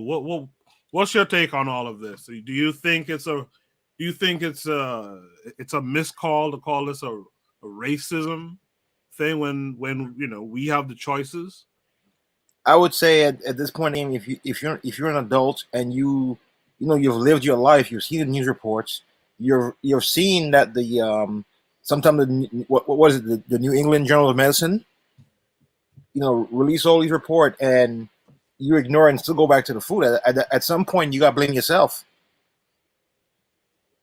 At some point, you have to take the onus of that. I want to move on to Shoot the Breeze topic number 7. But can I say something about this before? What was it? Lila Africa. Like, I remember, I didn't really listen to Dr. Sebi too much. I listened more to Lila Africa kind of thing.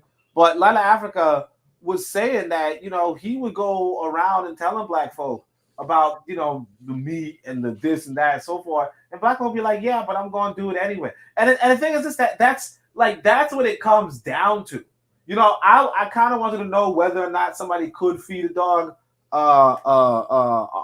chocolate, whether the dog would eat it or not, and I guess maybe they would. But again, like the thing with chocolate is that it's like literal poison, you know, and arsenic is like literal poison, you know.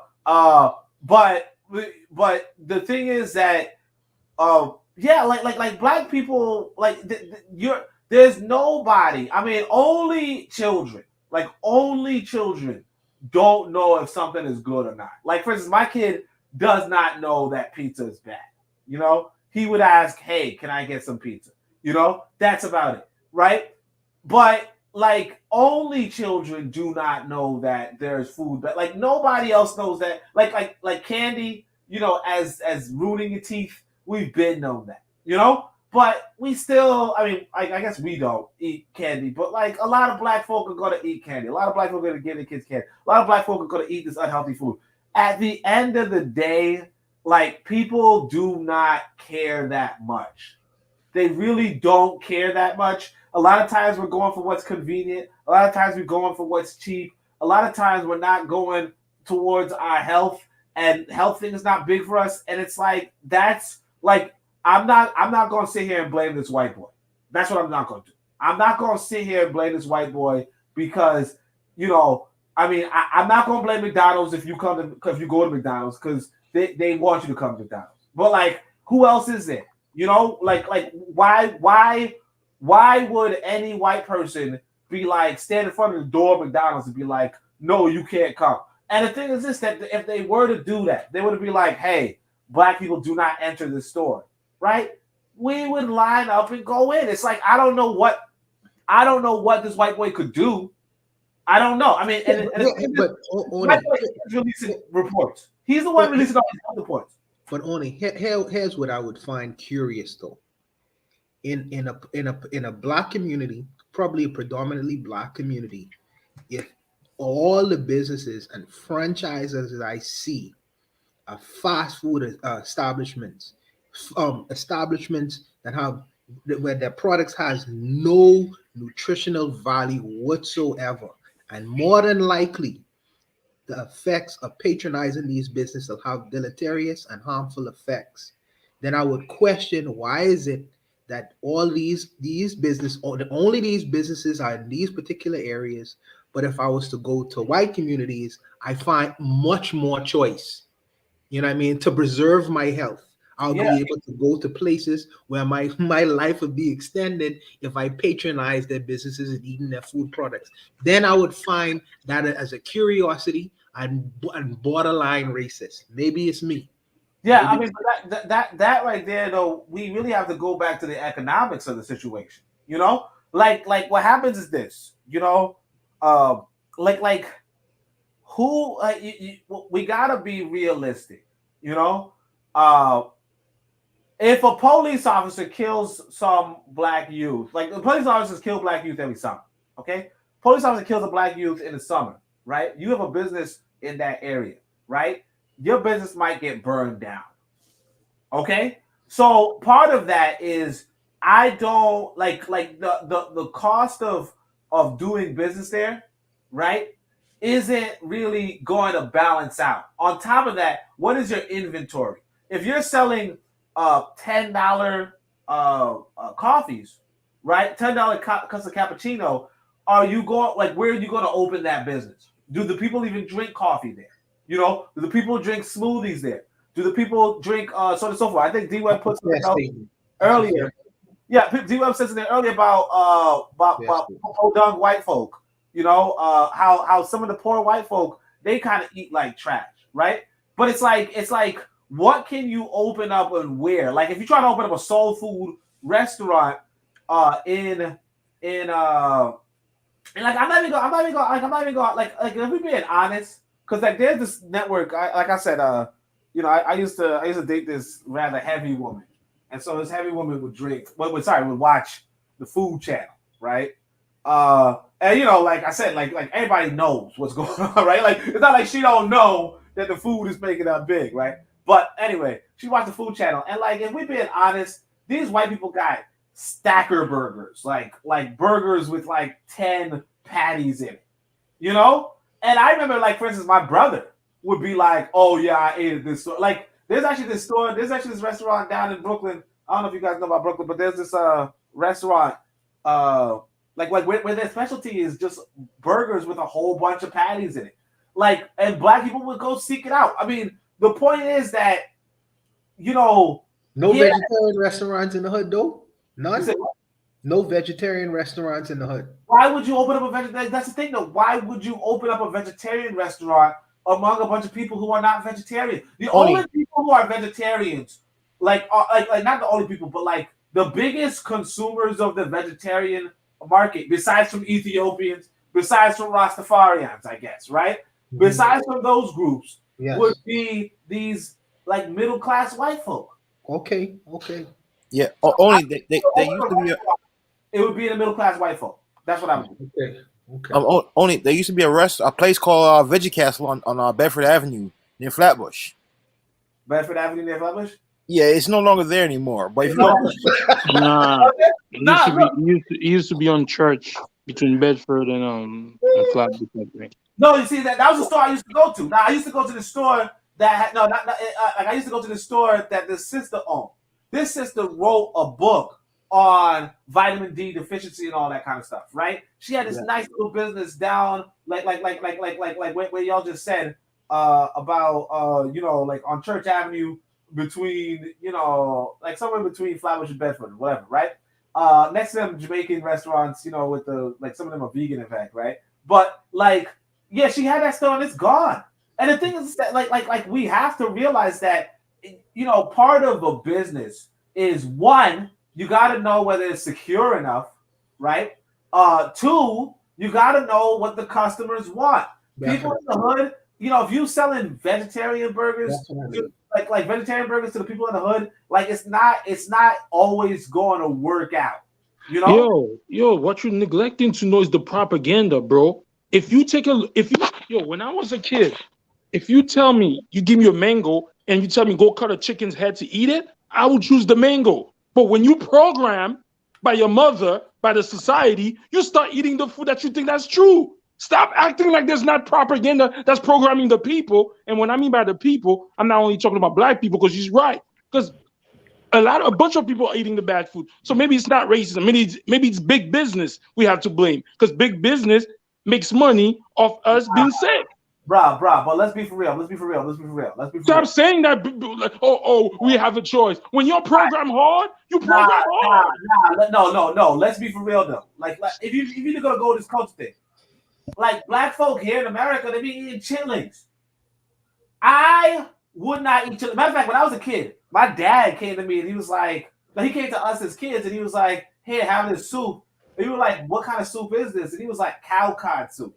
And it was like, no, we ain't gonna eat no cow dick. Like, the fuck out of here, right? But I mean, we ain't cursing him, but it was like, no, we ain't gonna do that. But the whole thing is this: that black folk would be eating, like I said, in Jamaica, they're gonna eat some cow dick, right?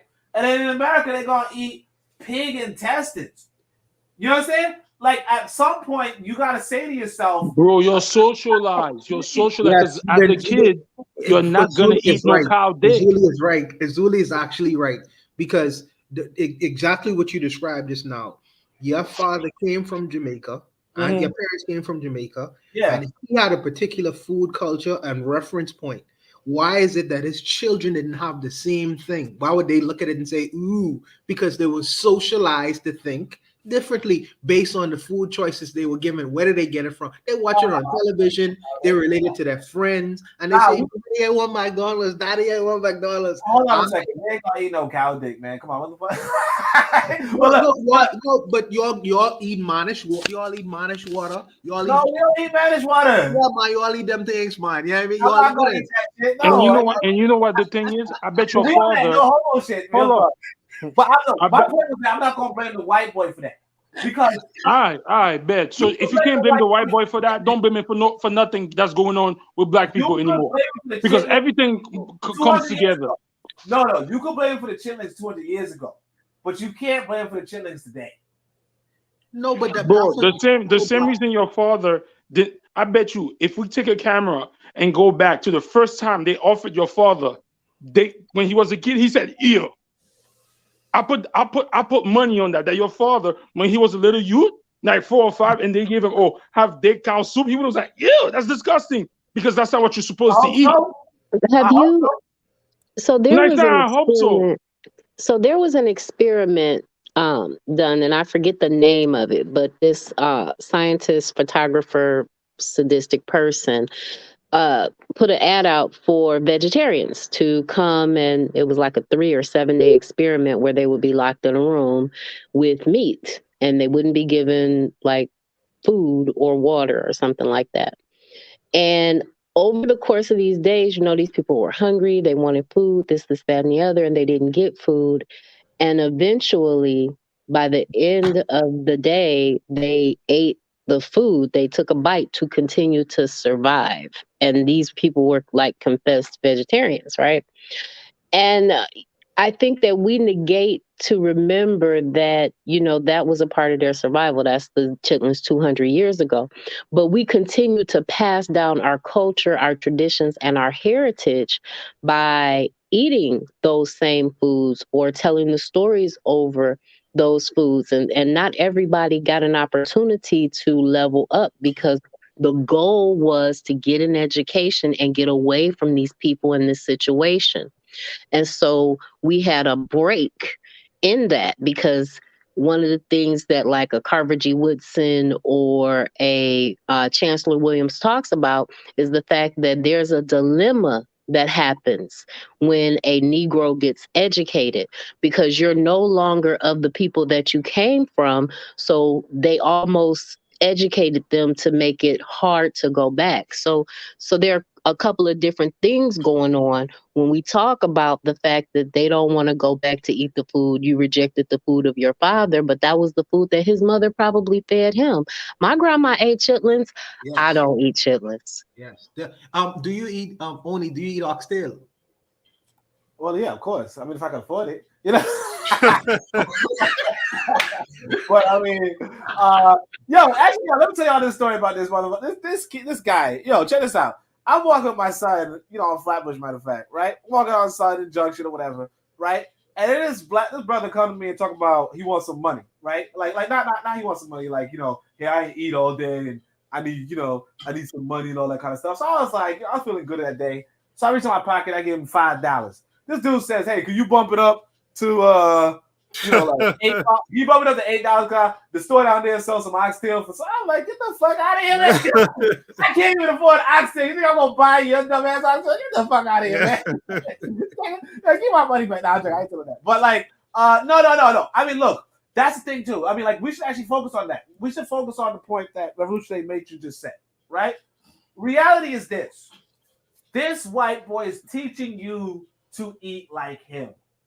Okay? He's teaching you to eat like him. And the reality is this: that is if we're to believe this doctor, then the food is not that bad for him. Now, I think the food is bad for everybody, really. But if we are to believe this doctor, the food is not that bad for him.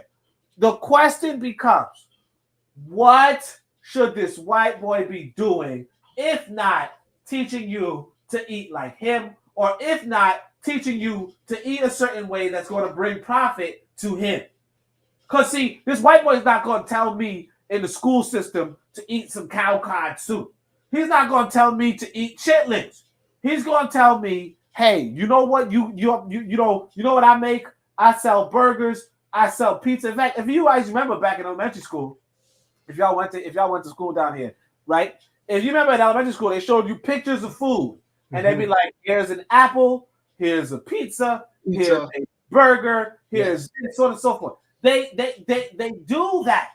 Even when I was doing my study, so I actually should be going to bed soon. But there's a study, they're doing a study of the different countries that are like the different prices of different countries. And even in this study, when they break down, they go to different countries, they tell you how much it costs to go to a medium scale restaurant, how much it costs to get a fast food meal from McDonald's. Why? Because that's what they eat. I have a question for you, Oni. I have a good question for you.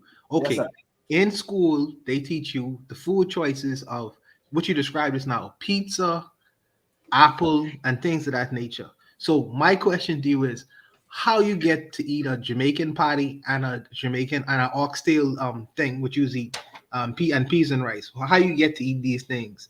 Says because you say, well, the socialization is thick. You have the American food choices, and granted, your parents are from the islands, so they would have probably passed these foods to you along the line. You would say, "Ew, I don't like that. That's not really what we eat in the United States." I'm saying, how did you get into those restaurants eating these kinds of things? Because I know you eat them before. Well, yeah, I mean, yeah, that's the thing though. Like one is that the food that Jamaica, like I'll tell you this, right? Yeah, so the food that Jamaicans make does taste good. Some of the food tastes good. Like the reality is this: you're going to, like, first off, when you have the American sensibility, you really go by what tastes good. You know? Oh, I see. So ask anything then. Huh?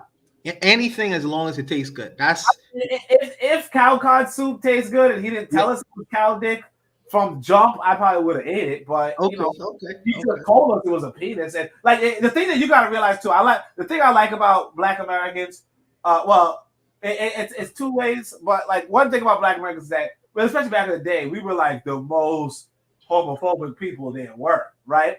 But the only thing is that we also, like, real talk, Black Americans also have like the most homosexualized language too. But outside of that though, it's like we were really homophobic. So it was like once you said you were gonna eat penis, it was like, no, I'm not gonna do that, right? But like even like I got into a like my father didn't really beat me because I was like skinny and you know I was also a good kid, you know. But like one time he decided to beat me was because I was like, I'm not eating Brussels sprouts, period, you know, because it didn't taste good, you know. Like a lot of times food goes by taste, but like I would say that my parents, like I said, we would go down to Church Avenue. Church Avenue has a big Caribbean like influence there, right? So she would like my mother would go get some patties. Even when my father comes down occasionally, like even during this COVID thing, he came through and he like drove me somewhere, and he like stopped over by the Jamaican restaurant. Like I'll give you know these Caribbean people credit that they would like support Caribbean businesses. Well, at least my father would. My mother really wouldn't, but my father would. Although she did buy us beef patties, and like obviously, you know, like bun and cheese, and you know, beef patty and cocoa bread. Like she would do these kind of things, and like we would do that. We would eat that kind of stuff. Now we would also eat McDonald's, obviously, but the point is that you know it tastes good. Right, and we liked it, and it filled us. I think you know. Remember, you said before you were like, if I want to go eat some, if I want to survive, you know, if I want to eat a good meal, I can just get you know beef patty, cocoa bread, and a ginger beer. You know, but that's easy. Can I say something? Can I say something? You know, let's talk about this. The Caribbean food is trash, also. Just because you're eating oxtail and so this guy might just be talking about the American food, but the Jamaican, the Haitian food, we're not eating healthy as a whole. A lot of it will kill you. Hell will kill you. As a whole. So we're not. So if what I would say is big business make money off people eating badly. And yes, I understand that what you're saying is that we have to make the choice, but the propaganda is so hard. If you've been eating that since you was a kid, and you don't consciously make the effort to change, you're not gonna change.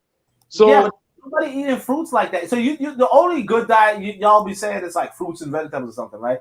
Ain't nobody really doing that unless you like nobody in the West. That's not true. What do you mean nobody? In the West. You're not doing that. Don't say nobody's not doing that. No. That's just slang, man. I was just like that's just slang.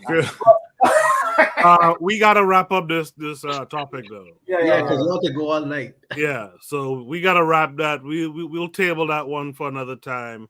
Let's go to Shoot the Breeze topic number 7. Lord have mercy, we only went 7. Yeah, I know. I'm gonna do one more then, I guess. I'm sorry. I gotta go wake up tomorrow. Oh yeah, okay, cool. We'll be tuning in tomorrow morning for the pro-Black perspective. But Shoot the Breeze topic number 7 is about the Chinese intrigue into Africa. So there's a video here. We'll check it out. My concern is what is in the best interest of Africa and African countries. And I thought I should provide a perspective in terms of China, the relationship between China and Africa. So I wanted to structure my thoughts under three headings. One of them is the first one is what I call the inadequacy of Africa's previous relationships. And then the second one is the suitability of China as a partner for Africa. And third, going forward, what next? So China doesn't just show up in Africa, right? I mean, China doesn't show up in Africa in a vacuum. Here's what was happening. Throughout the 90s, if you were to ask people, anybody who remembers or who was old enough to remember what happened in Africa in the 90s, you would know that in the 90s, Africa was a place of the first things that were happening on the continent in the 90s were wars, a lot of civil wars, Black Hawk Down, the Rwandan genocide, the Liberian Civil War, the Sierra Leonean Civil War, what was called Africa's World War, when Rwanda, Zimbabwe, Uganda fought in the Democratic Republic of Congo with different rebels there. And so with all of these wars happening across the continent, then they precipitated humanitarian disasters. You have huge numbers of internally displaced people, and you have had refugees. I too was a refugee during the war. I finished high school in a refugee camp in Cote d'Ivoire. So this is one of the things that was happening in Africa in the 90s, a lot of wars. And those wars were in part funneled, driven by what had happened with the collapse of the Soviet Union. Light weapons became easily available, and enterprising people sold arms to rebel groups across the continent. And so you had wars. And with the wars, like I said, you have significant humanitarian crisis, but that wasn't the only thing. There was a huge disease burden. HIV/AIDS, if you remember, throughout the 90s and the early aughts, was ravaging the continent. Central and Southern Africa were being wiped out. You had entire villages where there were two generations with a missing generation. You had the grandparents and the children, and the entire generation of parents were wiped out. So you had that. You had malaria. You had all of the tropical diseases you can think about. Those were happening. So it was not just the wars that were ravaging the continent. It was also the disease burden. Then something came back to bite us. A lot of African countries had taken out significant debt in the 70s, and that debt then came due. And so we came to an instance where most African countries are spending up to 60% of government revenues on just simply servicing debt. And in some instances, it was just interest, not even and because for years they had not serviced the debt, they accrued punitive interest and punitive charges. And so let's go back. You had wars, disease, debt. Within this context, very few companies, very few in the West looked at Africa as a place to do business.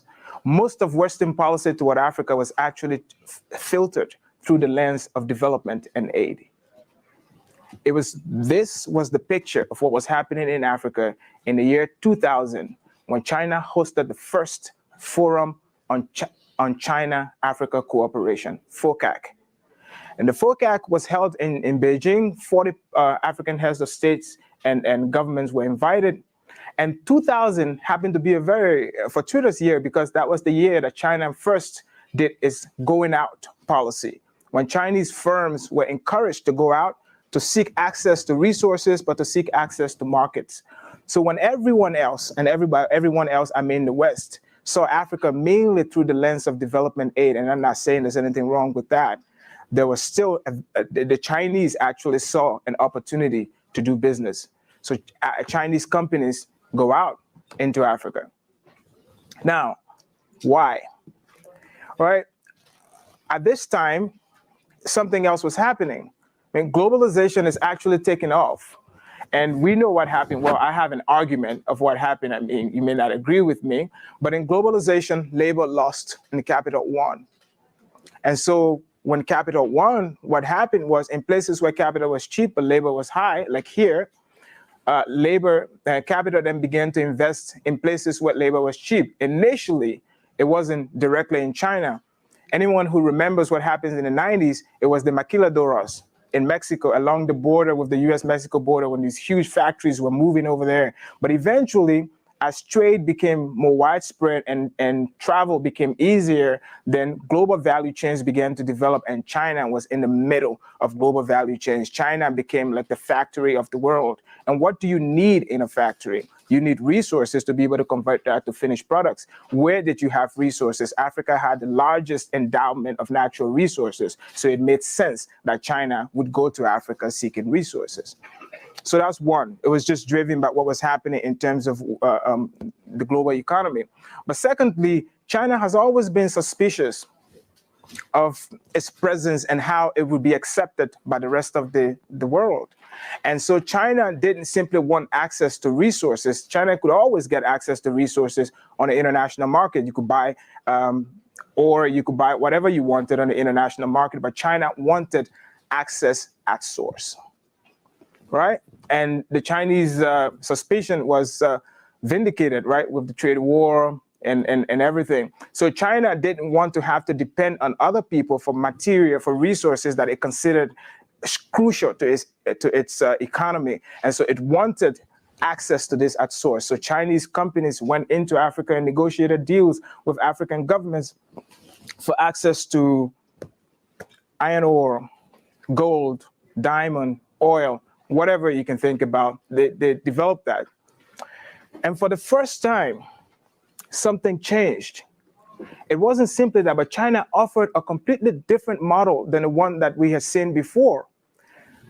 So you can, and listen, everything I'm saying here today, obviously you're free to check it out later.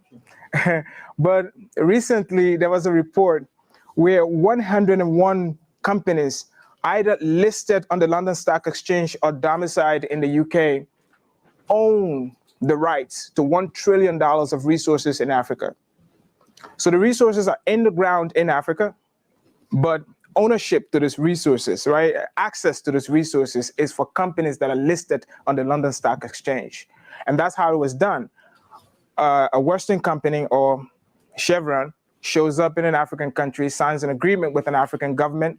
And the way it works is we pay you in terms of royalty and taxes, and then the government was responsible to take the resources and develop its country, pay for services, pay for infrastructure.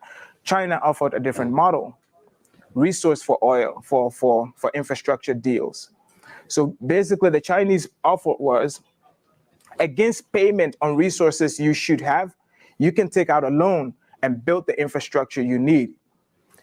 And up to today, Africa still lags the rest of the world on every measure of infrastructure coverage, especially with paved roads and electricity. I'll give you an example.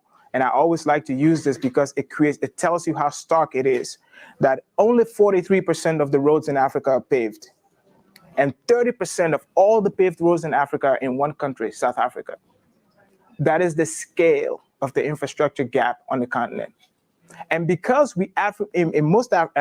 especially Africa south of the Sahara, doesn't have the resources, doesn't have the infrastructure on which to be able to build a modern economy. Last year, 2017, Africa's total share of global trade was equal to South Korea, which is around 2.93%. This is a continent of about 1 billion people.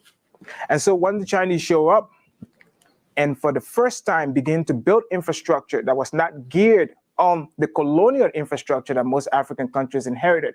The colonial infrastructure was basically the center and the periphery, and it was intended to take resources from the periphery and take it to the center. Now, in a world where regional value chains and global value chains are becoming prevalent, that's not possible in Africa because the infrastructure was not meant to connect African country to African country. It was meant to connect African country to the hosts, to the colonial, whatever. What China is doing now in terms of the infrastructure that they're building is connecting African cities, African capitals, making it possible for global value chains, regional value chains to develop. So it wasn't as if China showed up in Africa in a vacuum. It was that the relationship that most African countries had, there were things missing from it. It was a bit inadequate.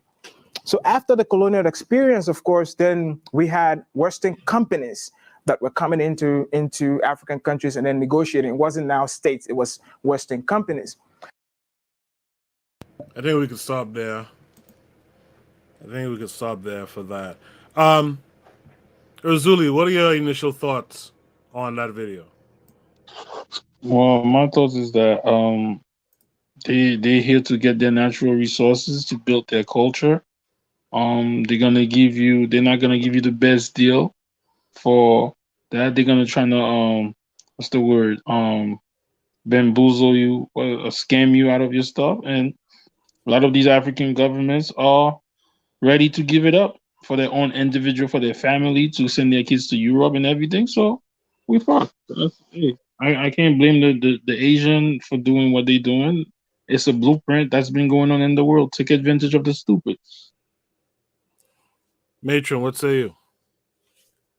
You know how several Asian countries close themselves off from the West for their own personal development, like that happened after the Opium Wars and at a couple of other points in time in history that are kind of slipping my mind, but they close themselves off. And if they have an opportunity to capitalize on the Europeans' underdevelopment and extraction of Africa, they're going to wind up closing Africa off to us, the real descendants of Africa. Kevin Carre, any thoughts here? Yeah, I've been sounding the alarm for years about that, about the Asians coming in, invading a lot of those African countries, man. Unless we, as you said before, unless we stop it, we're gonna be closed off. Oni, let's hear from you. Your mic is muted. Yeah. So, yeah. I mean, the brother's saying what like he's right, but like this is the thing with our people. Like, look at who he's talking with.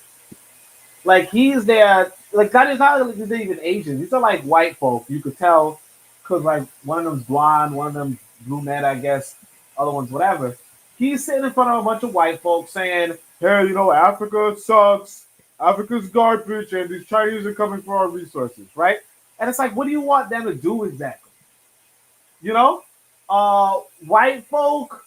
Yeah, China wants your resources, duh, right? But like, you should be in a room with black people talking about how to either take advantage of this or how to avoid this. But instead, you're sitting in front of a bunch of white folks, telling them, I mean, you see, he's right, but it's like, it's this old phrase back in America where it goes, Negroes are always knocking on the wrong door, talking to the wrong people, and asking the wrong questions. You know? And it's like, this is the issue with us as a people. You know? If China is if China's an issue, then why are you sitting up with white folk discussing it? Like, are you asking white folk to solve your problems? Like, what is it? What is it that you want? Mr. Untouchable, you get the last word. No, I actually think he is in the right room because Oni just was telling us that if we tell people from certain our communities that eating certain foods is gonna have a deleterious effect, it's gonna kill you, it's gonna be harmful, they still gonna do the shit anyways. That means that even if I was to give them, seed them good information that could be of benefit to them, they're gonna listen to what I have to say anyway. So I can go. These people are probably middle class people, people who give a shit. Some of them probably give a shit about Africa. Probably most of them don't. But they probably more than likely to use that information effectively than our own people. He just described that. But needless to say, I would say this. I would say right thinking people among us, should get into the business of infrastructural building, or if we are already in that industry, then we should vie for them kinds of contracts in Africa, where the big deal right now is infrastructure, roads. If it's only 43% of Africa that has paved roads, and 30% of that is in South Africa, then we know what a business we should be in as as people in the West, if we want to make money, if we want to do business, our business should be road building. If not that, infrastructure building. That's gonna be a problem solving thing that is gonna connect us all around from the West to the East. I believe.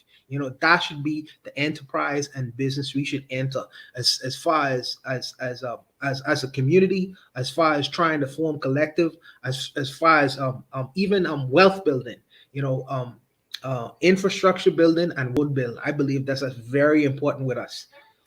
I want to touch on that what you just said, because you brought up how I pointed out this thing. Let me say this. Actually, let me ask you this. Let's say you're a white man, right?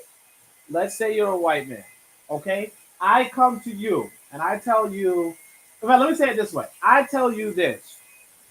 You know that I got a bunch of money. I got a vault at my house with a hole on the outside, right? And I tell you that your ancestors used to have a whole system where they put a bucket outside of my house and they got a bunch of money. And my issue with that is that after I told your ancestors to stop that, I have no way to get that money back to my own people. I tell you this is a white man. What are you going to do? Are you going to... I get it. I get it. Him saying that. But see, me as a so-called white man, I'm gonna look at that situation and say, okay, since he can't get to it, I'm gonna work out a way to get to it. I'm gonna work as a person to benefit myself from that experience. You are absolutely right. But in the past scenario that you just gave, if I was to give it to my own people based on the psychosis that we suffer from, they're not gonna listen to what I have to say anyways. It's gonna fall on their ass. You know what I mean?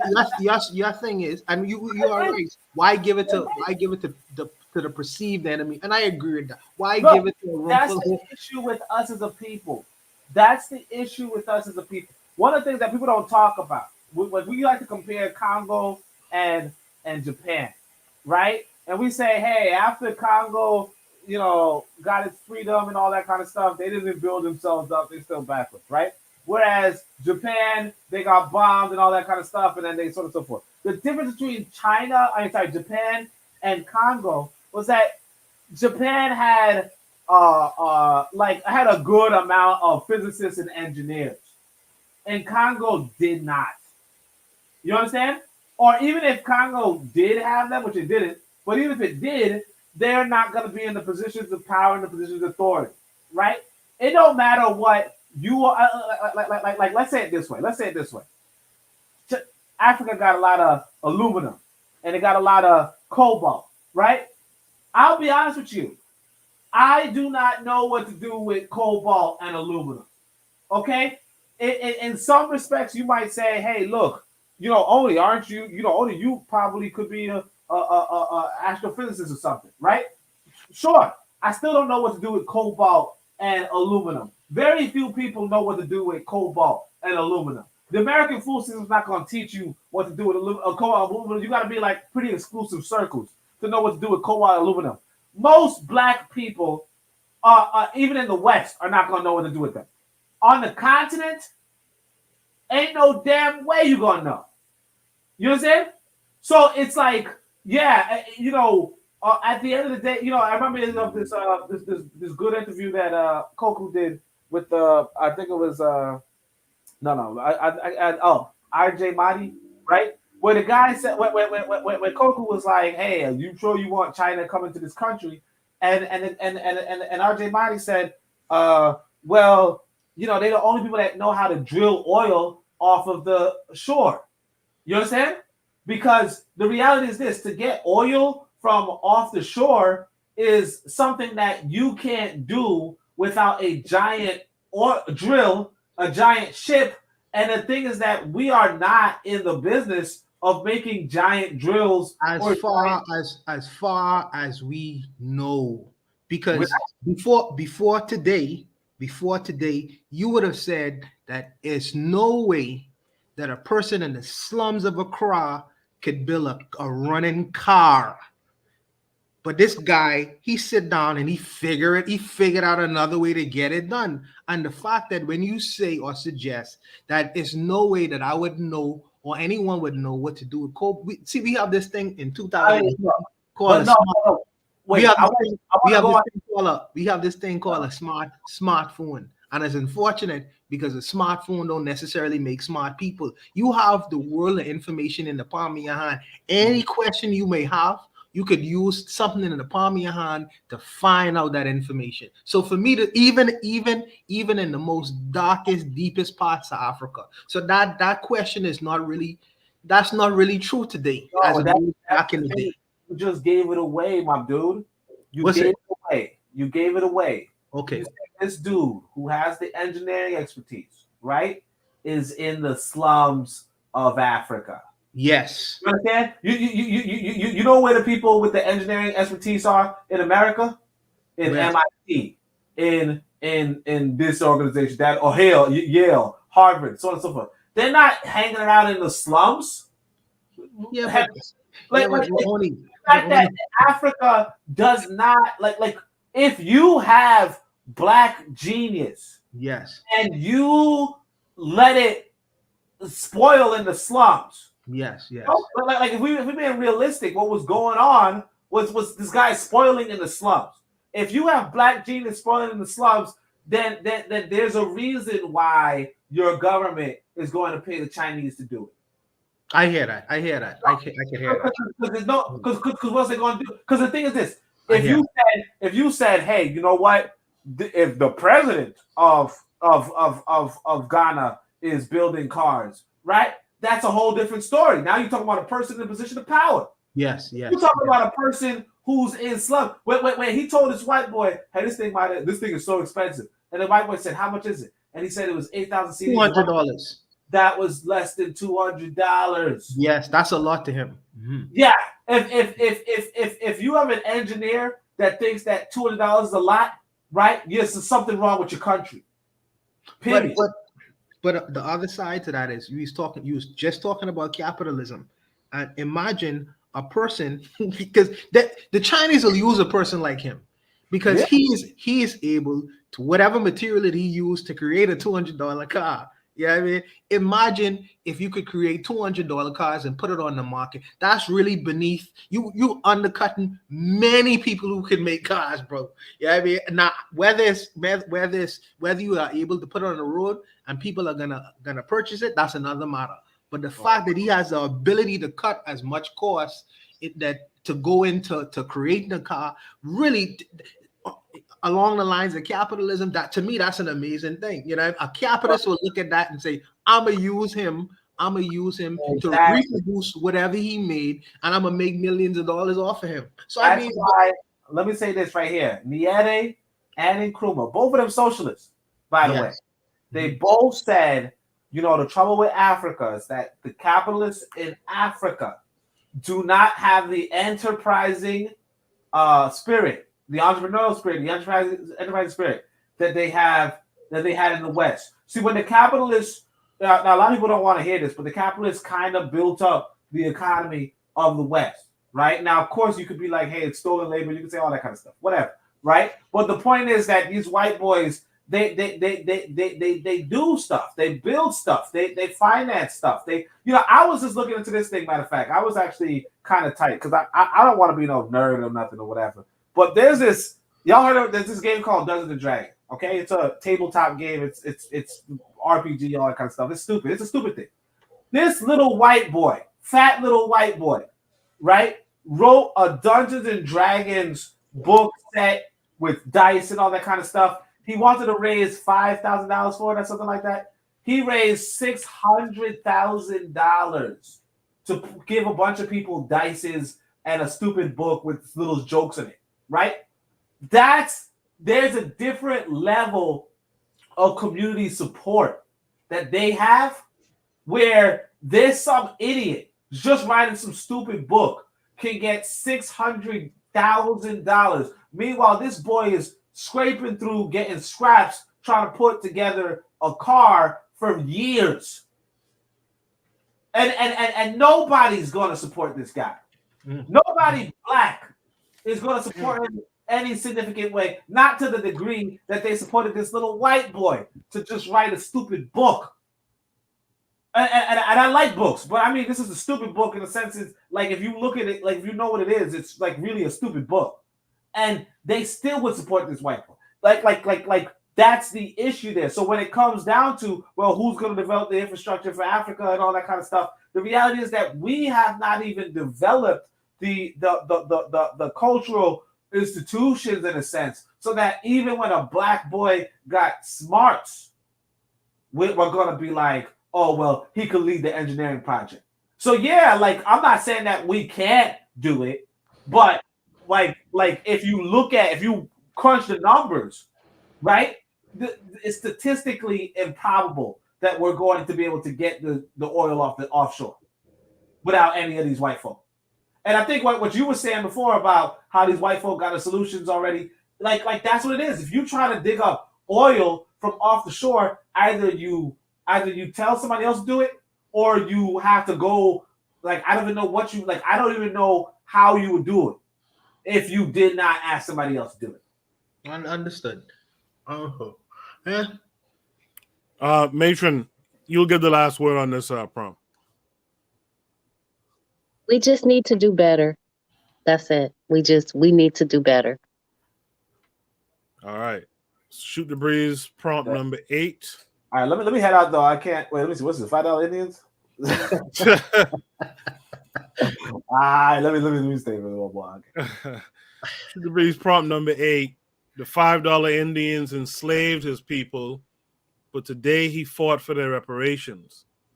What is a black politician worth?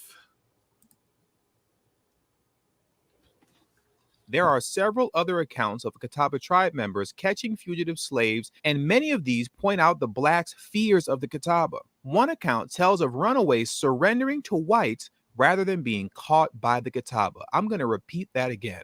One account tells of runaways surrendering to whites rather than being caught by the Catawba.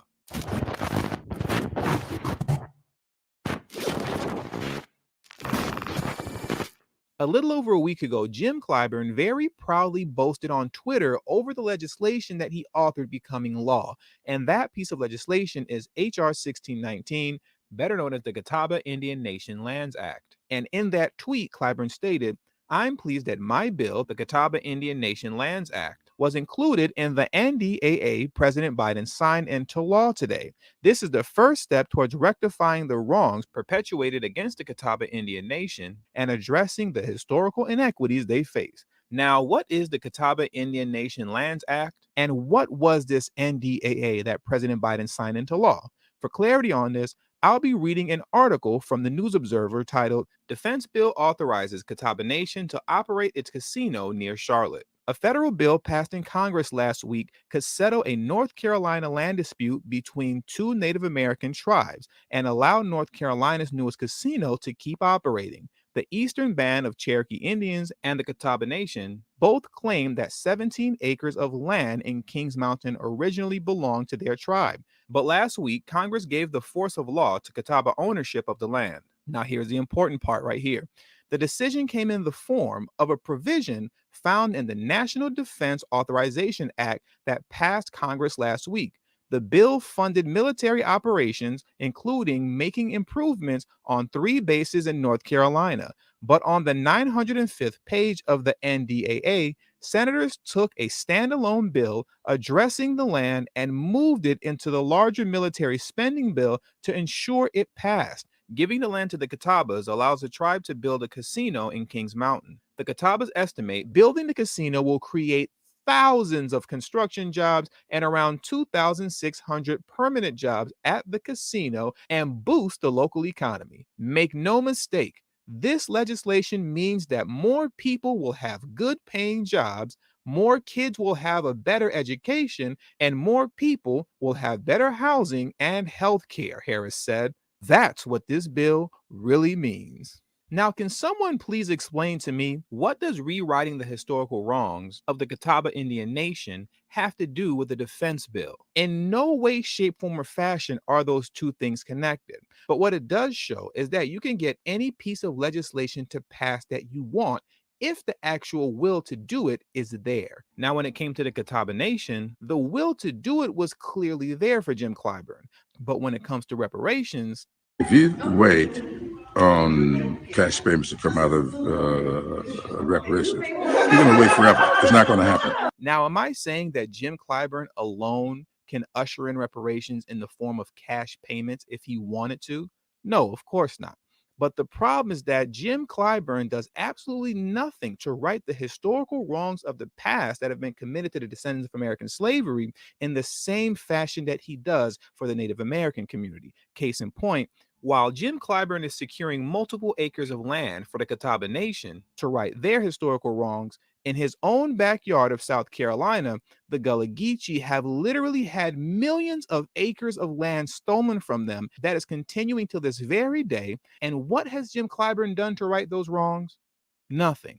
Now let's dive into this article from the BBC titled, Gullah Geechee Descendants of Slaves Fight for Their Land. The first Leanne Milton knew about it was when she arrived at the local council office to settle her tax bill. She was told her home had been sold because she had not paid a $250 levy for her sewer service. She was shocked because at that point, she had not even been connected to a sewer system. They had sold everything, the property, the house, and all. And when I offered to pay them with a check, they told me I couldn't.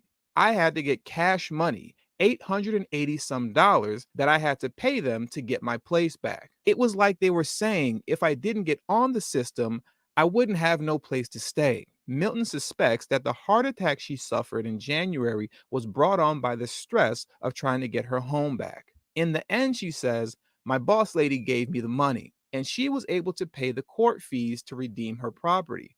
Many of her friends and neighbors in Jackson Village, one of 3 Black communities in Plantersville, South Carolina, face losing their homes in a similar way if they do not pay the tax for a sewer they say they didn't want and did not need. Last week, 20 homes were put up for auction. Most residents are the direct descendants of West African slaves who bought the land on the former rice plantation or were deeded it after emancipation in 1865. The residents can also have their homes seized and sold off if they do not pay their taxes. Lillian Milton's property, which was valued at $46,700 by the Georgetown County Assessor, was sold at a delinquent tax sale to a real estate developer for $1,236, according to the documents seen by the Georgetown Times. Residents who have their homes taken in this way have a year to redeem them, as Milton did. But like others I spoke to, she does not think that it is fair that they have to pay for a sewer system they were forced to connect to, even if their septic tanks were working well. Some are retired people on fixed incomes who say they simply can't afford to pay $250 a year for the next 20 years. There is also indignation that the tax was not part of the deal when the system was first proposed 10 years ago. At that point, they would only have to pay a one-off $590 connection fee. Now, for the sake of time, I'm going to cut this article short and jump to the next article by the Washington Informer titled, Slave Descendants Fight to Save Land Inherited from Their Ancestors. Today, the Gullah Geechee people of St. Helena Island are fighting to protect their lands and the legacy left by their ancestors who toiled for lifetimes under the brutal oppression of slavery. On October 5th, local tax officials held an auction on some of the property that sits on the island belonging to the Gullah Geechee families.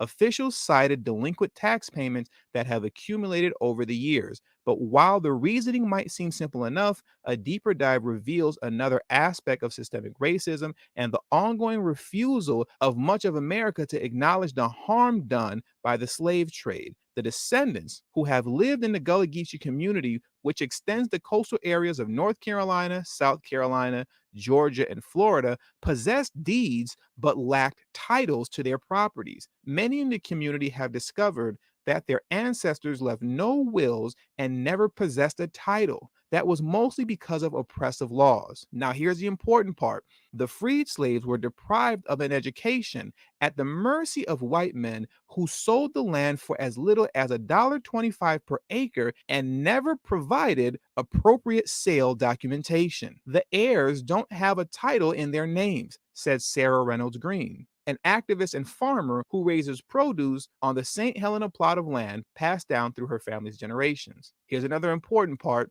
According to a 2006 report, Gullah families lost 14 million acres of Gullah family property since the end of the Civil War, and slightly more than 1 million acres purchased by former slaves had remained in family hands. Now let's really bring this into perspective.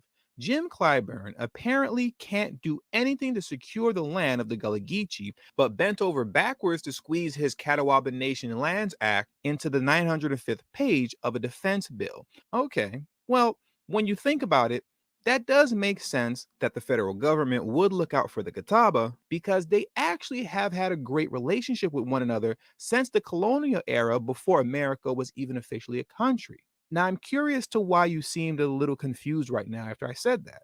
Hold on. You're telling me that you didn't know that the Catawba Nation were notorious slave catchers along the North and South Carolina border for white settlers? So notorious that the black slaves, who would eventually be known as the Gullah Geechee, were terrified of them to the point to where if runaways did get caught, they actually preferred to be caught by the white settlers versus the Catawba? Oh, I'm sorry. I thought you knew that already. Well, it's a good thing that you're here because I happen to have the documentation from the South Carolina Historical Society that proves all of this to be true. So let's take a look now, shall we?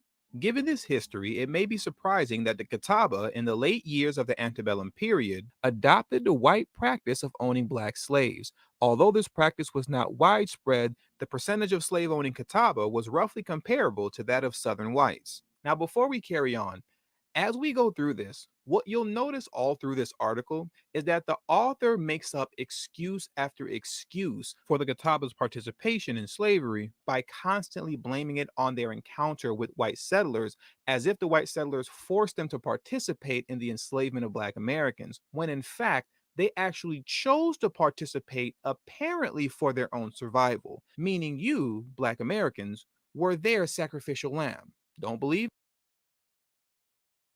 I think we kind of get the idea here. This guy Clyburn helped pass this reparations bill for a group of Native Americans that were brutal towards their ancestors during the time I'm of just slavery. say it. Nope, I'm just say it. Them Native Americans are immigrants. Okay, I'm just. Okay. Matron, can you expand on that just a bit more?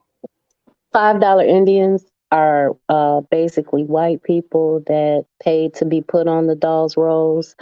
And when I say that them Native Americans are Indians, I mean they have documentation where settlers and colonial people married into Indian families to get the land right inheritances and did horrible things like killing their spouses and children and then marrying white people because that got the land and the land rights into Eurasian families. So when I say that those people are immigrants, those people are people that paid to be on the rolls, that sexually and socially integrated into that community and obliterated that community. Them, not them people. Only give us a quick word on this. Well, yeah. So I'm rolling my eyes because, like, what in the world? Like, I'm thinking it's going to be interesting, $5 Indian stuff, and then it's ADOS propaganda.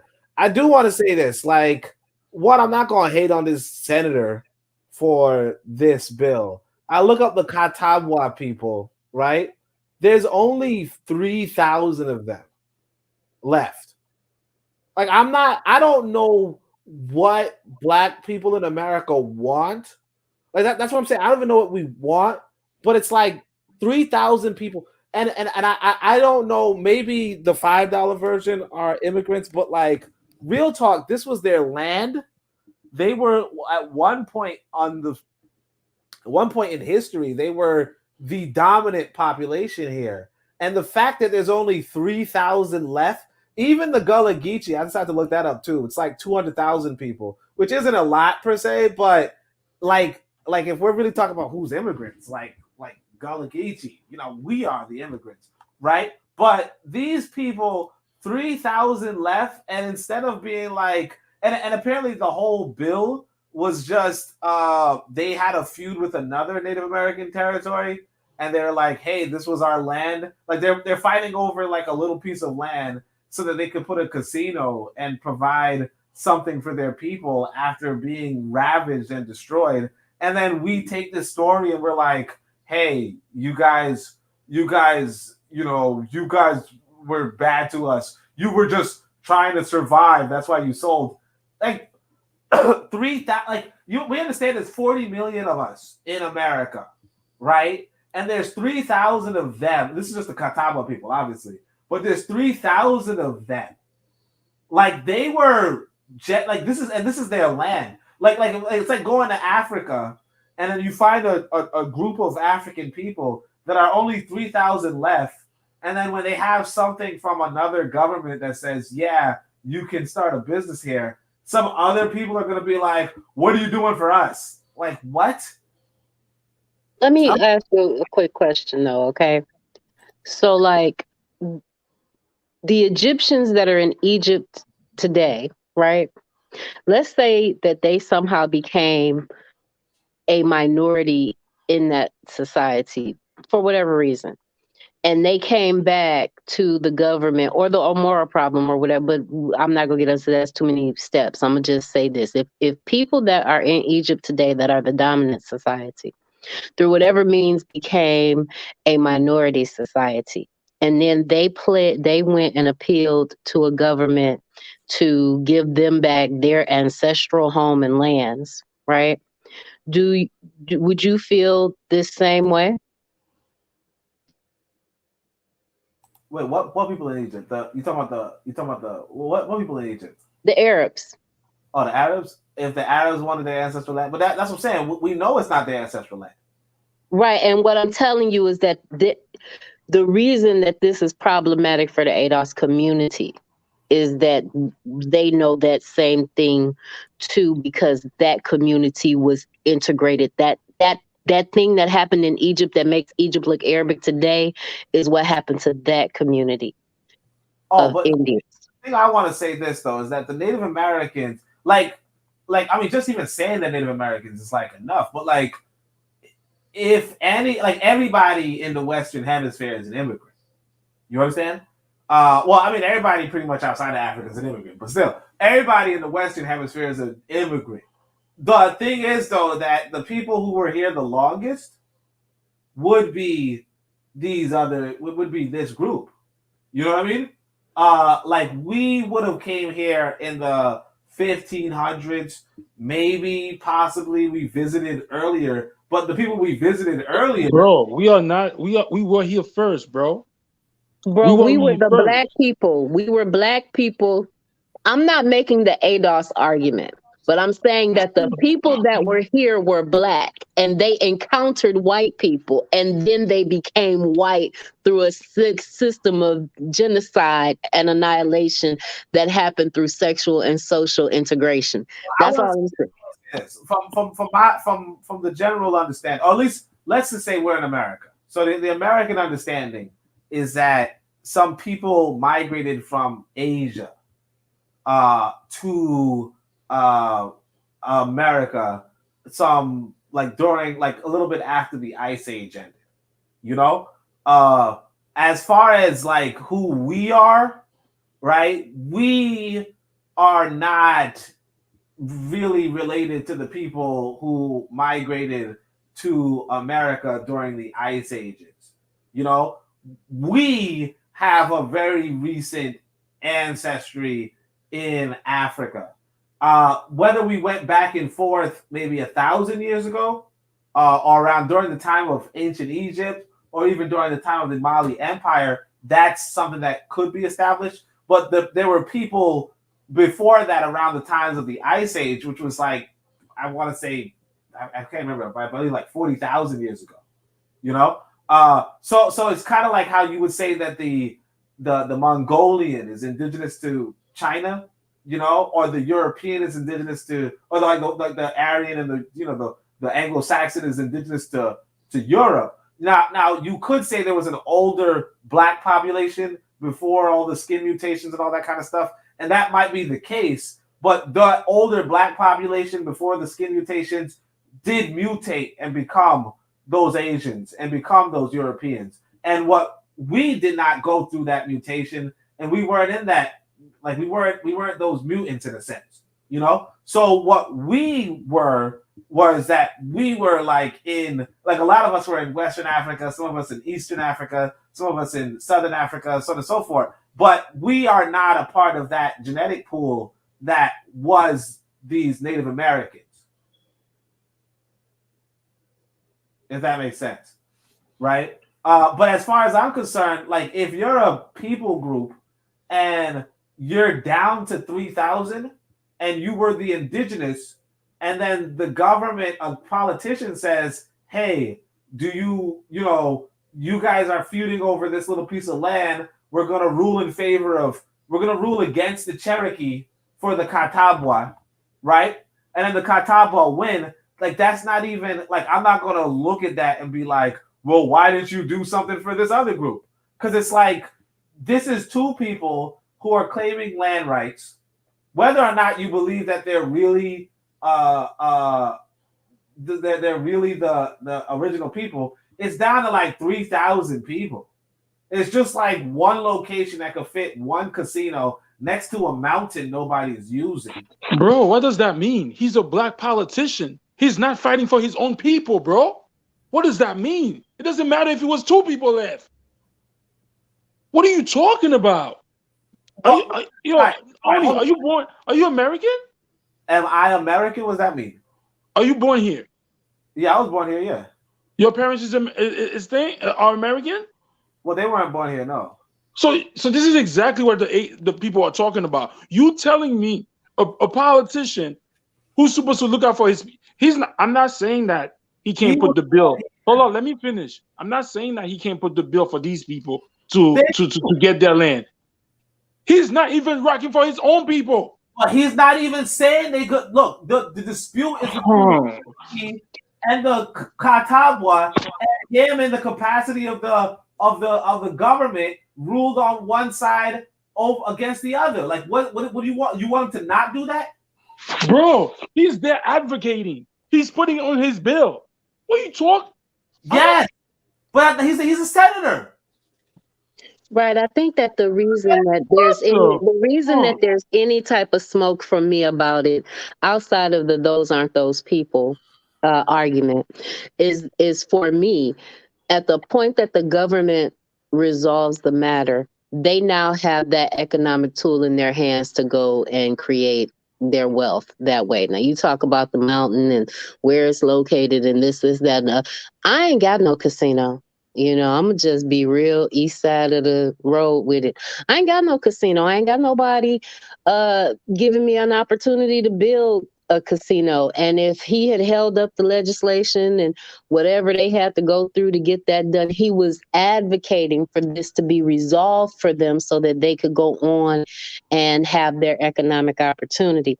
The other thing that I have to say to Zuliism is this, you know, the more we go down this rabbit hole, the more we realize that, like, we might be the people that have no people, and we are a people, one person, one nation unto themselves, because we have no friends.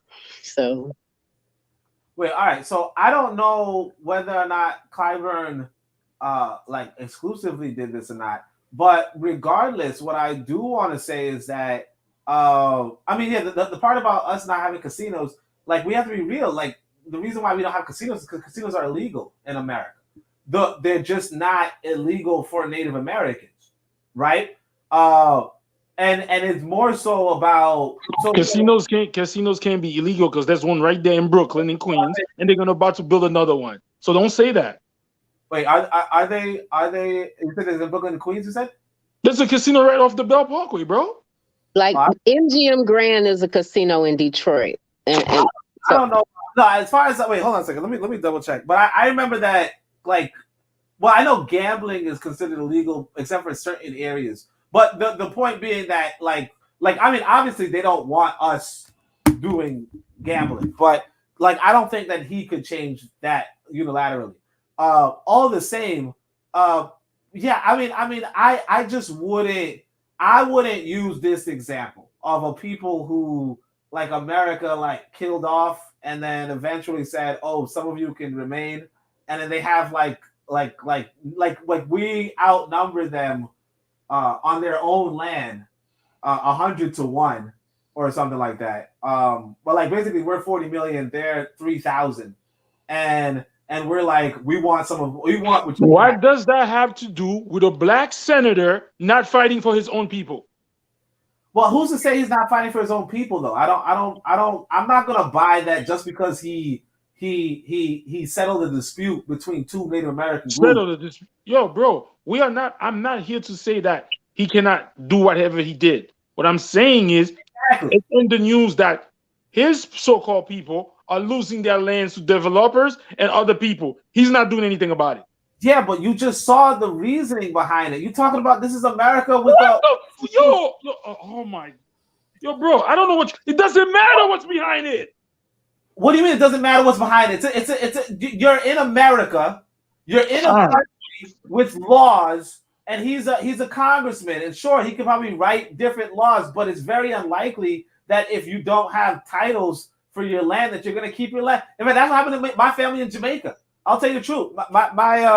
I remember, I think my mother was telling me, or even my father might have told me, a lot of times people will tell you that you have elders in Jamaica who had land and didn't pass it on to their kids, didn't pass the deeds on to their kids, or there's some sort of land dispute. That happens everywhere on the planet. If you don't have titles to the land, then chances are you're going to lose that land. It's like Matron was just saying, if you don't have health insurance or you don't have life insurance for your family, when you die, then it's very unlikely they're going to get money. Now, you could be like, why don't he just write a law to give you automatic life insurance? Well, I mean, he didn't, I guess, but you're not. But again, that's not the issue here. The issue here is you got 3,000 people living in one tribe, and then there's another tribe that says, we want this land. And then they say, the government says, okay, we're going to give it to these people. And that's it. I wouldn't, that's his job. His job is to do that. Now, if you're missing the deeds and you're missing the titles, sure, you could probably pass a law for that. But it's just not as easy as 1, 2, 3.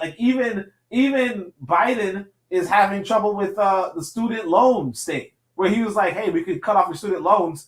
And it's it's really not that easy. And I mean, COVID. When was your last negative test? Yeah, right. And it's I don't know. Whoa, okay. Yeah, all right. So I don't know. No, I think somebody doing something to me now. But I'm not gonna agree. I understand. I know, right? Don't be trying to know nobody working in Roots, nobody working in Voodoo. They go like, oh, you ain't with this thing? All right, no. But anyway, I understand AWS not going like that. I don't care if AWS don't like that. We're talking about common sense and real politics. In real politics, you just can't do a lot of stuff.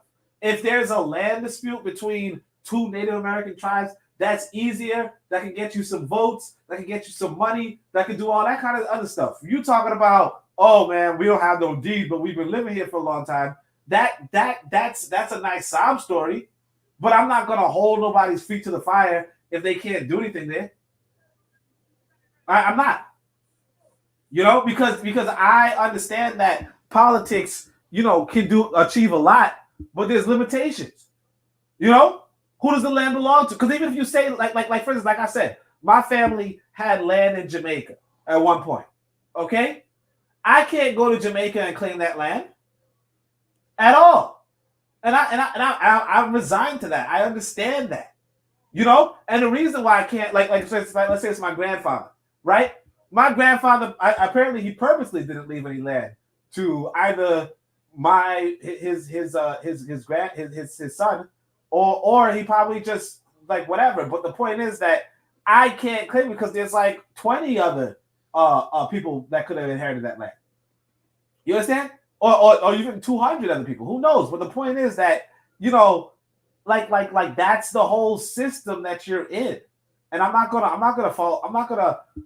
say, hey, this politician ain't shit because he's doing his job and he's helping out, and even if it is helping out some other people who might have some, you know, history of selling African people, but it's like, well, yeah, they sold them, and if you're saying they sold them to survive, well, they didn't do that well enough, obviously, because they're dead. Mr. Untouchable, you've been quiet during this whole I think Oni invented the hell out of that ad. So it's like he I think he did a good job vetting it. The only where I stand is this, man. You know, the Gullah Geechee are my cousins. You know, I wish them well. I don't expect Clyburn to really do anything for anyone, you know, but himself, really. But understanding that he is a politician, an American politician, probably first, then he is black. So, you know, I don't expect him to really look at, even though he's in a state, you know, I think that South Carolina has a lot of black people inside of it. So I think that even though he's in a state that's full of black people, I don't trust him to do the right thing in regards to a whole lot of different things, man. Because Clyburn has been doing some side eye kind of things, but you know, I wish them well in the situation, man. But I think that only and Arzuli had vetted this question, you know, very well, man. I don't have a lot of contributions for this question. Well, I want to ask this though, because I don't remember. I think I watched one of these HR 40 videos, and I don't remember if it was Clyburn. Because I don't want people to be like, this is some Caribbean, you know, disagreeing with AJ West thing. Because one, Clyburn is not Caribbean, but two, I was watching this HR 40 congressional meeting, and these white boys carted out. In fact, it was a Republican actually. They carted out this black man every time. Like they didn't want to say they were against reparations. They just carted out this black man and had him talk against it all the damn time. But the thing is that the gay guy. Are you talking about the gay one, Herschel Walker's son? I don't know if he's gay or not. From Coleman Hughes. I can't remember his name, but they like carted out this black Republican who was just like, nope, this is dumb, blah blah. Like they would see their speaking to this black guy, and then this black guy would say this, you know, all that kind of stuff. But like the reality is this guy, he's like and Clyburn is from America, one, but two, we have to realize that a lot of black people, most black people, like we're talking 95% of black people are America first. Okay. Absolutely. And if you are a politician, it's like a 200% chance. No, right? But it's a 99% chance that you're gonna be American first. If you got the Democratic nominee, you are very likely America first. I wanna include something to that. When you say America first, does that mean black first? No. Within America. Okay. No. Good. So that needs to be very clear. No, I mean, so when you say make the statement that most black people, including the politicians, are America first, does that have the meaning of black first? And if it doesn't, that means if you're a black person and you don't have me or a person who looks like me, you know, as primary, you know, as a primary focus, then really we working across purposes. I don't, you know, you don't have my best interest in mind, and I don't have your best interest in mind going forward, and that needs to be very clear. Yeah, I mean, look. I could run for the Democrats, right? I could run for a political office, but they're going to vet me. They're not going to put a bunch of money behind. That's the thing that a lot of us just don't like. We just don't like. We refuse to get that when you go to a job interview, they do a little quick background check. They do all that kind of stuff, but they giving you like $17 an hour. All right, and they still giving you a background check and thorough whatever and so forth. When they start giving you $20 million, like if you know how much this guy, like I look up this Clyburn, this guy's pulling in what was it? I think it was like 400,000. No, his net worth is $468,000 on paper. His base salary is $174,000 a year. You think they just gonna give this black? You think if he's a black radical, they're gonna give him $170,000 a year? No, not at all. Like I'm telling you, like we don't even be like we be like. Because that's the thing. Like, I remember this one brother was talking about, he didn't like, I know y'all like this dude, but, Bill Cosby. He said he didn't like Bill Cosby. And he was like, because, like, why when that Me Too thing was coming out, a lot of black folk were coming up and saying this thing. So this one brother came through and was like, look, man, when these celebrities come through, these white people purposely choose black people with problems. Problematic black people. They purposely choose them to make to do their bidding in a sense, right? They're not looking for upstanding, good, pro-black, solid people to fit their agenda. This is a political party. The Democrats are a political party. Can we understand what a political party is? A political party is like the most powerful entity. It's one of the most powerful entities in a country. When we talk about Rwanda earlier, Rwanda has Kagame is a part of a political party. Absolutely. You understand? And if you're going to work for Kagame, if you're going to get a salary position in the government, or you're going to get a campaign that's financed, because remember the Democrats finance the campaigns that you do, right? If you're going to get a campaign financed in Rwanda, right under, like, you gotta be pro Kagame. You can't be like, Kagame, I think he's a. You can't do that. You can't do it. Nobody's gonna pay. So if you got, there's a show that I haven't invested in, but there's a show in Brooklyn called Community Cop, right? Where these brothers will come on, they're police officers. They would tell you that they're black police officers. They're trying to be community. I didn't mess with it because they're police officers. But anyway, like. They were trying to tell you that, like, one of the things that happens with police officers is that you're asked very early on, are you black or are you blue? Okay? Are you black or are you black first or are you blue first? And if you say, hey, I'm black, you are probably going to be on the other end of a police killing. You understand? Because you got to understand, this is a Democrat. As soon as you see that he's a Democrat, that means that he's Democrat first. He's not going to be race first. He's going to be Democrat first. America second, I guess. I don't know. But first, the same, right? It means the same thing. And it's going to be race last. And I mean, I'm not going, like I said, I'm not going to fault the dude over this Native American story, but I damn sure don't expect nobody on a white man's payroll to be pro-black. Now, if they are pro-black, I don't mind. I like it, but I do not expect it.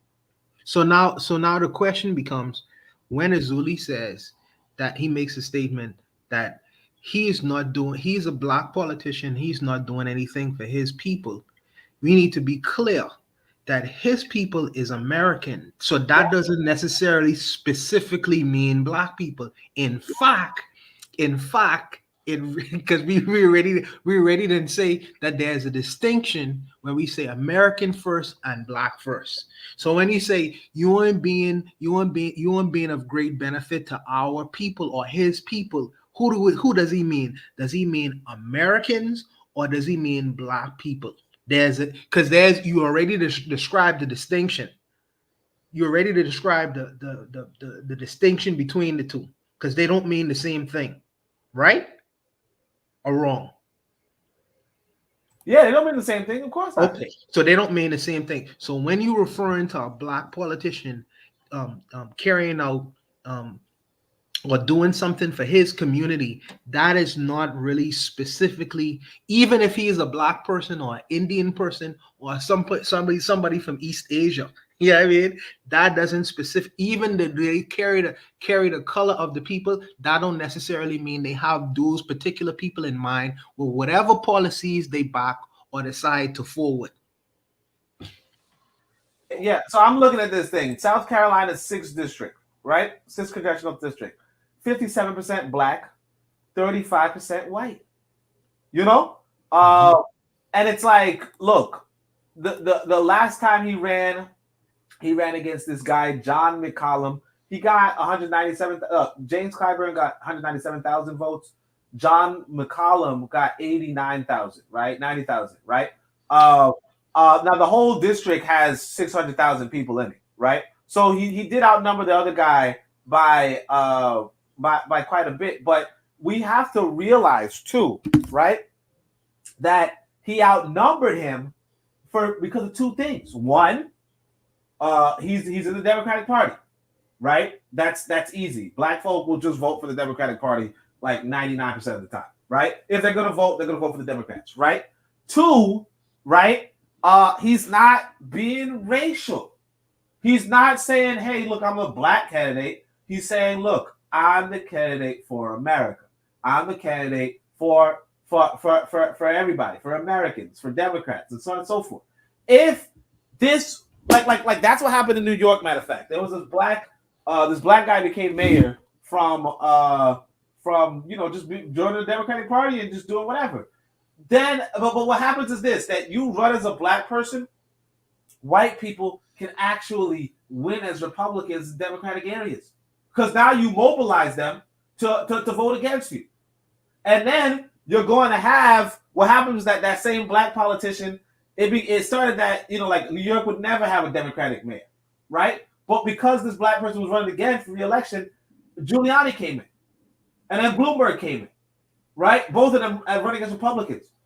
Why? Because that's just what it is. You cannot you gotta realize that you're in a situation where the political parties are really what people are voting for.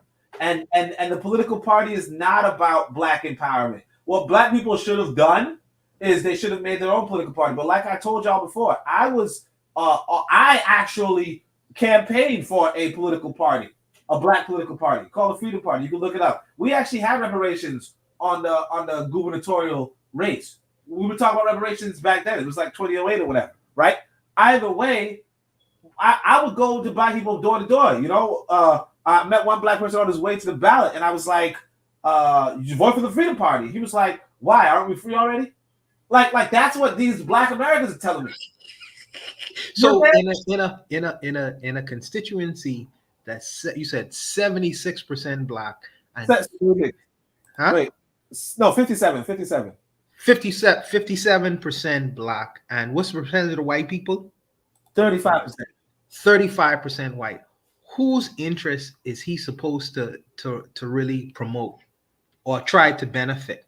Because, like you say, there's this distinction between black first and American first, right? And if you say that his thing is not about black empowerment, if he was to do something that is beneficial to the 57%, that would be empowering black people.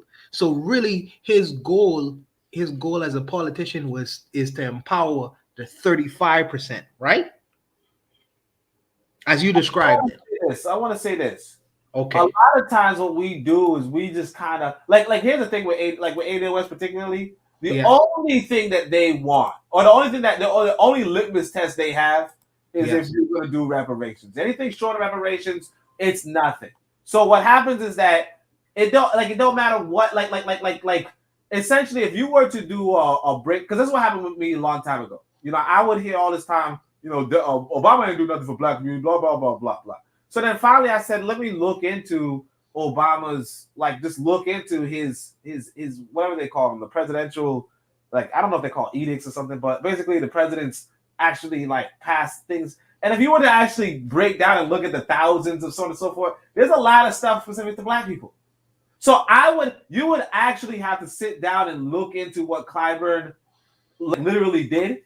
You know, I mean, I could only see on this website what his key votes are, and it's like reimpose federal net neutrality rules, expand restrictions on online campaign ads, you know, blah, blah, impeach Trump, obviously, so on and so forth. You know, but these are like what white people find significant. But I mean, if you were to like really look into the breakdown of this person's legislation, you'd probably see a bigger, broader picture than what people are painting him as.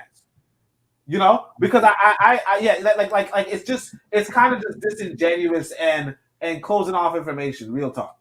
I see.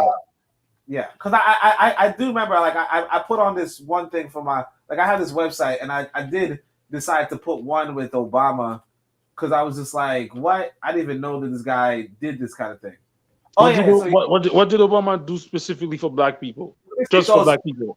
Yeah, so it says President Obama's order to improve black education and the way to make it work. So it's like, so the cover of the article was on July 26, 2012, Barack Obama issued Executive Order 13,621, otherwise titled White House Initiative on Educational Excellence for African Americans. And then I describe what's inside of it. So I think I'll say it. It says, therein he recognized the root causes of educational failures among African people are federally unexplored, and established an initiative with 28 open positions to address the causes behind our disproportionate referrals to special education, resegregation of our elementary and secondary schools, and many other unique educational problems facing African people in America. Open seats should mean organized. So anyway, but like, yeah. So then I put down the text of it, where like, and this is just like just me opening it up for like 2 seconds and seeing it. You know, like just for 2 seconds and saying, oh, well, let me just see if he actually didn't do anything. But like, that's the whole thing. Do we read through his executive orders? Did we read through Clyburn's legislative record? No. But then we immediately say Obama was there for 8 years. 8 years. Did you read through his executive orders? 8 years. How many? Hey guys,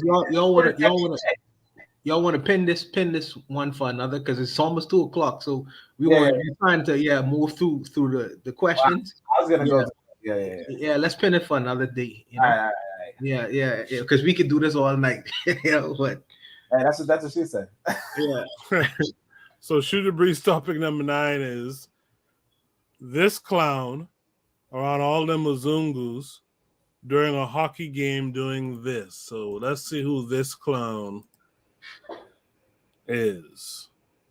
Kodak Black twerked his way into becoming a hockey legend. Is this a video I'm going to play? Maybe not. Kodak Black put on a PDA show with his new lady love on Tuesday when the pair attended the Panthers-Canucks game in his native Florida. So, someone have to mute the mic. During the third period, the rapper was seen holding a woman while she was bent over, twerking on his lap in an arena suite. Fans at the game recorded the viral moment, which showed the woman, identified as rapper Essence, on her hands. Capri eventually reposted the clip in his Instagram story. For an extended period of time, the internet thought the pair was having sex. Kodak Black did go on Instagram Live to note that he put the enchilada in the piñata. Florida Hockey Now posted a story suggesting such, though it later proved to just be twerking. Capri and Essence were sitting ringside before they moved up to a suite at FLA Live Arena, where they were captured on camera in the compromising position. The Panthers featured the rapper on Jumbotron throughout the game, but reportedly did not advertise his presence after the PDA moment. The Miami Herald said the rapper's rendezvous took place next to a suite where several Panthers executives were seated. This is Kodak Black. The Panthers ended up defeating the Vancouver Canucks 5-2 on Tuesday night. The NHL also acknowledged Capri's presence at the game on Twitter, but then deleted the tweet after the shenanigans started to go viral. Essence also took to Instagram to document the couple's second date. She said their first date occurred in the studio, but also gushed over the rapper in various Instagram story slides, calling herself Mrs. Capri. What the hell is this story about, really? Anyway, so I guess Kodak Black was busting it open at an NHL hockey game. Matron, do you have any thoughts on this at all? Nope. Oh boy, Mr. Untouchable. No, I personally blame Azuli and his Haitian community for producing a clown like this. And we was talking about reward and punishment. And the Haitian community in South Florida need to get on this dude because he is making a mockery out of Haitians everywhere. Let me put it like that. First of all, he was born in this land, so he's not Haitian. He's American Haitian. He's not Haitian American. He's American Haitian. But yeah, he's a clown. We don't claim him. So sorry, I don't know what to say about that. Hey, you do when you got money. I guess you always looking for something to get. It's like this generation is about hits and likes, and I guess that's what he was doing it for. I don't know, man. That's just trash. So, do you have any thoughts on this? Any quick thoughts? Well, I mean, I don't know. I mean, white folk do that. I don't think it's. I mean, I wouldn't do it. I mean, I think, but like, this is a different generation where people. Why do you keep saying white folks do it? So what if white folks do it? Like, I don't understand. Why do you keep saying, oh, because white folks do it, so it's okay for him to do it? Well, it's just as wrong. It's just as wrong. I mean, I don't like. Why are you doing sexual acts? Don't they say like, as a black person, you're supposed to be 10 times better than the Caucasian person?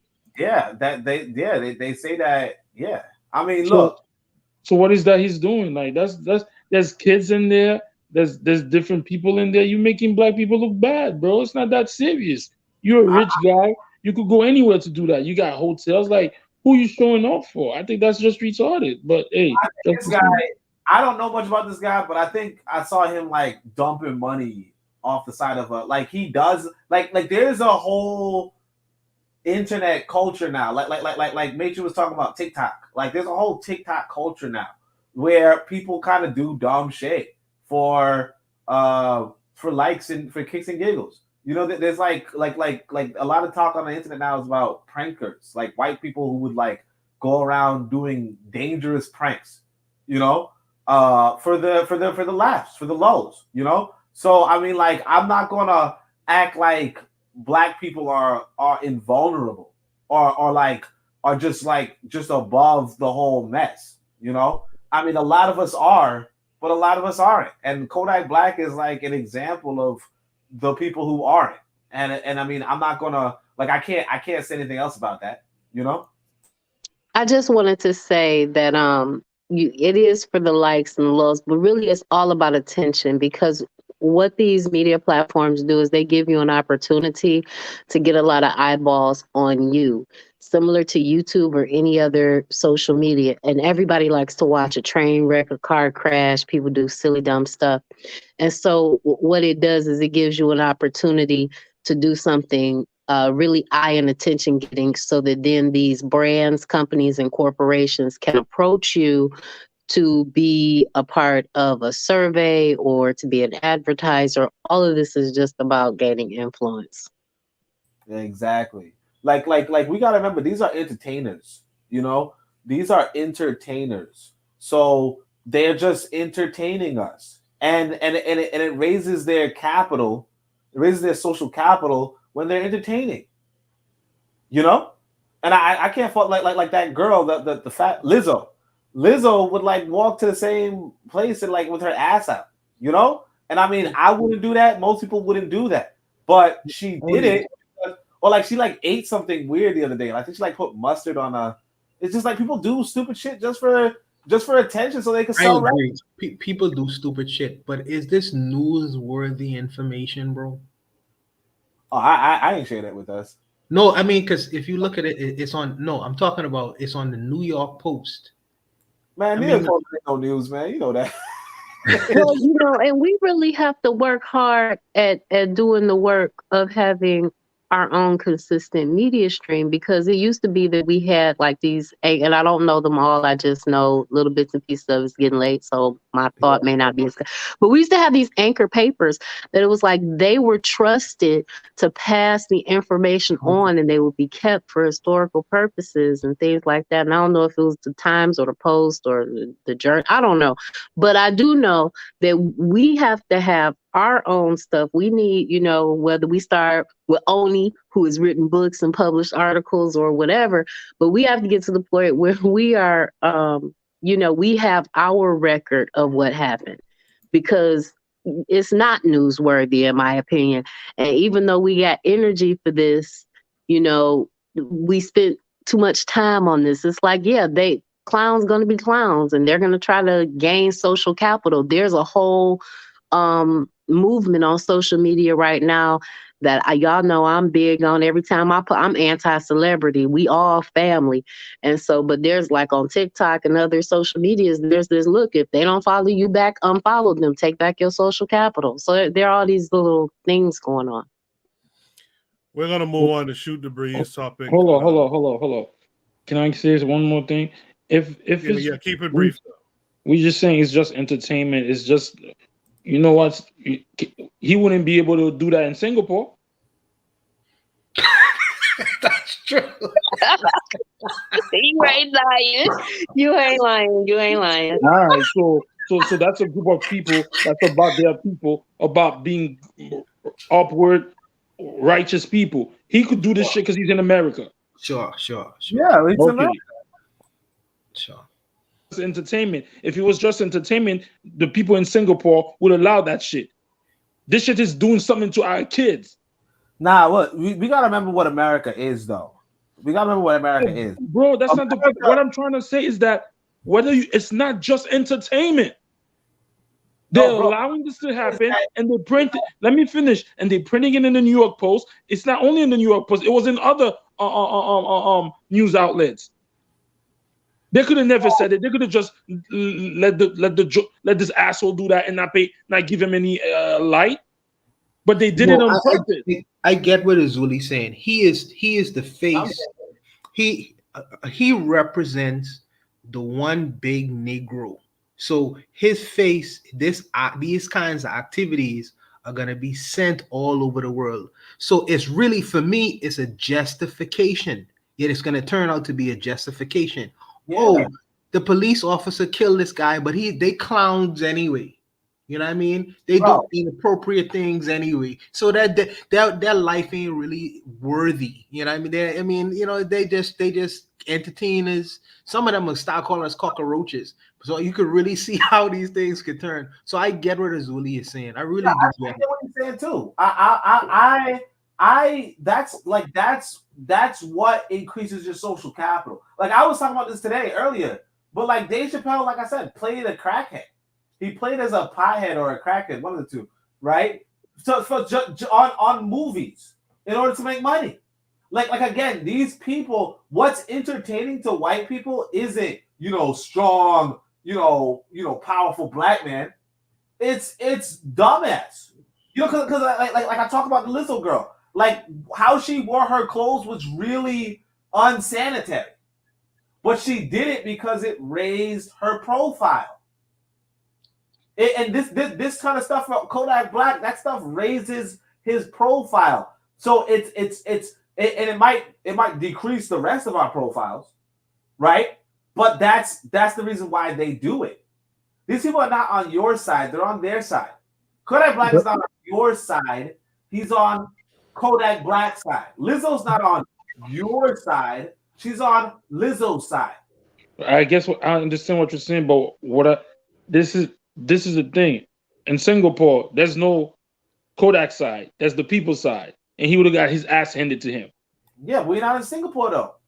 It's like saying in Soviet Russia. And it's a shame, like Mr. Untouchables. It's the shame that this guy came out of a Haitian mother, and he think it's okay. No respect for his mom, no respect for the elders in his community and his family to think that's okay to do. But I'm chasing the bag. Look how much he's worth. What's his net worth? I don't know what his nigga worth. I don't know what it is. What is it? Like,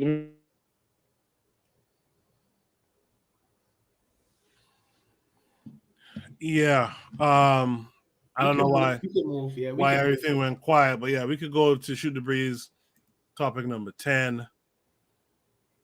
I want to thank everyone who's still here. Oh shit! Hold on a second. This dude's only worth $600,000. That's sad. I want to thank everyone who's been here, who is here still, for tuning in tonight. We're on Shoot the Breeze, topic number 10. Is this question? This prompt says again, motherland for who? Why are we Pan-African again? This is the new generations of Africans attacking. Let's see what this link is.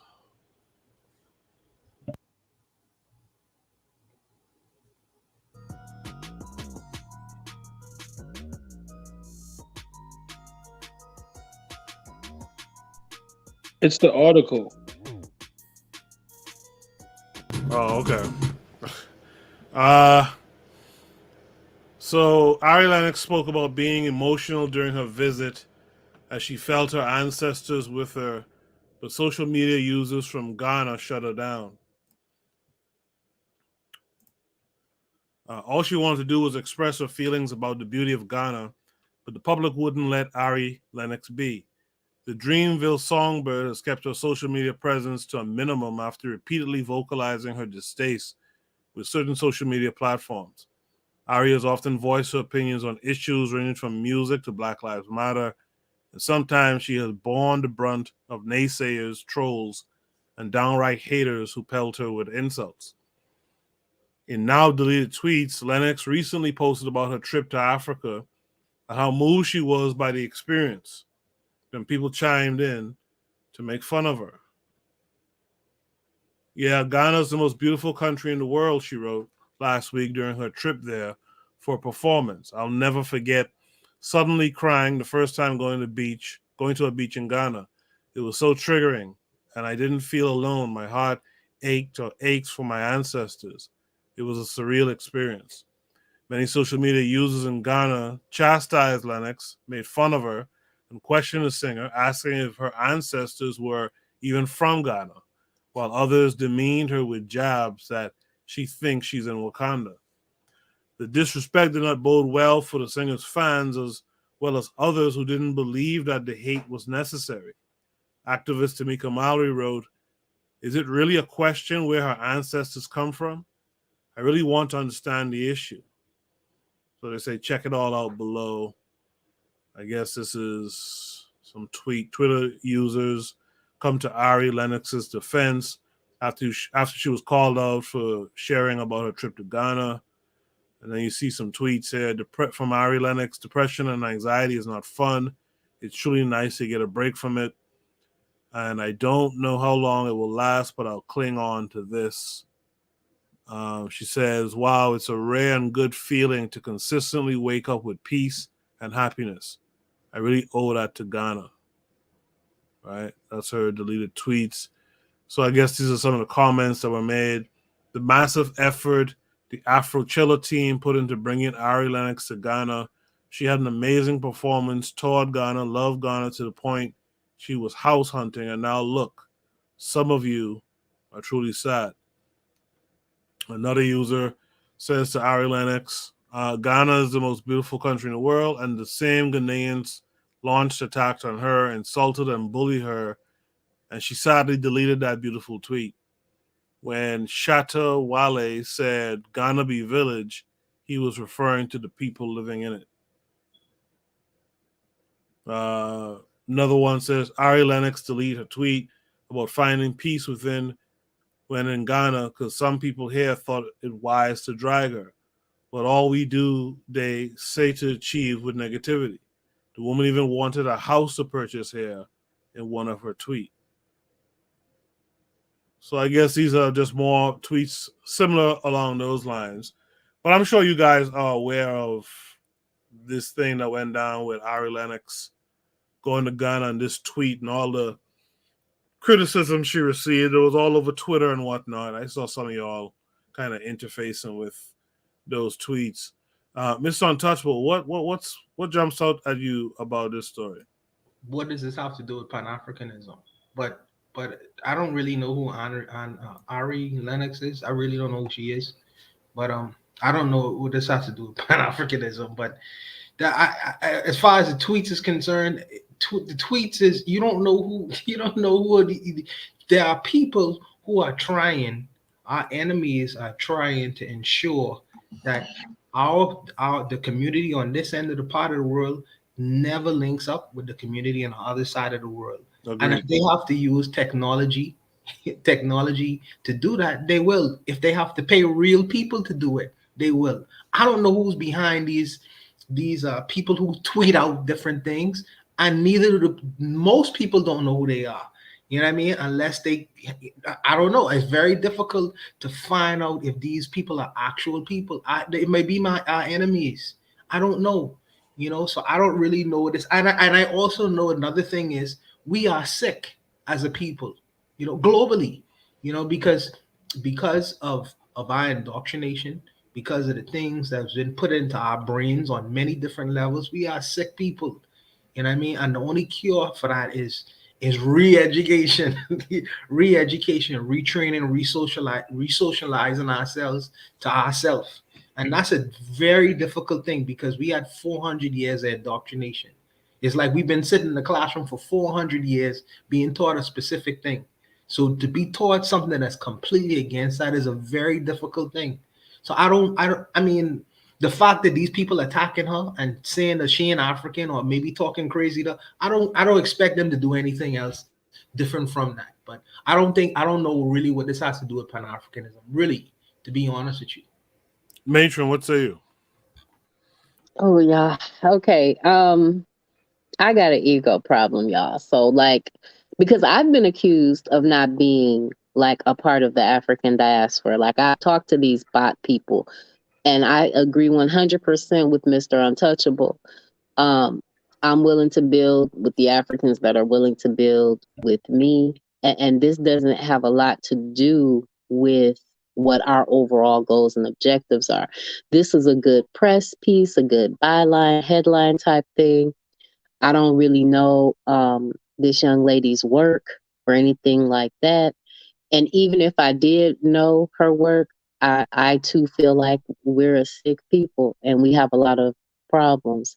So, I mean, I didn't really care, but it did start, I will say this, it did spark off some nice spaces on Twitter where people were wanting to talk about this to increase the consciousness of everyone's understanding of who we are. Nice. Oni? Yeah, I mean, I don't really see the relationship with Pan-Africanism either. I could admit, I don't recall, but yeah, you're going to have ignorant people everywhere.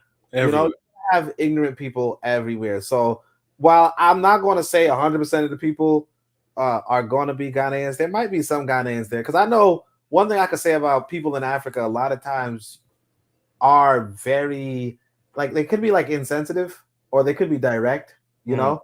They don't have like a lot of times, if you're from America, you're not going to just say something, you know what I mean?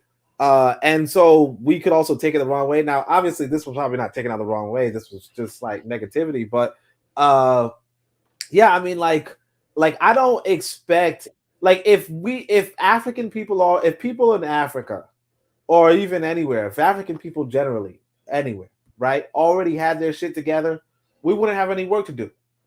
You know? The very fact that we have work to do tells you that our people don't already have their shit together. You know? So when we are confronted by people who don't have their shit together, that's to be expected. You know? And I think that, even the question where it's why are we Pan-African again? It's you're Pan-African because Africa has a lot of resources. And that's where your ancestral land really is. You know? One is that it's resource rich. Two, that's where your ancestral land really is. I told you guys about Jamaica a couple of times. That's not my ancestral land. You understand? Now, would I like to use Jamaica? Sure. Would I like to use America? Sure. Right? But Africa is the richest part of the planet. Everybody wants a piece of that. Right? Now, here's the thing. People attacking Ari Lennox like, oh, is this even your ancestors? Like, I could expect that. I could understand that. I mean, it does sound like what the white folk be saying too. So I can't really tell if there were white people blended in there who just said, we're going to attack you. But, that's fine.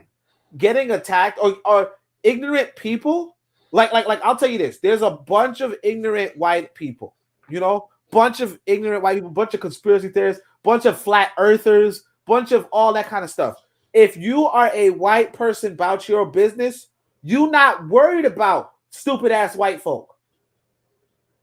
You're worried about getting together with smart white folk, right? If there are smart white folk, whatever. You worry about getting together with white folk and trying to get shit done, trying to accomplish something.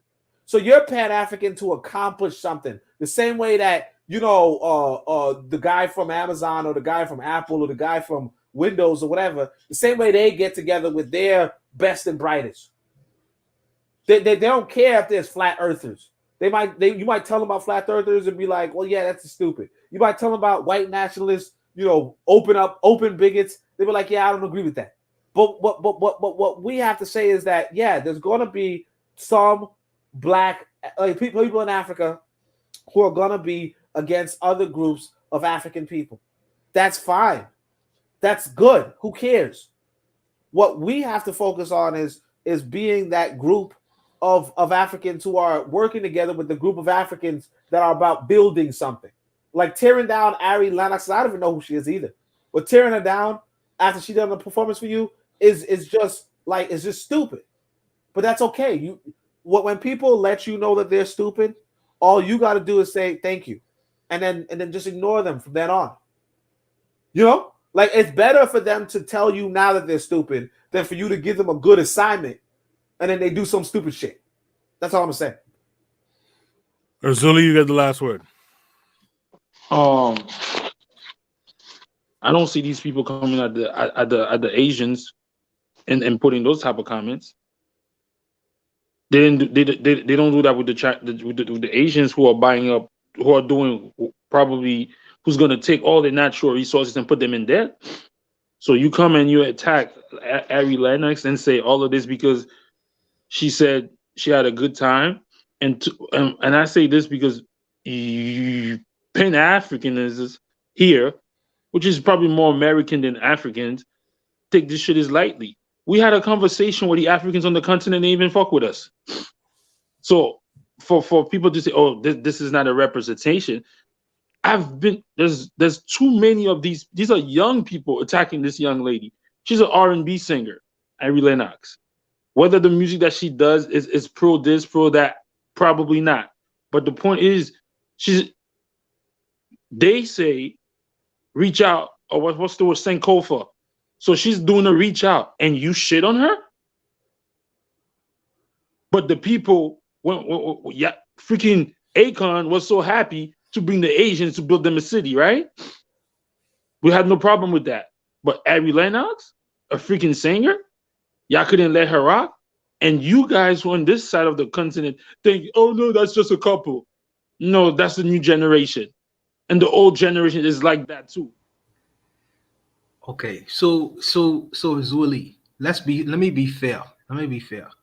So when Bob Marley was rocking, and went to Africa, ain't nobody. Well, you had some Africans saying, who this man is coming here with his smelly dreadlocks or whatever, walking around singing what he's singing.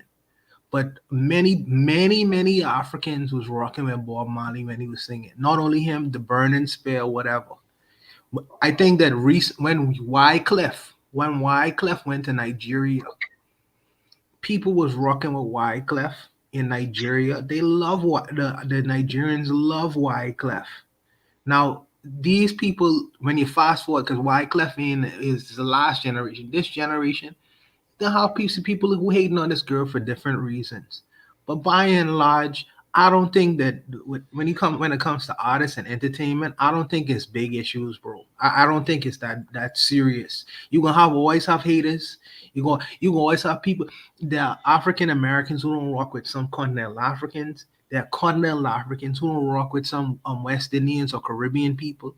You know what I mean? We gonna always have our little turmoils. But when the rubber really hits the road, I don't think we are so divided, and I don't think, I might be wrong, but I don't think that we like the hell with you. I don't like you. I don't want you around. I don't believe that. And I could be completely wrong with that premise, but that's not been my experience. Mr. Untouchable, why Yes, they sir. never came? What if we're gonna look? This is gonna be a weird question or whatever. Yes, Why sir. they never? Why they never came for us though? Well, I could let me answer that question like this.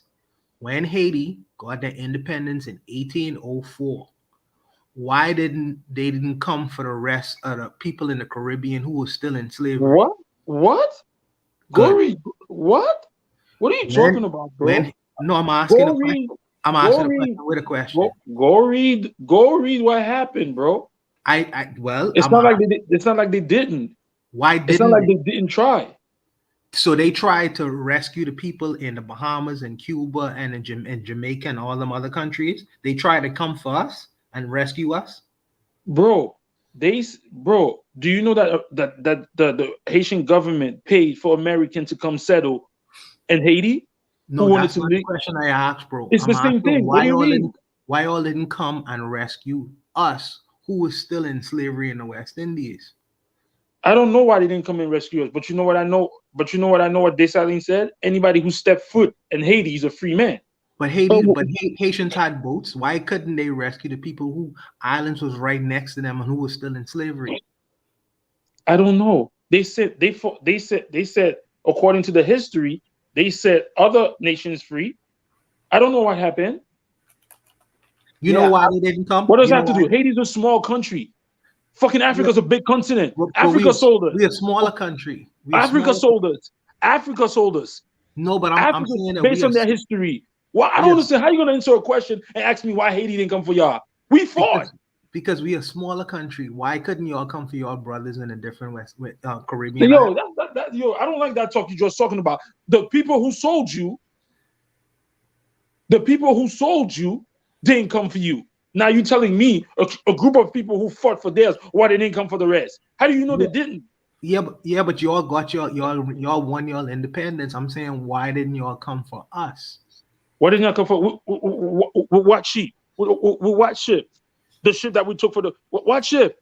We fought in Haiti, bro. Yes, we didn't fight the waters. We were fighting inland. Mr. Untouchable, let's get to the punchline of that then. Okay, sorry. My point is this. The Haitians were surrounded. They were in their own internal fights and problems. They couldn't come out and branch out like they would have probably wanted to rescue them, because you say you don't know. They couldn't come out and rescue their brothers and other because of the English. They would have to fight the English, the Spanish, and other place territories if they were to fight, go into the different islands and try to rescue the slaves in the different islands. When you say why didn't the Africans come for us in the West?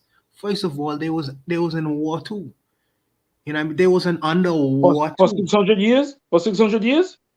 For hundreds of years, Africa was in a turmoil. And you check the history out, bro. Matter of fact, just check the Ashanti Wars out and find out how long that lasted.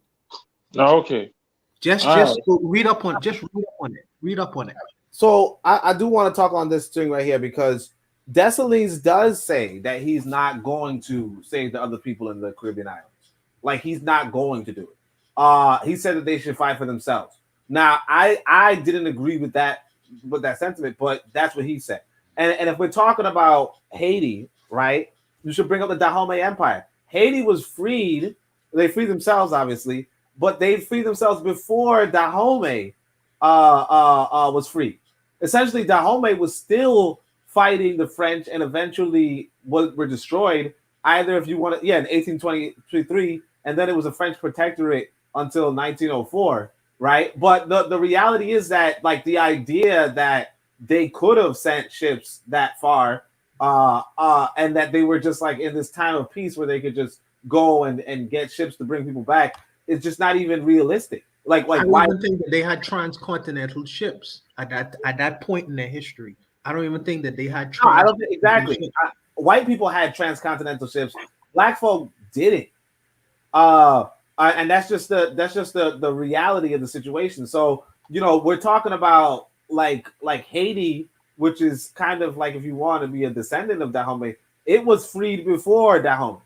Dahomey was eventually destroyed and it was surrounded by enemies.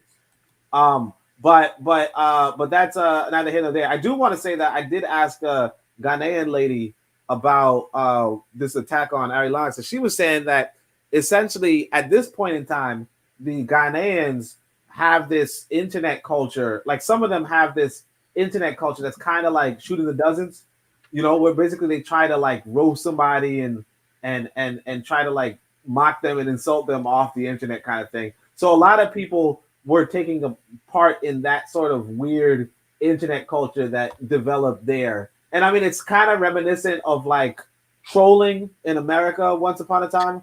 And so I think that's really like what we're seeing.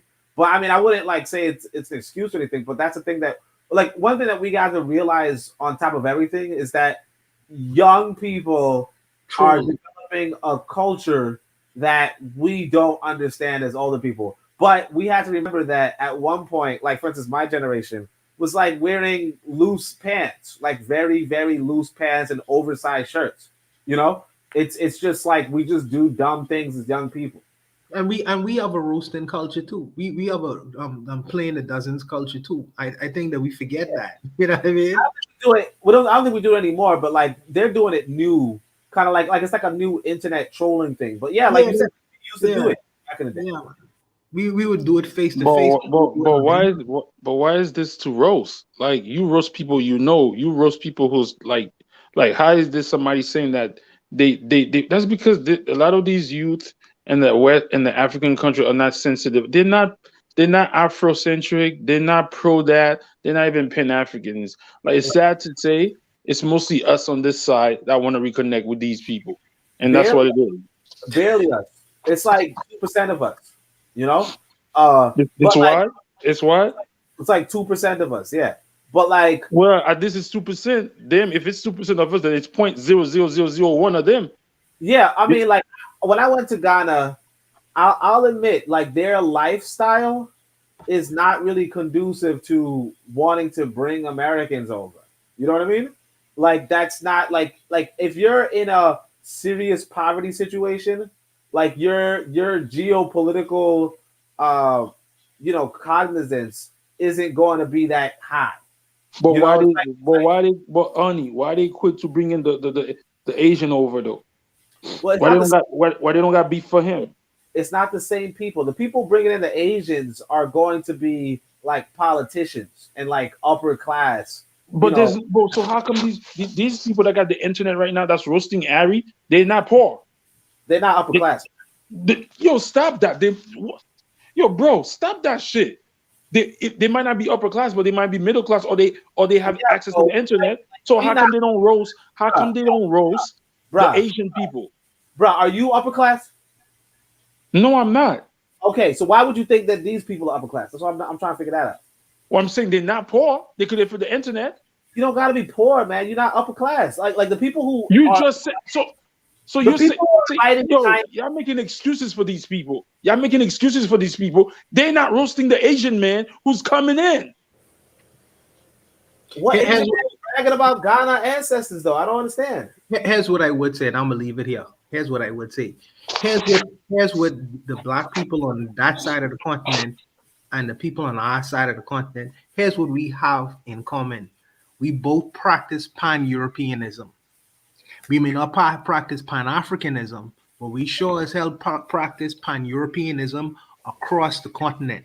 So just like how they have French values and tastes and desires, it's the same way we have European tastes and desires in the West. That's what we practice Ultimately, that's the same thing we have in common, and that's what we practice together. And what I say is, it's better to practice something that's closer to self rather than as further from self. But if we choose to, and like 90% of us want to practice pan-Europeanism, y'all have at it. I want to practice pan-Africanism because it's closer to me. Ashe. Matron, I'll give you the last word on this prompt. We just need to be a little more empathetic towards each other. Like, I do kind of feel like these are like young people and kids trolling and doing things, but I also feel like there might be an agenda at work, because with the ADOS fight being what it is, and some of the other organizations that are coming together to align resources, I really do feel like another agenda could be at play, because us coming into any of those countries, which is what some people want, would threaten the middle class and some of the people that are on at the bottom of the upper class. Right. Okay.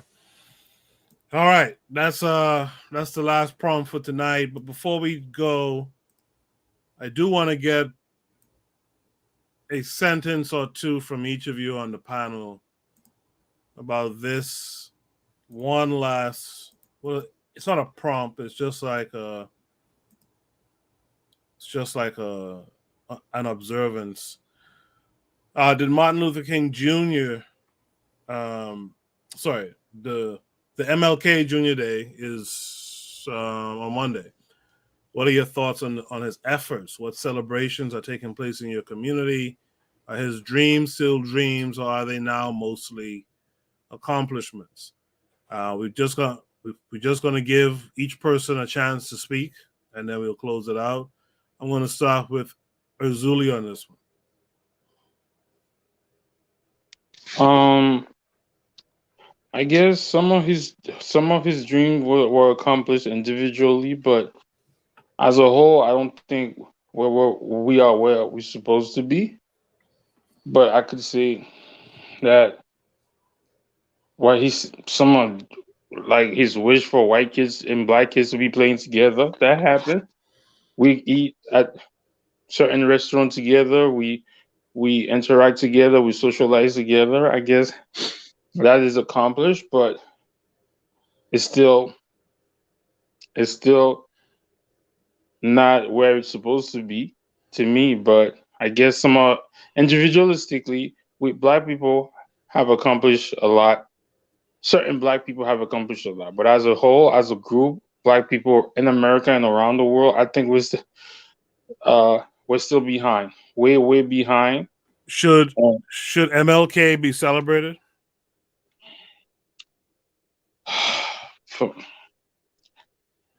From what I see, it's like saying, to me, it's like saying, should Nelson Mandela be celebrated? I don't know. For the ADOS people, I guess, yeah, he should be celebrated. I mean, he did what he could have done. He did what he did.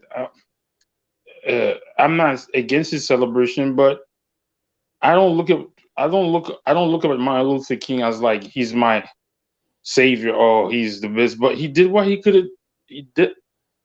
He did what he could, what he was allowed to do.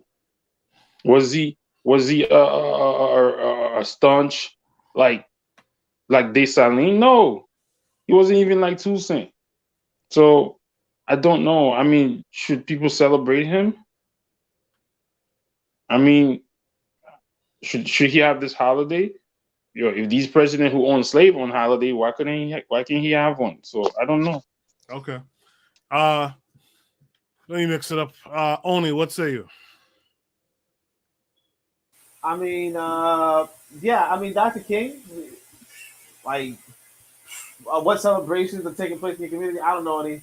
Are his dreams still dreams, or are they mostly accomplishments? Like, I'll give the guy credit for, being against segregation, being against Jim Crow, and that's gone. Like, we have to realize we don't build these internet networks. We don't really build the infrastructure in our communities. We don't really build a lot of stuff. So these white boys are building a lot of stuff that we're using right now to live this life that we're living, to be this quote unquote middle class that, where we could badmouth other people across the internet, right? The fact that that's the case, I mean, like, if it were not for desegregation, it's very unlikely that we would have this sort of life, you know? Is that a good thing? Is that a bad thing? That's for other people to decide. But I think most of us in America or most black people in America are about that. Like I said, American centered, American first. And so the question is, did Dr. King improve America for black people in the way of the integrationist agenda, which is the majority agenda? Then yes. Like I don't blame black folk for being excited about a person who allowed them to marry white folk, or allowed them to go on movies and TV shows. Like, this white boy is really obsessed with black people, and this black man is really obsessed with white people. And I mean, I think he fulfilled something that made America, quote unquote, better for black people. Because, like, if we're gonna be honest, we have to be honest. Segregation was shit. Okay, segregation was shit. Separation might be a little better, but segregation was like the hood, basically. And a lot of black people did not like that life. Hey, hold on. Tulsa, Oklahoma was built during segregation. The most prolific, affluent black community ever. So what are we saying? Yeah, but that's like a small community compared to the No, whole. that's not. There was a major. It wasn't only Tulsa. There was other communities that was built during segregation. No, I know. What I'm saying is that, like, the majority of black people did not have a good life, you know? So, like, sure, you could have a couple of, like, a handful of black people doing well, like you do today, but the majority didn't. Now, I don't think that I think Dr. King had a wider message. I should have mentioned that earlier. Dr. King had a wider agenda of, Let's start to wrap this up. parity. Huh? You said what? Let's start to wrap this. Oh, yeah. So economic parity and all that kind of stuff. So, like, he wanted black wealth to increase, and that did not change. But, like, as far as integration, he did it, and black people like it. Mr. Untouchable, what say you? Yeah, let me be quick. As an integrationist, as Martin Luther King, as an integrationist, he should be celebrated. And since the majority of Black Americans are integrationist minded, he would be celebrated. For me, as a Garveyite, I believe that his efforts was detrimental to for not only Black Americans, but uh, Americans around the world, to creating something for themselves. I think he should be arrested. So I mean, it's a two-way sword and two-way street with this scenario. But kudos to Martin Luther King, man. He achieved the dream of integration for most black folks in the United States of America. Kudos to him for that. So, Matron, you get the last word tonight. Okay, I think Dr. Martin Luther King is misunderstood. Like, I'm almost twice the age that he was when he was killed. I'm like 15 years older than he was, or something. Like, I'm old compared to how old he was when he was doing this national and international movement. So I think he was misunderstood, and I think that we ought to work harder at understanding some of the things that happened, whether it's Deacons for Defense, we coming to get our check, or I've ushered my people into a burning house. What celebrations are taking place in my community? None that have been officially organized, but I'm going to be doing something with my niece, who's 10, just talking to her about some different things. And are his dreams still dreams, or are they now mostly accomplishments?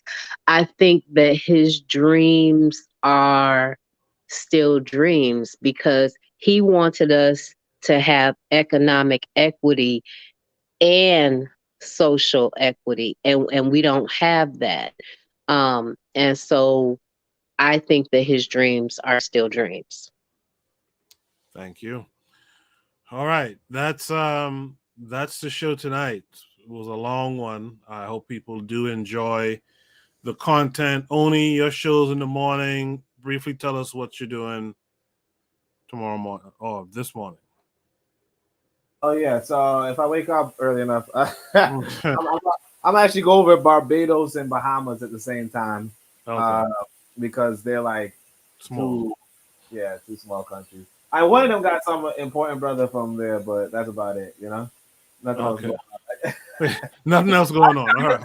Two important brothers, right? There too, right? Yes, 2 on this call. All right. Matron, what's new with you? Or what's upcoming, I should say. Or maybe the matron left. Okay. All right. So that's the show for tonight. Want to thank all you guys who were here. Pro Black Perspective, Mr. Untouchable, Urzuli, Kevin Kare 42, everyone who was in the chat. Janelle Benjamin was still with us. Wow, that's amazing. Didn't realize that. Janelle Benjamin was here. Dr. Bobby Wright was still here. And everyone else who were in the chat tonight. Thank you guys for being here. I'll be back on Tuesday reading the paper. Thursday, I'll be on the KWAZ radio radio YouTube channel. I'll be doing that Thursday show over there. I hope you guys are tuning into that too, by the way. And then we're back again next Saturday for Shoot the Breeze. I'll talk to you guys later in the week. You guys be good. Peace.